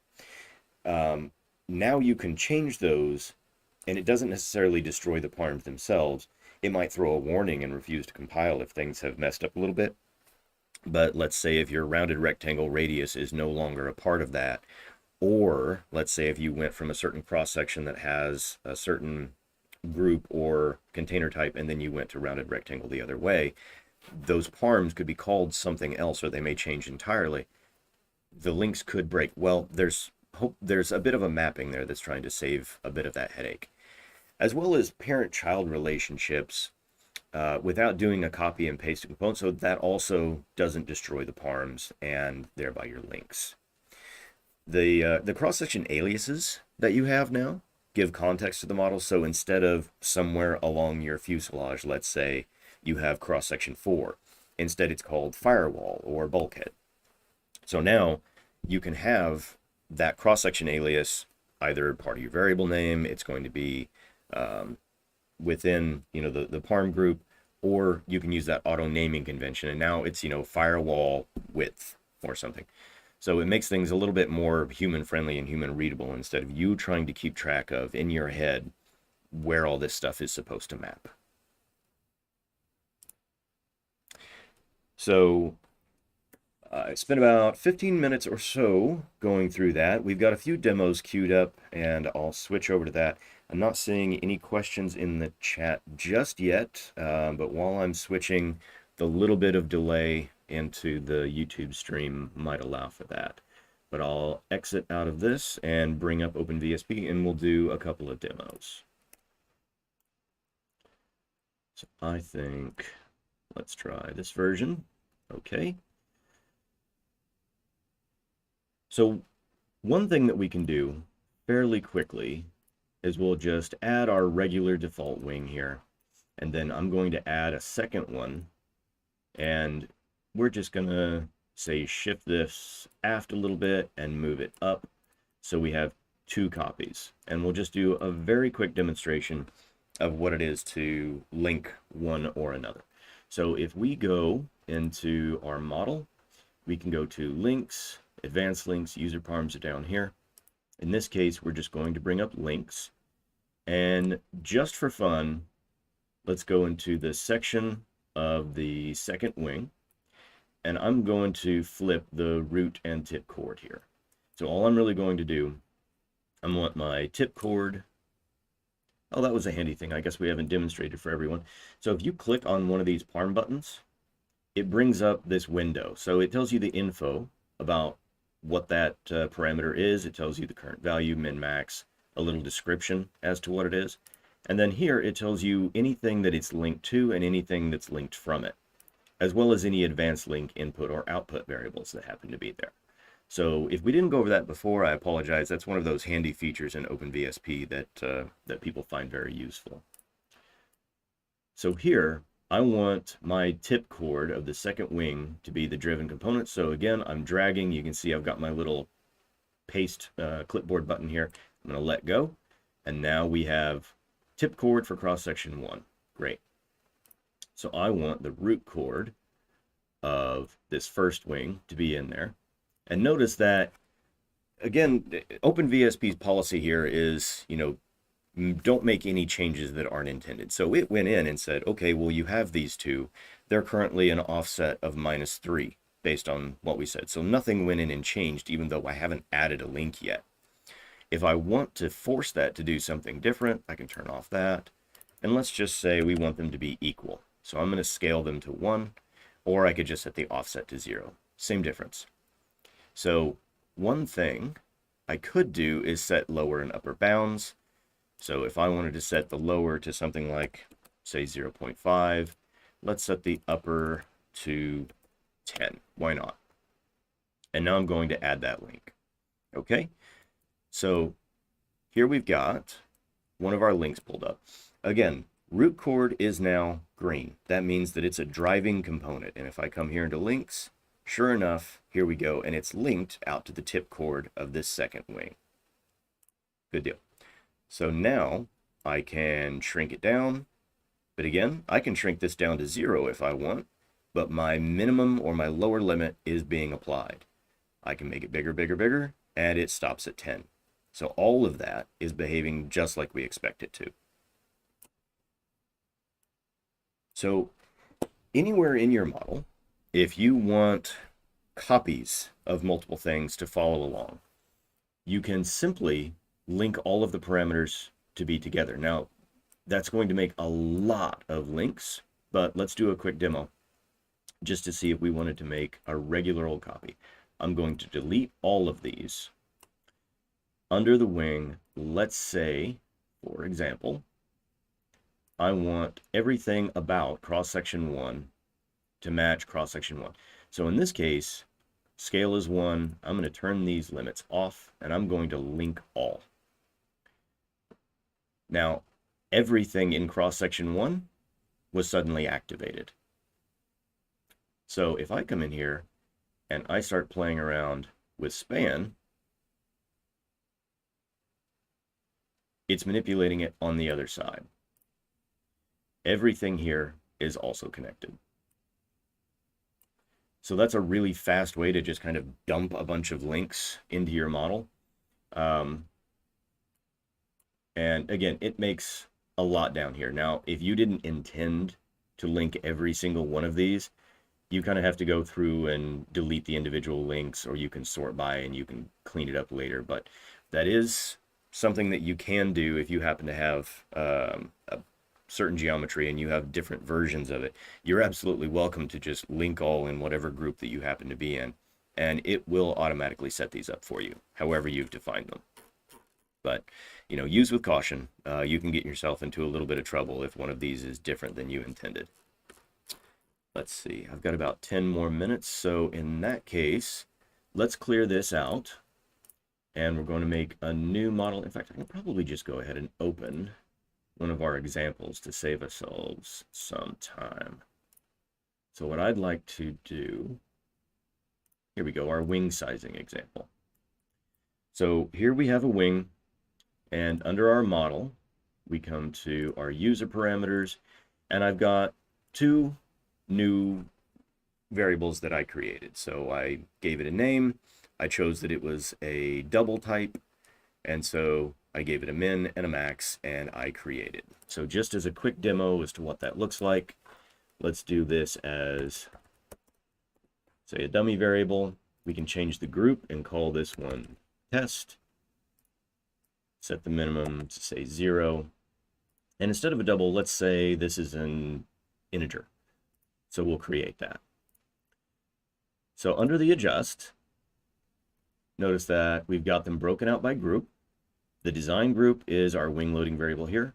Weight is our fixed gross weight. In this dummy variable, you can see that it's an integer. It's just counting as I'm sliding things around. It won't let it be anything except an integer. Now in the wing itself, you can see that I've got this plan form area linked. And I've done this in an advanced link in Wing Sizer. So let's have a look at that. So under Model, we'll pull up Advanced Link. Here's our Wing Sizer. Again, our gross weight and our wing loading are input variables. So if I delete that, it's going to cause some problems, but I can always just add it right back in. And then here, this total area parameter for that wing is my output variable.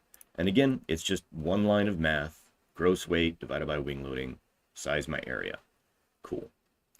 So all that's doing now is if I come in here and say, instead of a 10,000 pound aircraft, I want 5,000. And it shrinks my wing. If I want to play around with my wing loading and brought that down to something like 20, okay.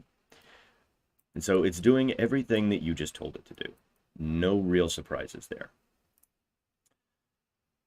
So let's delete this wing loading variable. So there's no input parm called gross weight. This isn't linked to anything anymore. Sliding it around does nothing. So over here, you can see, aha, no matching symbol wing loading. It said, you know, I can't compile, this is broken. So what we'll do instead is we're going to do our wing loading. And like we said, we're going to grab this and we're going to drag it right over here to our input parms. Now that matches. We're going to compile again. Great. Everything is linked up and we're good to go. So maybe GW is confusing, or maybe I want to pass this on. Let's rename this. So I'm just going to call this gross weight. So instead of just renaming this, I'm going to rename and update in the code. It updated here, and it updated down here. And again, everything is fine. So all of that is still working just like we expect it to. Another way that I like to use for a fun demo of links and advanced links and tying things together is this can get kind of squirrely. So there's not really a limit to kind of these stupid OpenVSP tricks that Brandon likes to do every once in a while, and I just kind of get a kick out of it. So in this case, I have a whole bunch of nested hinges with a bunch of pipes connected to them. So I've made a weird little hexagon here. And so let's pretend that you had some type of articulated linkage that you wanted to behave some certain kinematics or whatever. But really, you only wanted it to either be stowed or deployed or some fraction in between. You wanted to be able to control all this stuff. Well, from here, I have my hinge fraction, and I can make this deploy or roll up on itself with a single parameter. And so all of those are linked to this variable. And so I'm telling it to go through a certain range, and really all of that is just simple linear linking. I'm telling it that I want it to rotate by some fraction, of this 0 to 1. And so I'm saying, here is how far I want you to rotate. If you're at 1, you rotate 60 degrees. If you're at 0, at 0. So all that is linking each of these hinge fractions to each of these. And it makes it very, very simple to do articulated motion in something like OpenVSP, where otherwise you might have to put together a series of blanks or hinges or script this up or do something kind of silly and cumbersome to try and make this work. But user parameters and links makes it very straightforward and very easy. So I think, I'm trying to remember if there was another demo here that I wanted to show. Oh, yes. So there's another one here. So this is an interesting little compound folded wing. So here we've got our hinges. And so this is something kind of like a Grumman hinge. So if you want to stow a wing for packing on, say, the deck of an aircraft carrier or in a hangar or something like that, and you need these wings to be articulated, well, now, as we kind of showed with the hinge another time, you can make these stow and deploy however you need to. So I'm going to reset the range here. I'm going to come all the way back and come down. So now I can go to 0. We can straighten that one section out. And again, this hinge is just oriented over here. It's kind of in the ballpark of the quarter cord. And it's, you know, in this case, it's using the transforms. And we've got a 45 and a 45. And so it rotates about that. And again, here, we're not really linking anything. We're just using hinges cleverly. But you could very feasibly, again, apply a link to this and say, well, for each one of these, I want it to just unfold all together. So you either have stowed or deployed. You can certainly connect this up. Another use case that personally, I've never done this. It'd be a heck of a lot of time, and it's not something that I really need.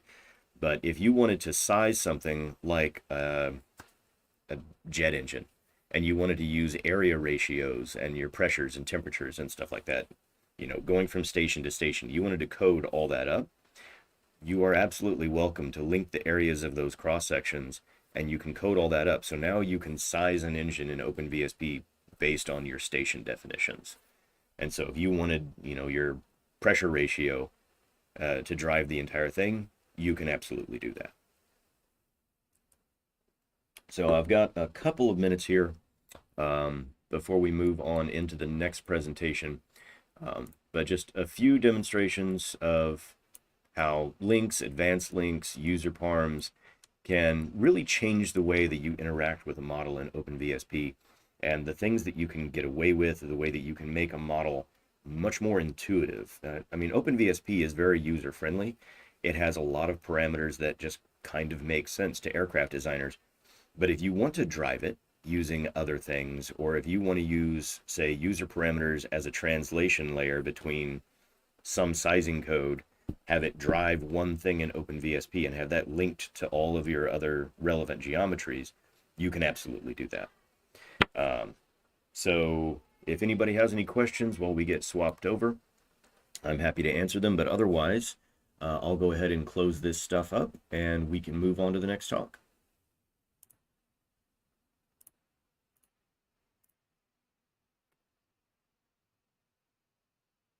Thanks much, Brandon.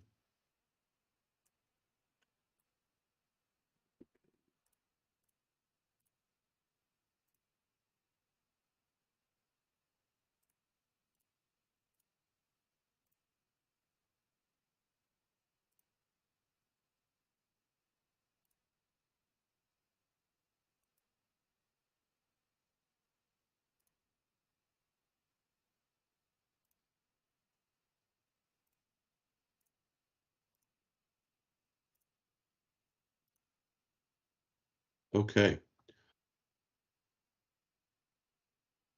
So I don't think I gave much context on the afternoon, and hopefully you guys are going to pick up on it anyway.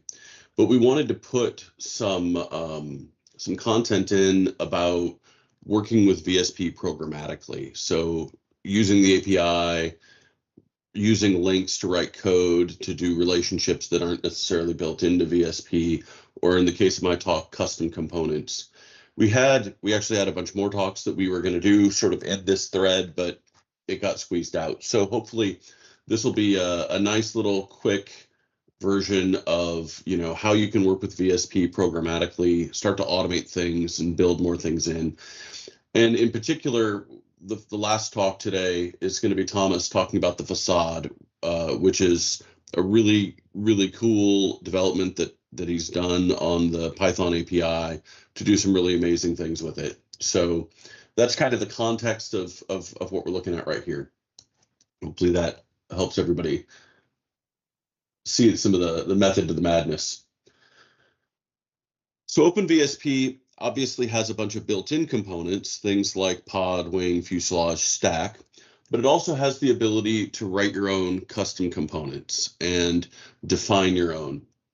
And the way this works in general is an advanced user, somebody who knows what they're doing, writes a VSP script file. So they write this custom component, and it's written in AngelScript, the same scripting language that we use for advanced links and that you can use for the API.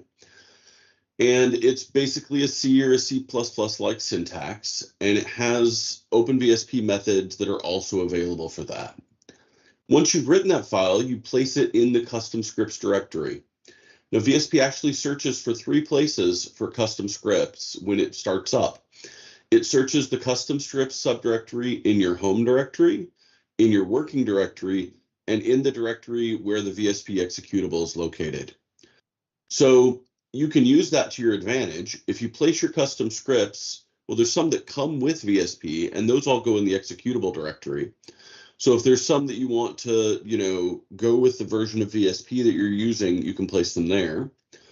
If there's some that you always want to have available on your computer, then you put them in your home directory. And then whenever you run, it'll find those custom scripts in your home directory. And then if there's some that you only want to be in a single project, then what you can do is run VSP from that working directory. And then if you have those custom scripts in that working directory, it'll only find those. Once you've added a custom geom to a model, you don't have to worry about copying the custom script around with it. We actually embed the entire source code for that custom script in the VSP3 file. So you don't have to carry along any other files in order to share that model.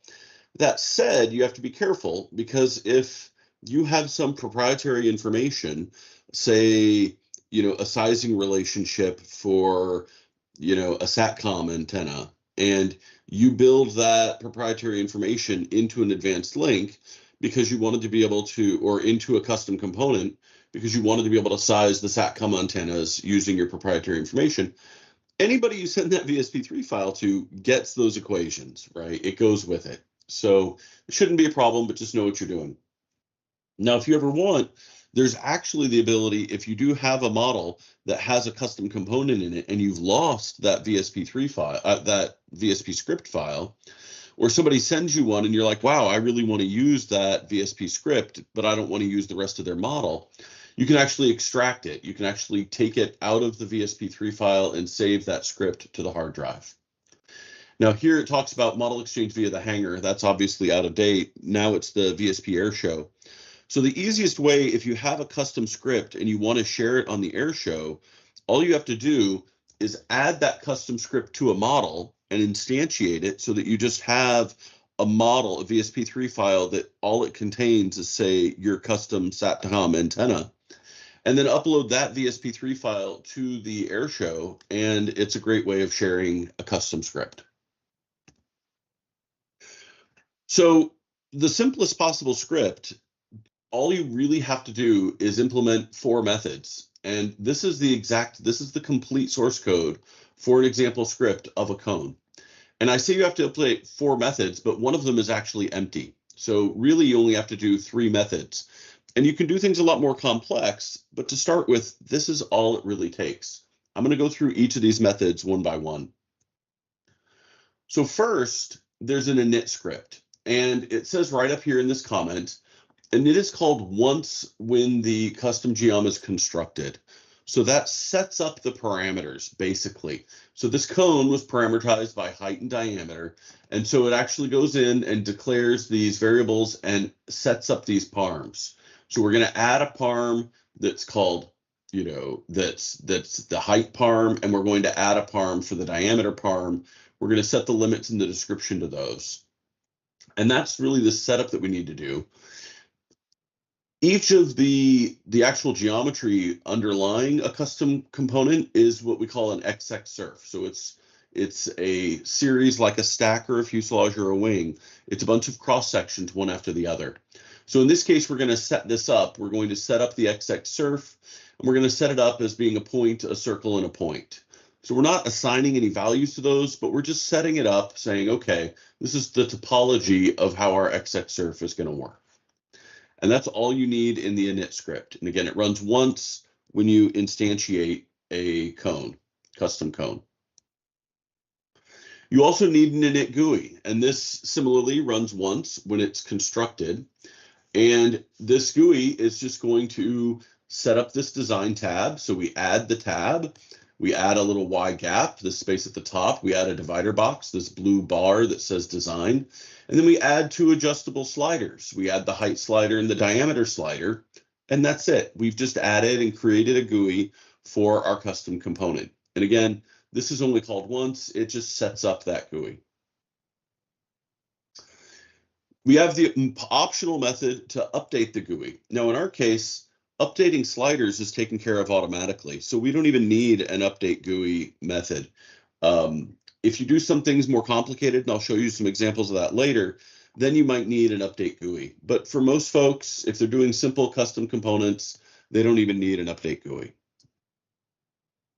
Finally, where all the real work happens is the update surf method. And this is called every time somebody moves one of these sliders. Every time the geometry is updated, we're going to come in and update the surf. And this is where you do the math to tell it how to take these parameters, the height and diameter in this case, and convert that into the settings for that XX surf that I was talking about a minute ago.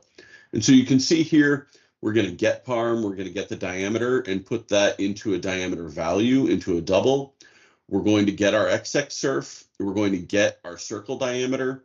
When we get our XX surf, we're going to get section 1 and section 2. And it starts counting at 0. So 0 is the point. So we're going to get section 1 is going to be the circle and 2 is going to be the closeout point. And then we can go in and we're going to find what's the parameter for that cross section of the circle diameter. And we're going to assign that value. And we're going to use that and we're going to set the cross section location. So we're going to set the location of that second cross section to be the height value away. So we've just basically applied what we needed to the XX curve. And then the last thing we do is we tell it to go ahead and skin that XX surf. So take that and loft the space between the cross sections in order to generate a shape. And that's all it takes. That's the entirety of the code that's needed to make a custom component for a cone. Now, people have made lots of cool things with these, and I'll show some demos. Over the years, JR, Jim Fenbert, my former student, Michael, a couple of folks who work at NASA, Nat Blasser, and Natalie Breton, who's an intern there, have written some really amazing different custom components. With distributed propulsion components, some landing gear components, a gun component, a reentry capsule, a missile-like component, a separate flow turbofan, and for those of us who recognize this, the SGI logo, just because we can. One thing that's interesting, and this transport fuselage here in the middle. One thing that's interesting is you may notice that a lot of custom components, people end up using more than one surface. Right? In normal geometry, when you add a pod, there's just a single pod, a single surface that then gets copied with symmetry. Or a wing, there's a single wing that gets copied for symmetry. Whereas it turns out it's very common. For example, this gun is made with 1, 2, 3 discs. There's an ammo can, there's a breech, and then a variable number of barrels out the center. And so Each of these is then a separate XX surf, and you end up with a lot of multi-surface geometries, which is an interesting use case that that people really made use with. The same thing with this missile.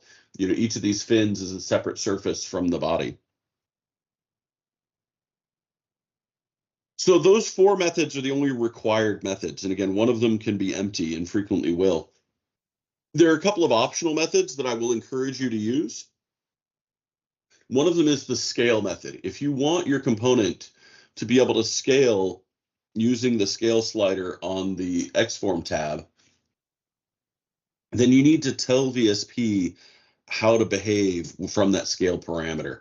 And what this really means is, you know, you might implement, for example, you might have implemented a cone. Instead of telling us the height and diameter, you might have specified the height and then the diameter to height ratio. And if you do that, the diameter to height ratio is now a non-dimensional variable. And so it does not need to be multiplied by the scale factor. So if you're changing something from feet to inches and you need to multiply by 12, then you don't need to mess up to multiply the height to diameter ratio by 12. You only need to multiply the height by 12. So that's really what you're doing in here, is you're coming in and you're telling VSP how to scale or not all of the parameters. And you just need to come in and get the scale value, which is passed in as an argument, take that, multiply it by, and then set those parameters. You also have an optional method that you can implement, which sets the rotation origin. So you may have noticed on components, on the Xform tab, there's this rotation origin in the X direction. And this is a slider that's sort of 0 to 1, and typically it's along the representative length of the component. That's going to be the root chord of a wing, that'll be the length of a fuselage, but whatever that means is different from component to component. And what we're doing is we're shifting that rotation origin along that axis. And so Compute Center does exactly that. We're setting a custom center point in XYZ based on the parameters. And so we take in what is this origin value, right? We're taking in the origin value and we're using that to decide where we're going to rotate the cone about when we need to rotate about at center. So here, that means sets up 0 to 1, scales along the height in the X axis, and that way a cone will rotate the way you want it to. So if you want your component to behave in a certain way according to this rotate origin parameter, then you need to implement Compute Center. There's one more set of components that you can implement, which is this setup default sources. And what that does is if you're using CFD mesh and you want there's a button in CFD mesh that will add default sources to a component. For example, on that engine inlet, on that mixed flow turbofan engine that Nat worked on, you might want to have a ring of sources around the leading edge or around the trailing edge of that duct. And so if you come in and you write a routine for set up custom default sources, anytime somebody's in the CFD mesh GUI and they choose your custom component and they say add default sources, it's going to add whatever sources you tell it to, point sources, line sources, and box sources. And it'll not only position them in 3D space according to your instructions here, it'll even set their size. So if you know there's some criteria about your model, like a trailing edge thickness, and you then want to set the sources so that the edge length is based on that trailing edge thickness, you can do that. There's a couple of special behaviors that you have the option of setting if you want to. One of them is you can set the type of the surface. And so VSP has 3 surface types. There are normal surfaces, wing surfaces, and disc surfaces. And basically, these are the information that we use when we create a VSP Aero model, where a wing type surface is going to have a cutter condition applied, and that will become a lifting surface. A normal surface does not, and that's going to be a fuselage. And then a disc surface is going to be a thin surface where an actuator disc will be placed. So if you want to tell build your model like that distributed propulsion thing that had a bunch of actuator discs, you can do that. Or if you want to build a bomb or a missile that has some fins on it and you want the body to not carry lift, but you do want the fins to be lifting surfaces, you can come in and you can tell it that the fins are wing surfaces and the body is a normal surface. Somewhat similarly, there's something that we call the CFD surface type, and that's really a flag where you set whether a component is normal or negative. So if you wanted to use negative volumes in your custom geometry, you can come in and you can make one of the surfaces and you can set it to be negative. There's a couple of other variables you can set here, and the weird names are a little weird, but they're basically called transparent and structure. And those are used for non-watertight components, things like an actuator disc or a rib inside of the air or inside of the wing. And those are thin, typically thin membranes that don't enclose a volume. They're not watertight. And then the reason they're different is basically a structure thin membrane, which would be like a rib or a spar. We expect that to be inside the aircraft. And when we perform an intersection calculation with it, we're going to keep whatever part of the plane is inside the aircraft, and we're going to throw away whatever the part of that plane that surface is outside the aircraft. Conversely, a transparent component behaves the opposite way. That would be like an actuator disc, which is outside the aircraft, and any of the actuator disc that overlaps with the airframe, we're going to trim and throw away anything that's on the inside, and we're going to keep whatever's on the outside. So what we're really doing here is we're specifying how we trim that membrane component, and those are the two conventions that you might use. Either way, when you have one of these thin membrane components that has no interior volume, just know that those components do not trim solid components. So like if you put a rib component inside of a wing, that rib will not affect the wing. It won't slice off part of the wing because you can't do an interior check. There's not an inside or an outside of a rib the way there's an inside or an outside of a fuselage. So those are some special behaviors that you can set up if you want to. They're not required, but those things are all available in custom components. And so let me just do a quick demo. We'll just run VSP and I'll show you some of these, and maybe I'll even show you some code for one. Now, when you run VSP, you may have noticed that some components are in all caps above this horizontal line in the geom pull down. So all the ones that are in all caps above that line, those are built-in components. Those are things written in C++, usually by me, that are distributed with VSP, and they're built in, and everybody's going to have those. Everything below that line, and typically they'll be in lowercase or mixed case, these are all custom components. And you'll see that I have a bunch because people send them to me. I haven't written all these, but other people have. And so all of these are different custom components that are found somewhere on my hard drive.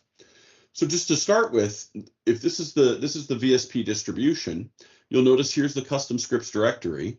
If we come into the custom scripts directory, you'll see a few: box, cone, disk, duct, seat, transport. These are all custom scripts that come with everybody's distribution of VSP. Everybody gets these. If I go to my home directory, R.A. McDonough, and here's a custom scripts directory, you'll see I'll open these up, and this is where I put all the rest. These are where I put all the ones that other people have sent to me that I might want to use, but that I don't distribute with VSP because they're not mine. And so these are all of these other ones that get located in here.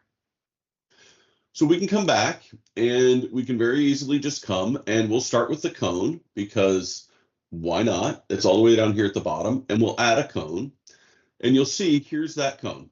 It's just the simplest custom component there can be. Again, on the design tab, all there is for this cone is the height and the diameter of the cone. And let's see if this version has the scale parameter. Let's scale it by 2. Oh, it did. See, it scaled by 2. So that was us applying that scale parameter. And likewise, if we want to rotate this about, well, let's rotate. Let's get ourselves with the, there we go, the X pointing down and Z up, just so that we kind of are oriented.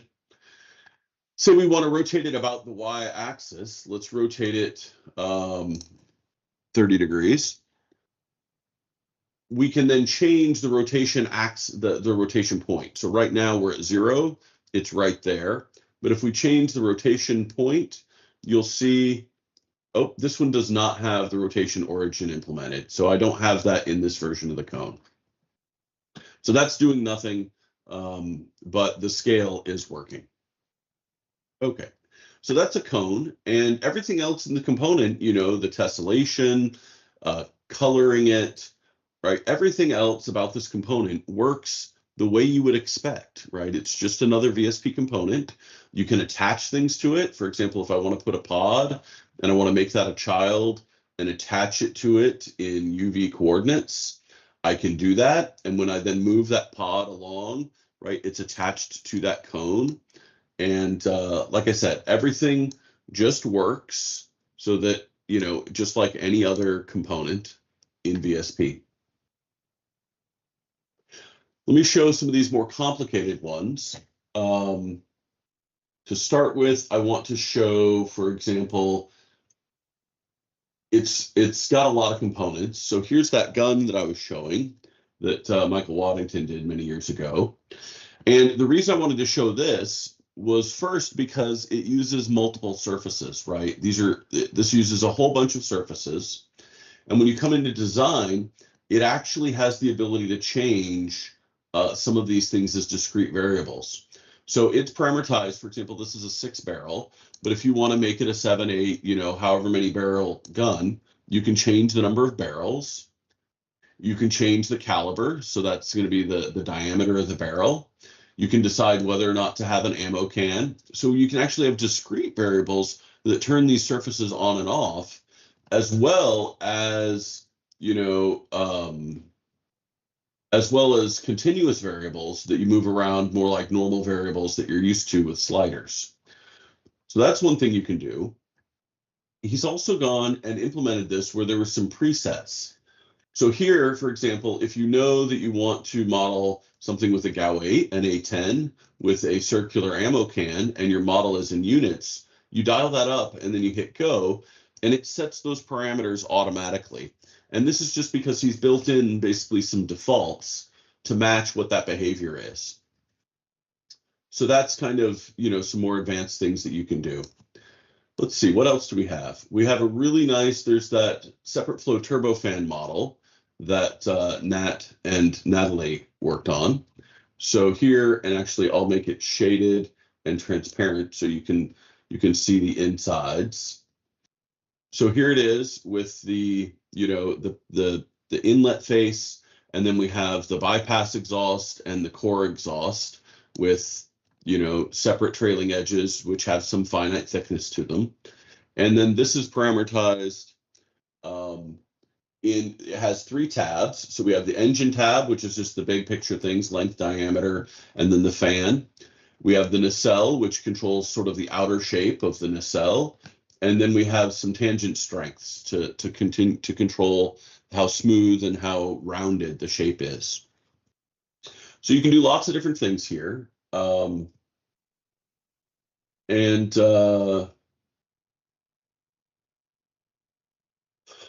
think that's probably enough of an idea.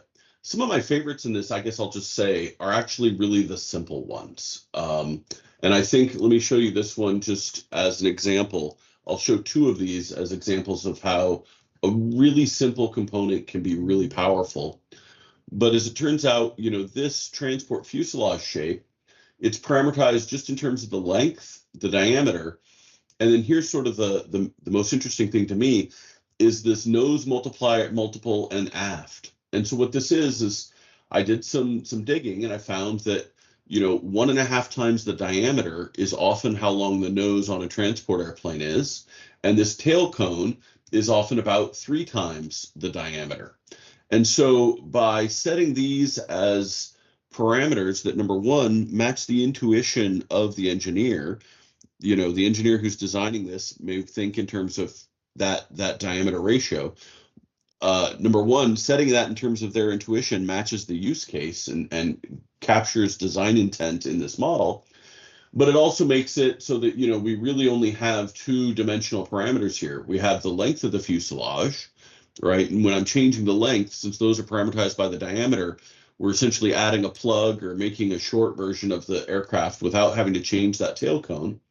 And then we can come in and we can say, okay, no, it's not an aero body, it's a wide body. We can come in and increase that diameter and then increase the length to capture whatever fuselage we want. The other parameters here are just sort of tweaking, you know, how drooped is the nose, and then back here on the aft end, you know, how high up is the tail, and then that tail closeout, how wide and how tall is it. So we're able to capture, you know, a large family, a broad family of transport fuselages with only 8 parameters, and really 2 primary parameters, and the rest can often be set at some fairly reasonable defaults. So this is a case where a custom component is able to capture, you know, a very large design space for transport fuselages with a very simple set of parameters. So that's one case that I really like. The other one in here is the capsule. There it is. And it does something very similar. So this is a reentry type shape, you know, an Apollo or Mercury or Gemini or whatever type of capsule that you want. And this one is parameterized just in terms of 5 parameters. So we have the height, which is the overall height, and the overall diameter. So those are your 2 biggest things. And then we just have a couple of radii. We have this nose radius up here. We have the heat shield radius. Oops, that was the nose again. We have the heat shield radius down here on the bottom. And then we have that edge radius, which is sort of the blend between them. And so with just 5 very simple parameters, we can actually capture a huge variation in reentry vehicle type shapes. And so if you're someone who's doing, you know, thermal analysis of reentry vehicles, this one component will let you capture a whole bunch of those.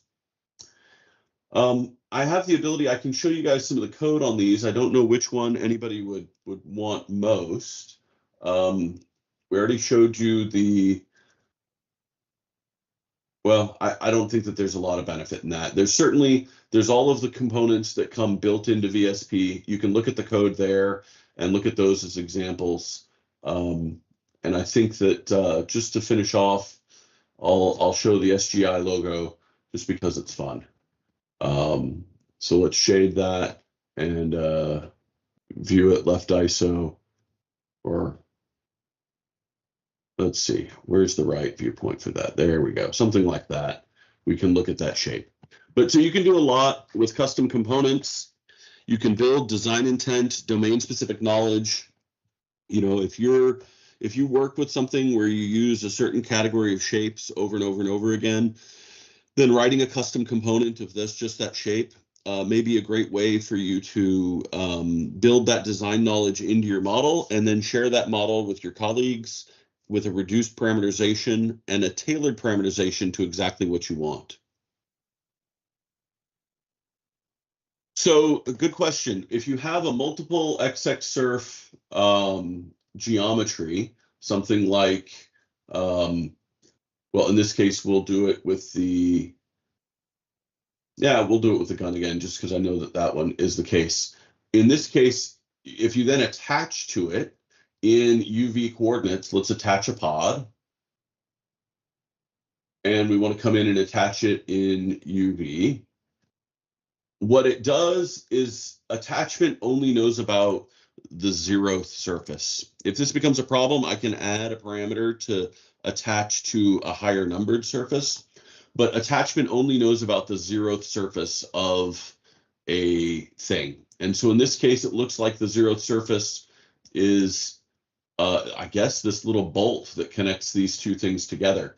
Let me move the U along here. Yeah, so the 0th surface is, oh no, it's actually that plate. This plate up here at the front, the way this model was built is the 0th surface. So yeah, if somebody needs to attach to different surfaces of a custom geom, and that's a big problem, then put an issue report as a request on GitHub, and I'll see about adding that. Otherwise, just know that when you build your component, you're probably always going to want to attach to the same part, and so make whatever part you want to attach to the 0th surface.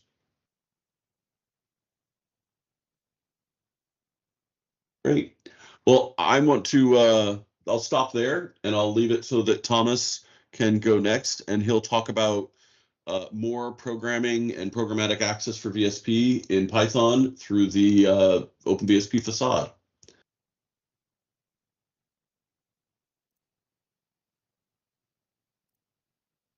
All right, thanks a lot, Rob. That was really useful, and I hope folks out in the community can look back on that as the recording and kind of get an idea of how to start with that. Let me go ahead and clean up our recordings here so that things are separated and makes things easier for me later when I have to upload all these again. But Tom, you are welcome to go ahead and share your screen, and we'll get everything queued up here. All right, thanks, Brandon. Okay, I think things look good here.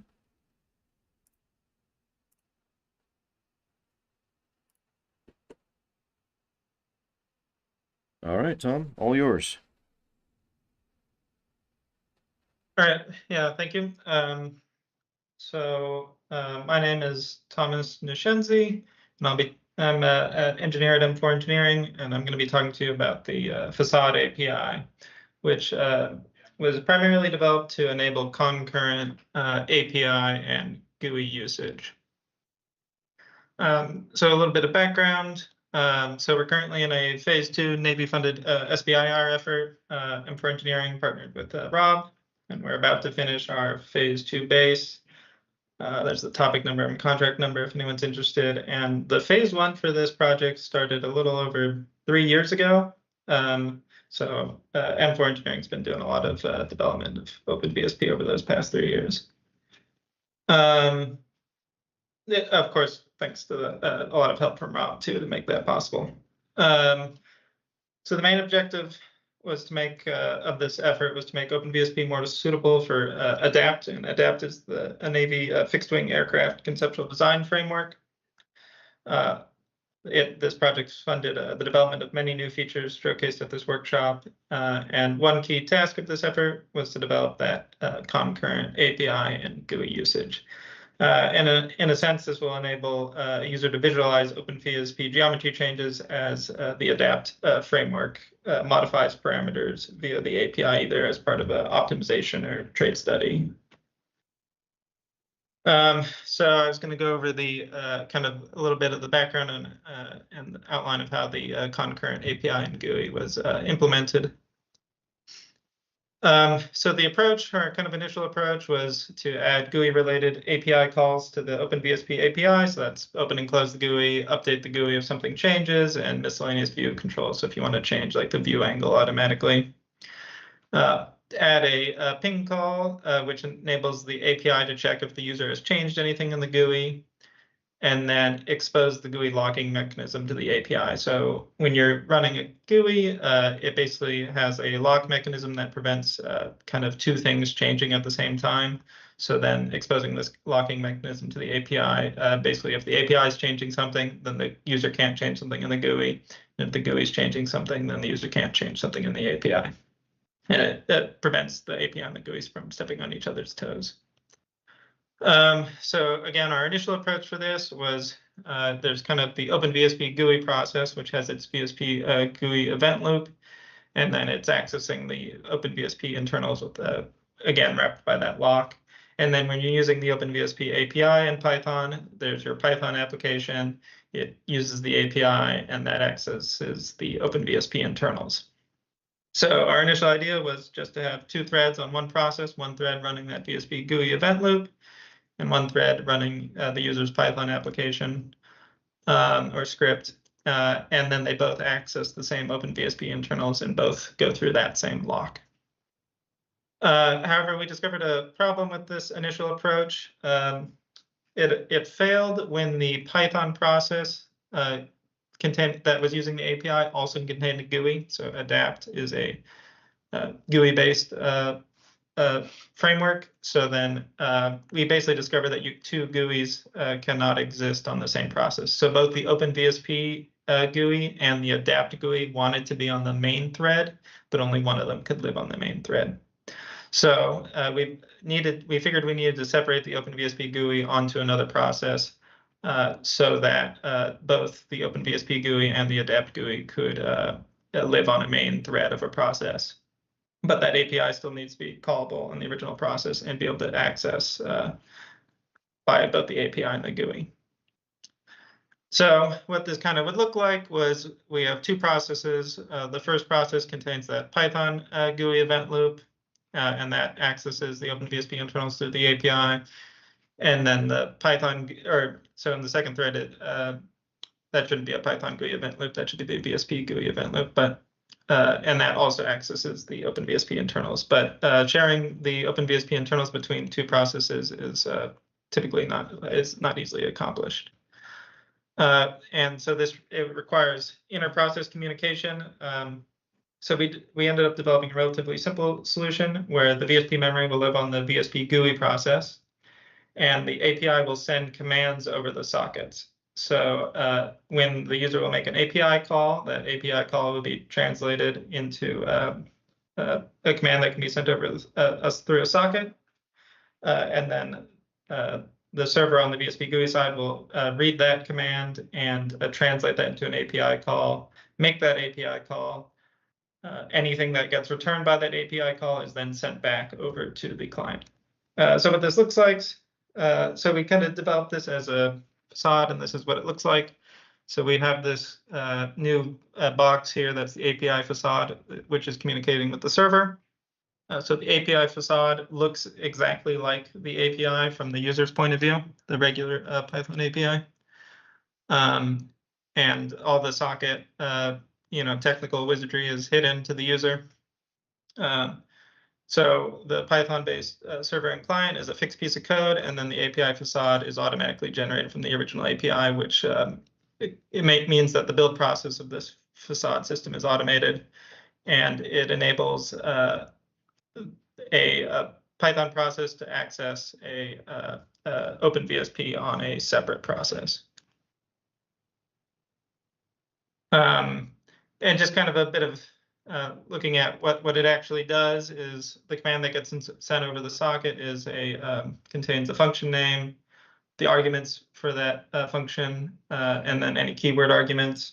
Then the server receives that command, parses those three pieces of data, requests the VSP lock, makes that call, releases the VSP lock, and then sends the results back to the client. And then just getting more into how a user will interface with this, just kind of overview of the functionality. So we've added several API calls.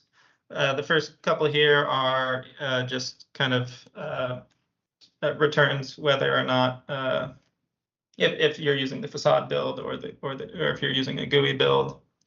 There's commands for starting and stopping the GUI. There's commands for enabling or disabling and enabling certain elements of the GUI, etc. We decided to add quite a bit of GUI limiting capabilities because if you're running for example, an optimization of a wing, and you're just kind of watching the wing change in the GUI as the optimizer is doing its thing, we figured the developer may not want the user to suddenly be able to delete that wing in the GUI and the optimizer doesn't know what to do anymore. So this basically just gives the option to disable certain features of the GUI so that the user can't accidentally delete a wing as it's being optimized, for example.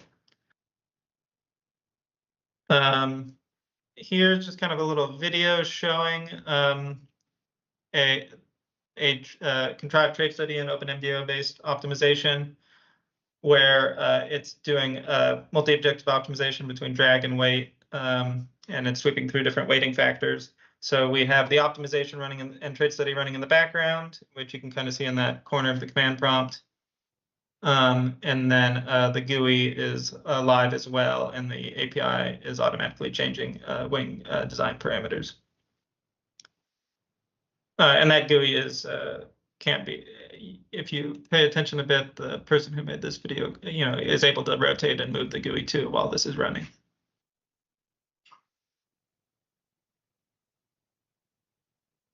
One other thing that was added was the multi-facade. which enables the user to launch multiple instances of OpenVSP. It has the ability to load. So this basically gives the user the ability to load and query separate models within the same script. So if you want like one instance of VSP to load one model and another instance of VSP to load a completely different vehicle and have them in memory at the same time, this enables that. And this is possible because the facade communicates with OpenVSP on a separate process. So the multi-facade simply communicates with multiple VSPs on multiple processes. I was going to go into some live demonstrations of this just to kind of see what using this API looks like. But I think just before I do that, I was going to do a quick plug for M4 Engineering and flash up our contact information. All right, let's see.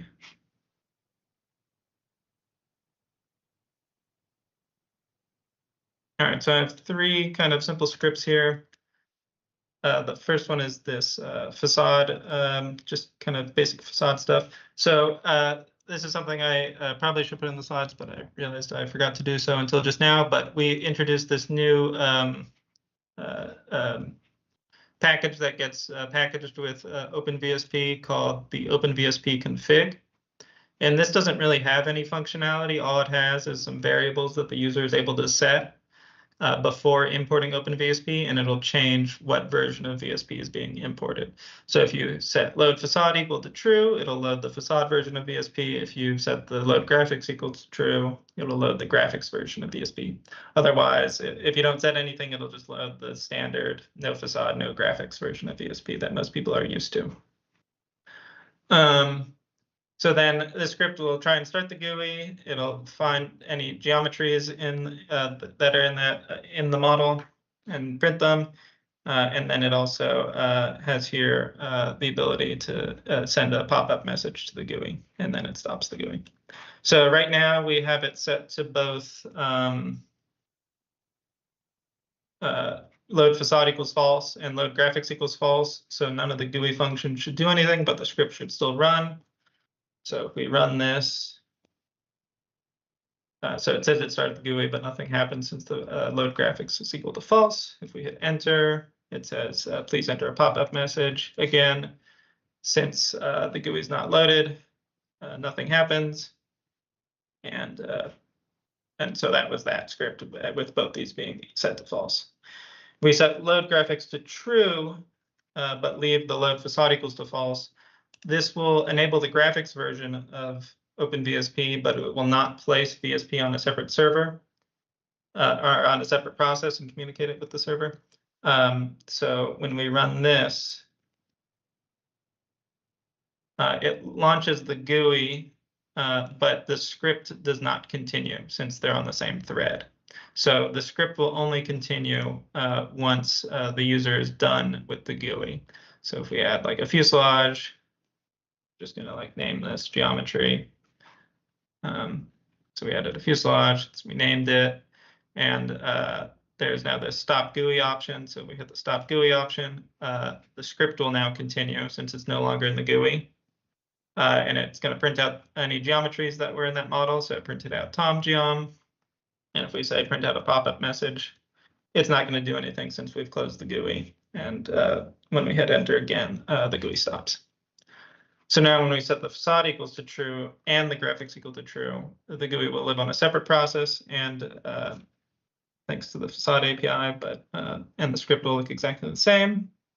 So when we launch this, it opens the GUI and the script continued even after the GUI was launched. So we'll do the same thing. We'll just add a geometry, call it something. Could view it, rotate it, and then the script can still continue. So it printed out, it read the geometry that was created in the GUI and printed it out here. And then similarly, we can tell it to do to print out something in the GUI. So that's kind of like showing two-way communication between the API and the GUI. The API was able to say, tells the GUIs to do something, and then the API was also able to read something from the GUI. And then if we continue the script, it'll stop the GUI as that call was made.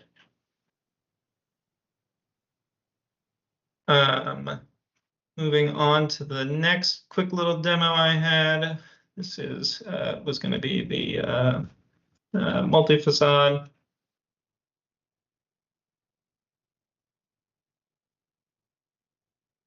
So in this folder, I have a script and then two just kind of models that I had on hand. So I have this set to load multi-facade equals true and load graphics equals to true. And here I'm importing OpenVSP as multi-facade.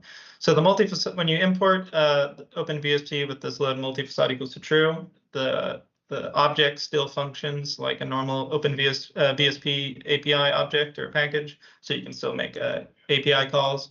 But it also has this new variable called VSP servers, and you can do multi-facade.VSP servers.start VSP instance. There's also a stop VSP instance, but I'm not showing that. And so here we have VSP-A and VSP-B. And each of those uniquely operate as a separate instance of OpenVSP. So VSP-A can read a model and print the geometries, and then VSP-B can read a different model and print those geometries. So if we run this script, you can see it started several instances of the facade, and you can see that for geometry list A, it has this list of geometries, and geometry list B has this list of geometry IDs. So it's able to show have that showing that two different models are loaded in memory. And then if I hit continue here, I have it launch the GUI for both instances. So we can see that one of the instances loaded this Maxwell model, and then another instance loaded this general aviation model.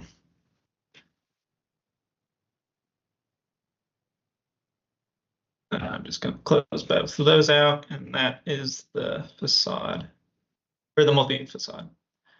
The last thing I was going to show was actually something that was, I believe, developed the day that this feature was released, which is the ability to automatically take screenshots and then using those screenshots to make an animation. So this is called OpenVSP Screen Grab. So the way this script works is, again, it uses the graphics and facade mode.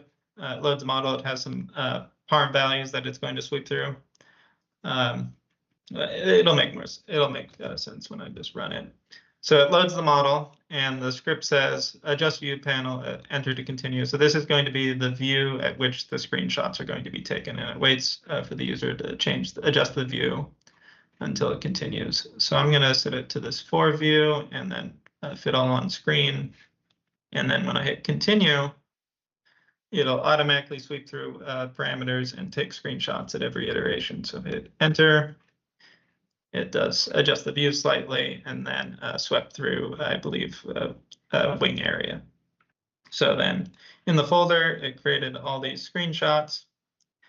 And then I have a separate script called make GIF, which just takes those screenshots and turns it into animation. When I do that, it grabs the frames from that folder and creates this file. So now we have an automated process. So if this could be, part of an optimization. So if you wanted to see how the each iteration of the optimization changed as the optimizer did its job. All right, so that was the live demos and brief presentation I wanted to give on the facade. I guess, are there any questions? I don't really have access to the chat right now. I'll keep an eye on the chat for you. There's a bit of a lag, so we'll give people some time to ask any questions.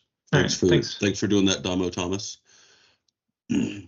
So far, the facade has, and the multi-facade in particular, have found a lot of use that I don't think we expected. We've already got people using it to launch large numbers of parallel cases from large numbers of processes, and using it in lots of different interesting ways in design studies. So this has been put to good work already by people.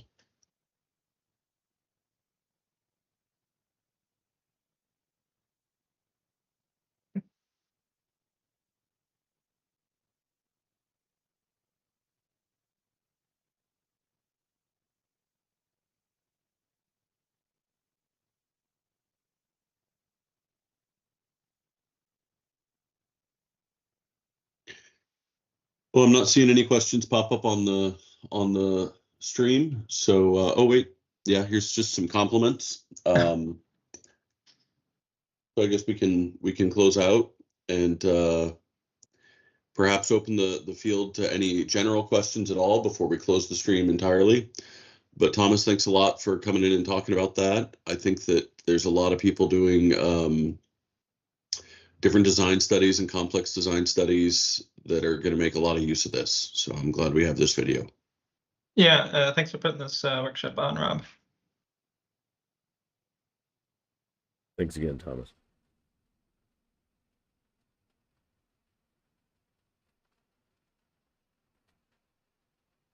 So we'll make this a last call. If anybody on the stream has any questions that wants any last opportunity to get something answered sort of live and maybe even with a demo, go ahead and let us know.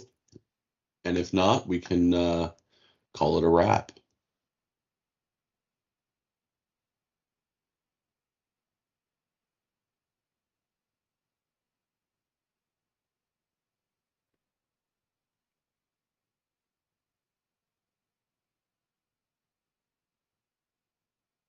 I'll give it just another second to see if anybody pops up with anything, but that was 3 full days of what's going to be eventually chopped up and recorded, and we'll post everything online similarly as we did back in 2020 and 2021. So all the links to the videos will be there next to the slides and the content. So easy access to everything. You won't have to go jumping around a 6-hour YouTube recording to try and find that one moment that you wanted. It'll take me a little while to cut everything up, but it will get done, and we'll make things easy for everybody. Oh, AJ's got a question there. Oh, if I had funding to add anything, I've got a long list, AJ. I've got about a 4-page list sitting here. So, I really like adding things that are driven by user input. You know, I feel that having a customer who cares about a feature is a lot better motivation for adding things than just random things that the developer comes up with. And in particular, there have been lots of times when I've developed features that then I turn around and it doesn't seem like anybody uses it. So I think there's lots of things, lots of opportunities to add and to continue building. There's not one thing that that I would throw out there right now. Yes, Andy, Brandon's going to get the stream chopped up into videos and posted online.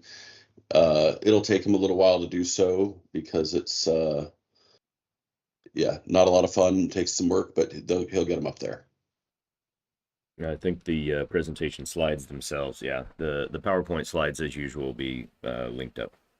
Yeah, I'll put them up in PDF form. But yeah, we'll have the PDFs with everything as well as the videos.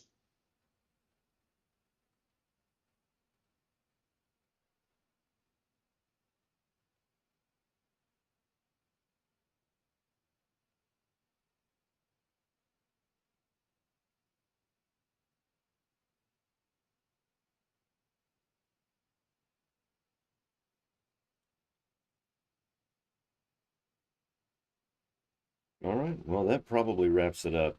Rob, you know, as always, thanks a million for all of the content, everything that you do to keep VSP going, and the ongoing support, the ongoing development.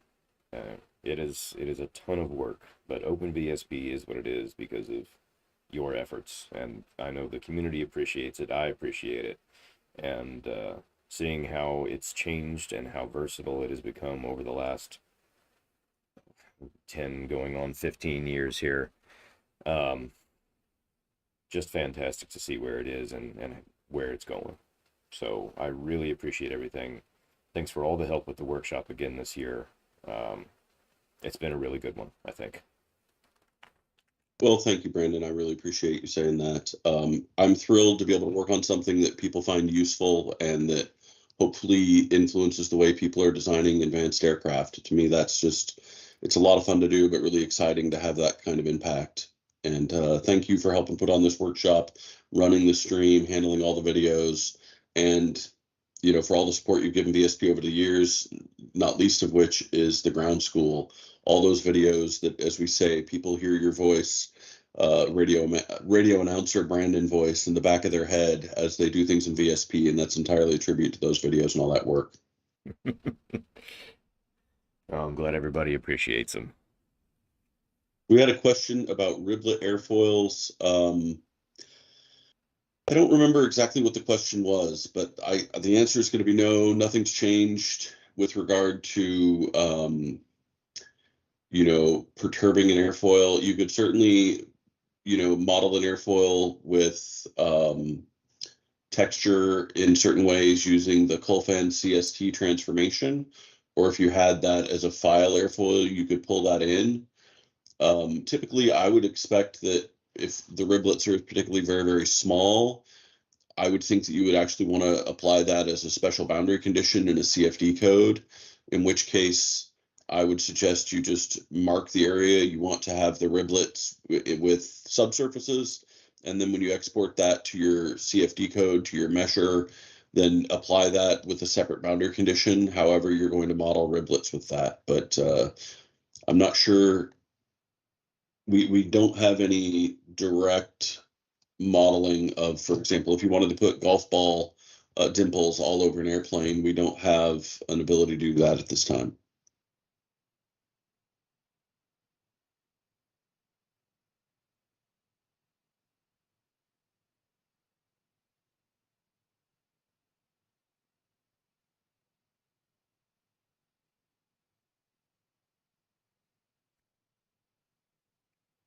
All right, everybody. Well, I think that's going to do it for the I think that'll do it for the workshop this year. Thanks everybody for tuning in over these 3 days. Do you want to address that, Rob? Yeah, let me Google it just so I can remind myself what.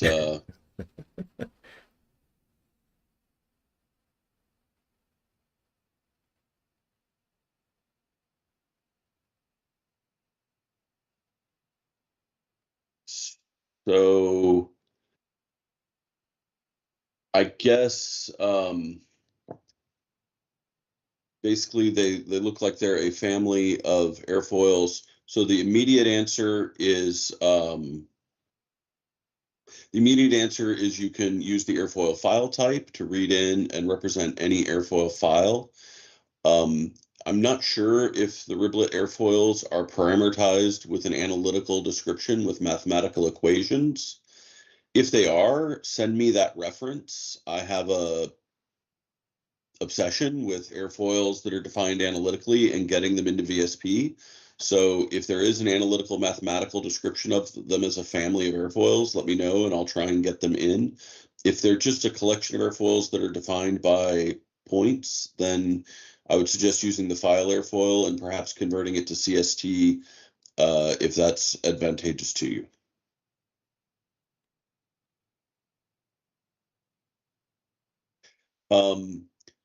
Right now, we're doing annual workshops. We moved this one earlier for various reasons. Usually they're in August or September, a little bit later in the summer or fall. The plan is probably to go back to in person for next year and for most times, but I do think it was very beneficial to have the occasional online workshop. So right now, I would say the plan would be to maybe try and do it online about every 4 years. What I've said in the past is that I'll do the workshop anywhere, but if I'm organizing it, it'll be in San Luis Obispo, California. So if you would like to host a workshop, then let me know. In particular, I've been intrigued by, the possibility of doing a workshop in Europe and other places overseas. So far, when I've tried to follow through with that, people have been frankly pessimistic about people's ability to travel to go to those kinds of things within Europe. So, and they've just encouraged me to continue doing it stateside. So I'm open to other options if we think that there would be an audience to do it in person other places. But right now, you know, and I guess now that this workshop's over, I'm officially looking for someone to host the next one. So if you have a location where you'd like to host, then reach out.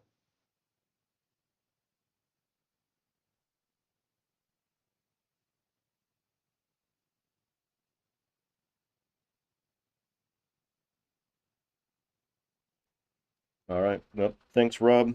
Thanks, everybody, for joining us over the last 3 days. Hope you got everything you needed out of it. A lot of good content, a lot of updates, really interesting stuff. And, you know, the community is great. I like seeing what people are doing every single year, and it never ceases to surprise and amaze. So thanks again, everyone. It's been a great workshop, but we're going to go ahead and drop off and wrap this one up. So thanks a lot. Yeah. Go ahead. Yeah, just Aero-Pegasus. Yeah, if we think we can get a critical mass of people to attend it, I'd be happy to do it in the UK, and I think that'd be a lot of fun.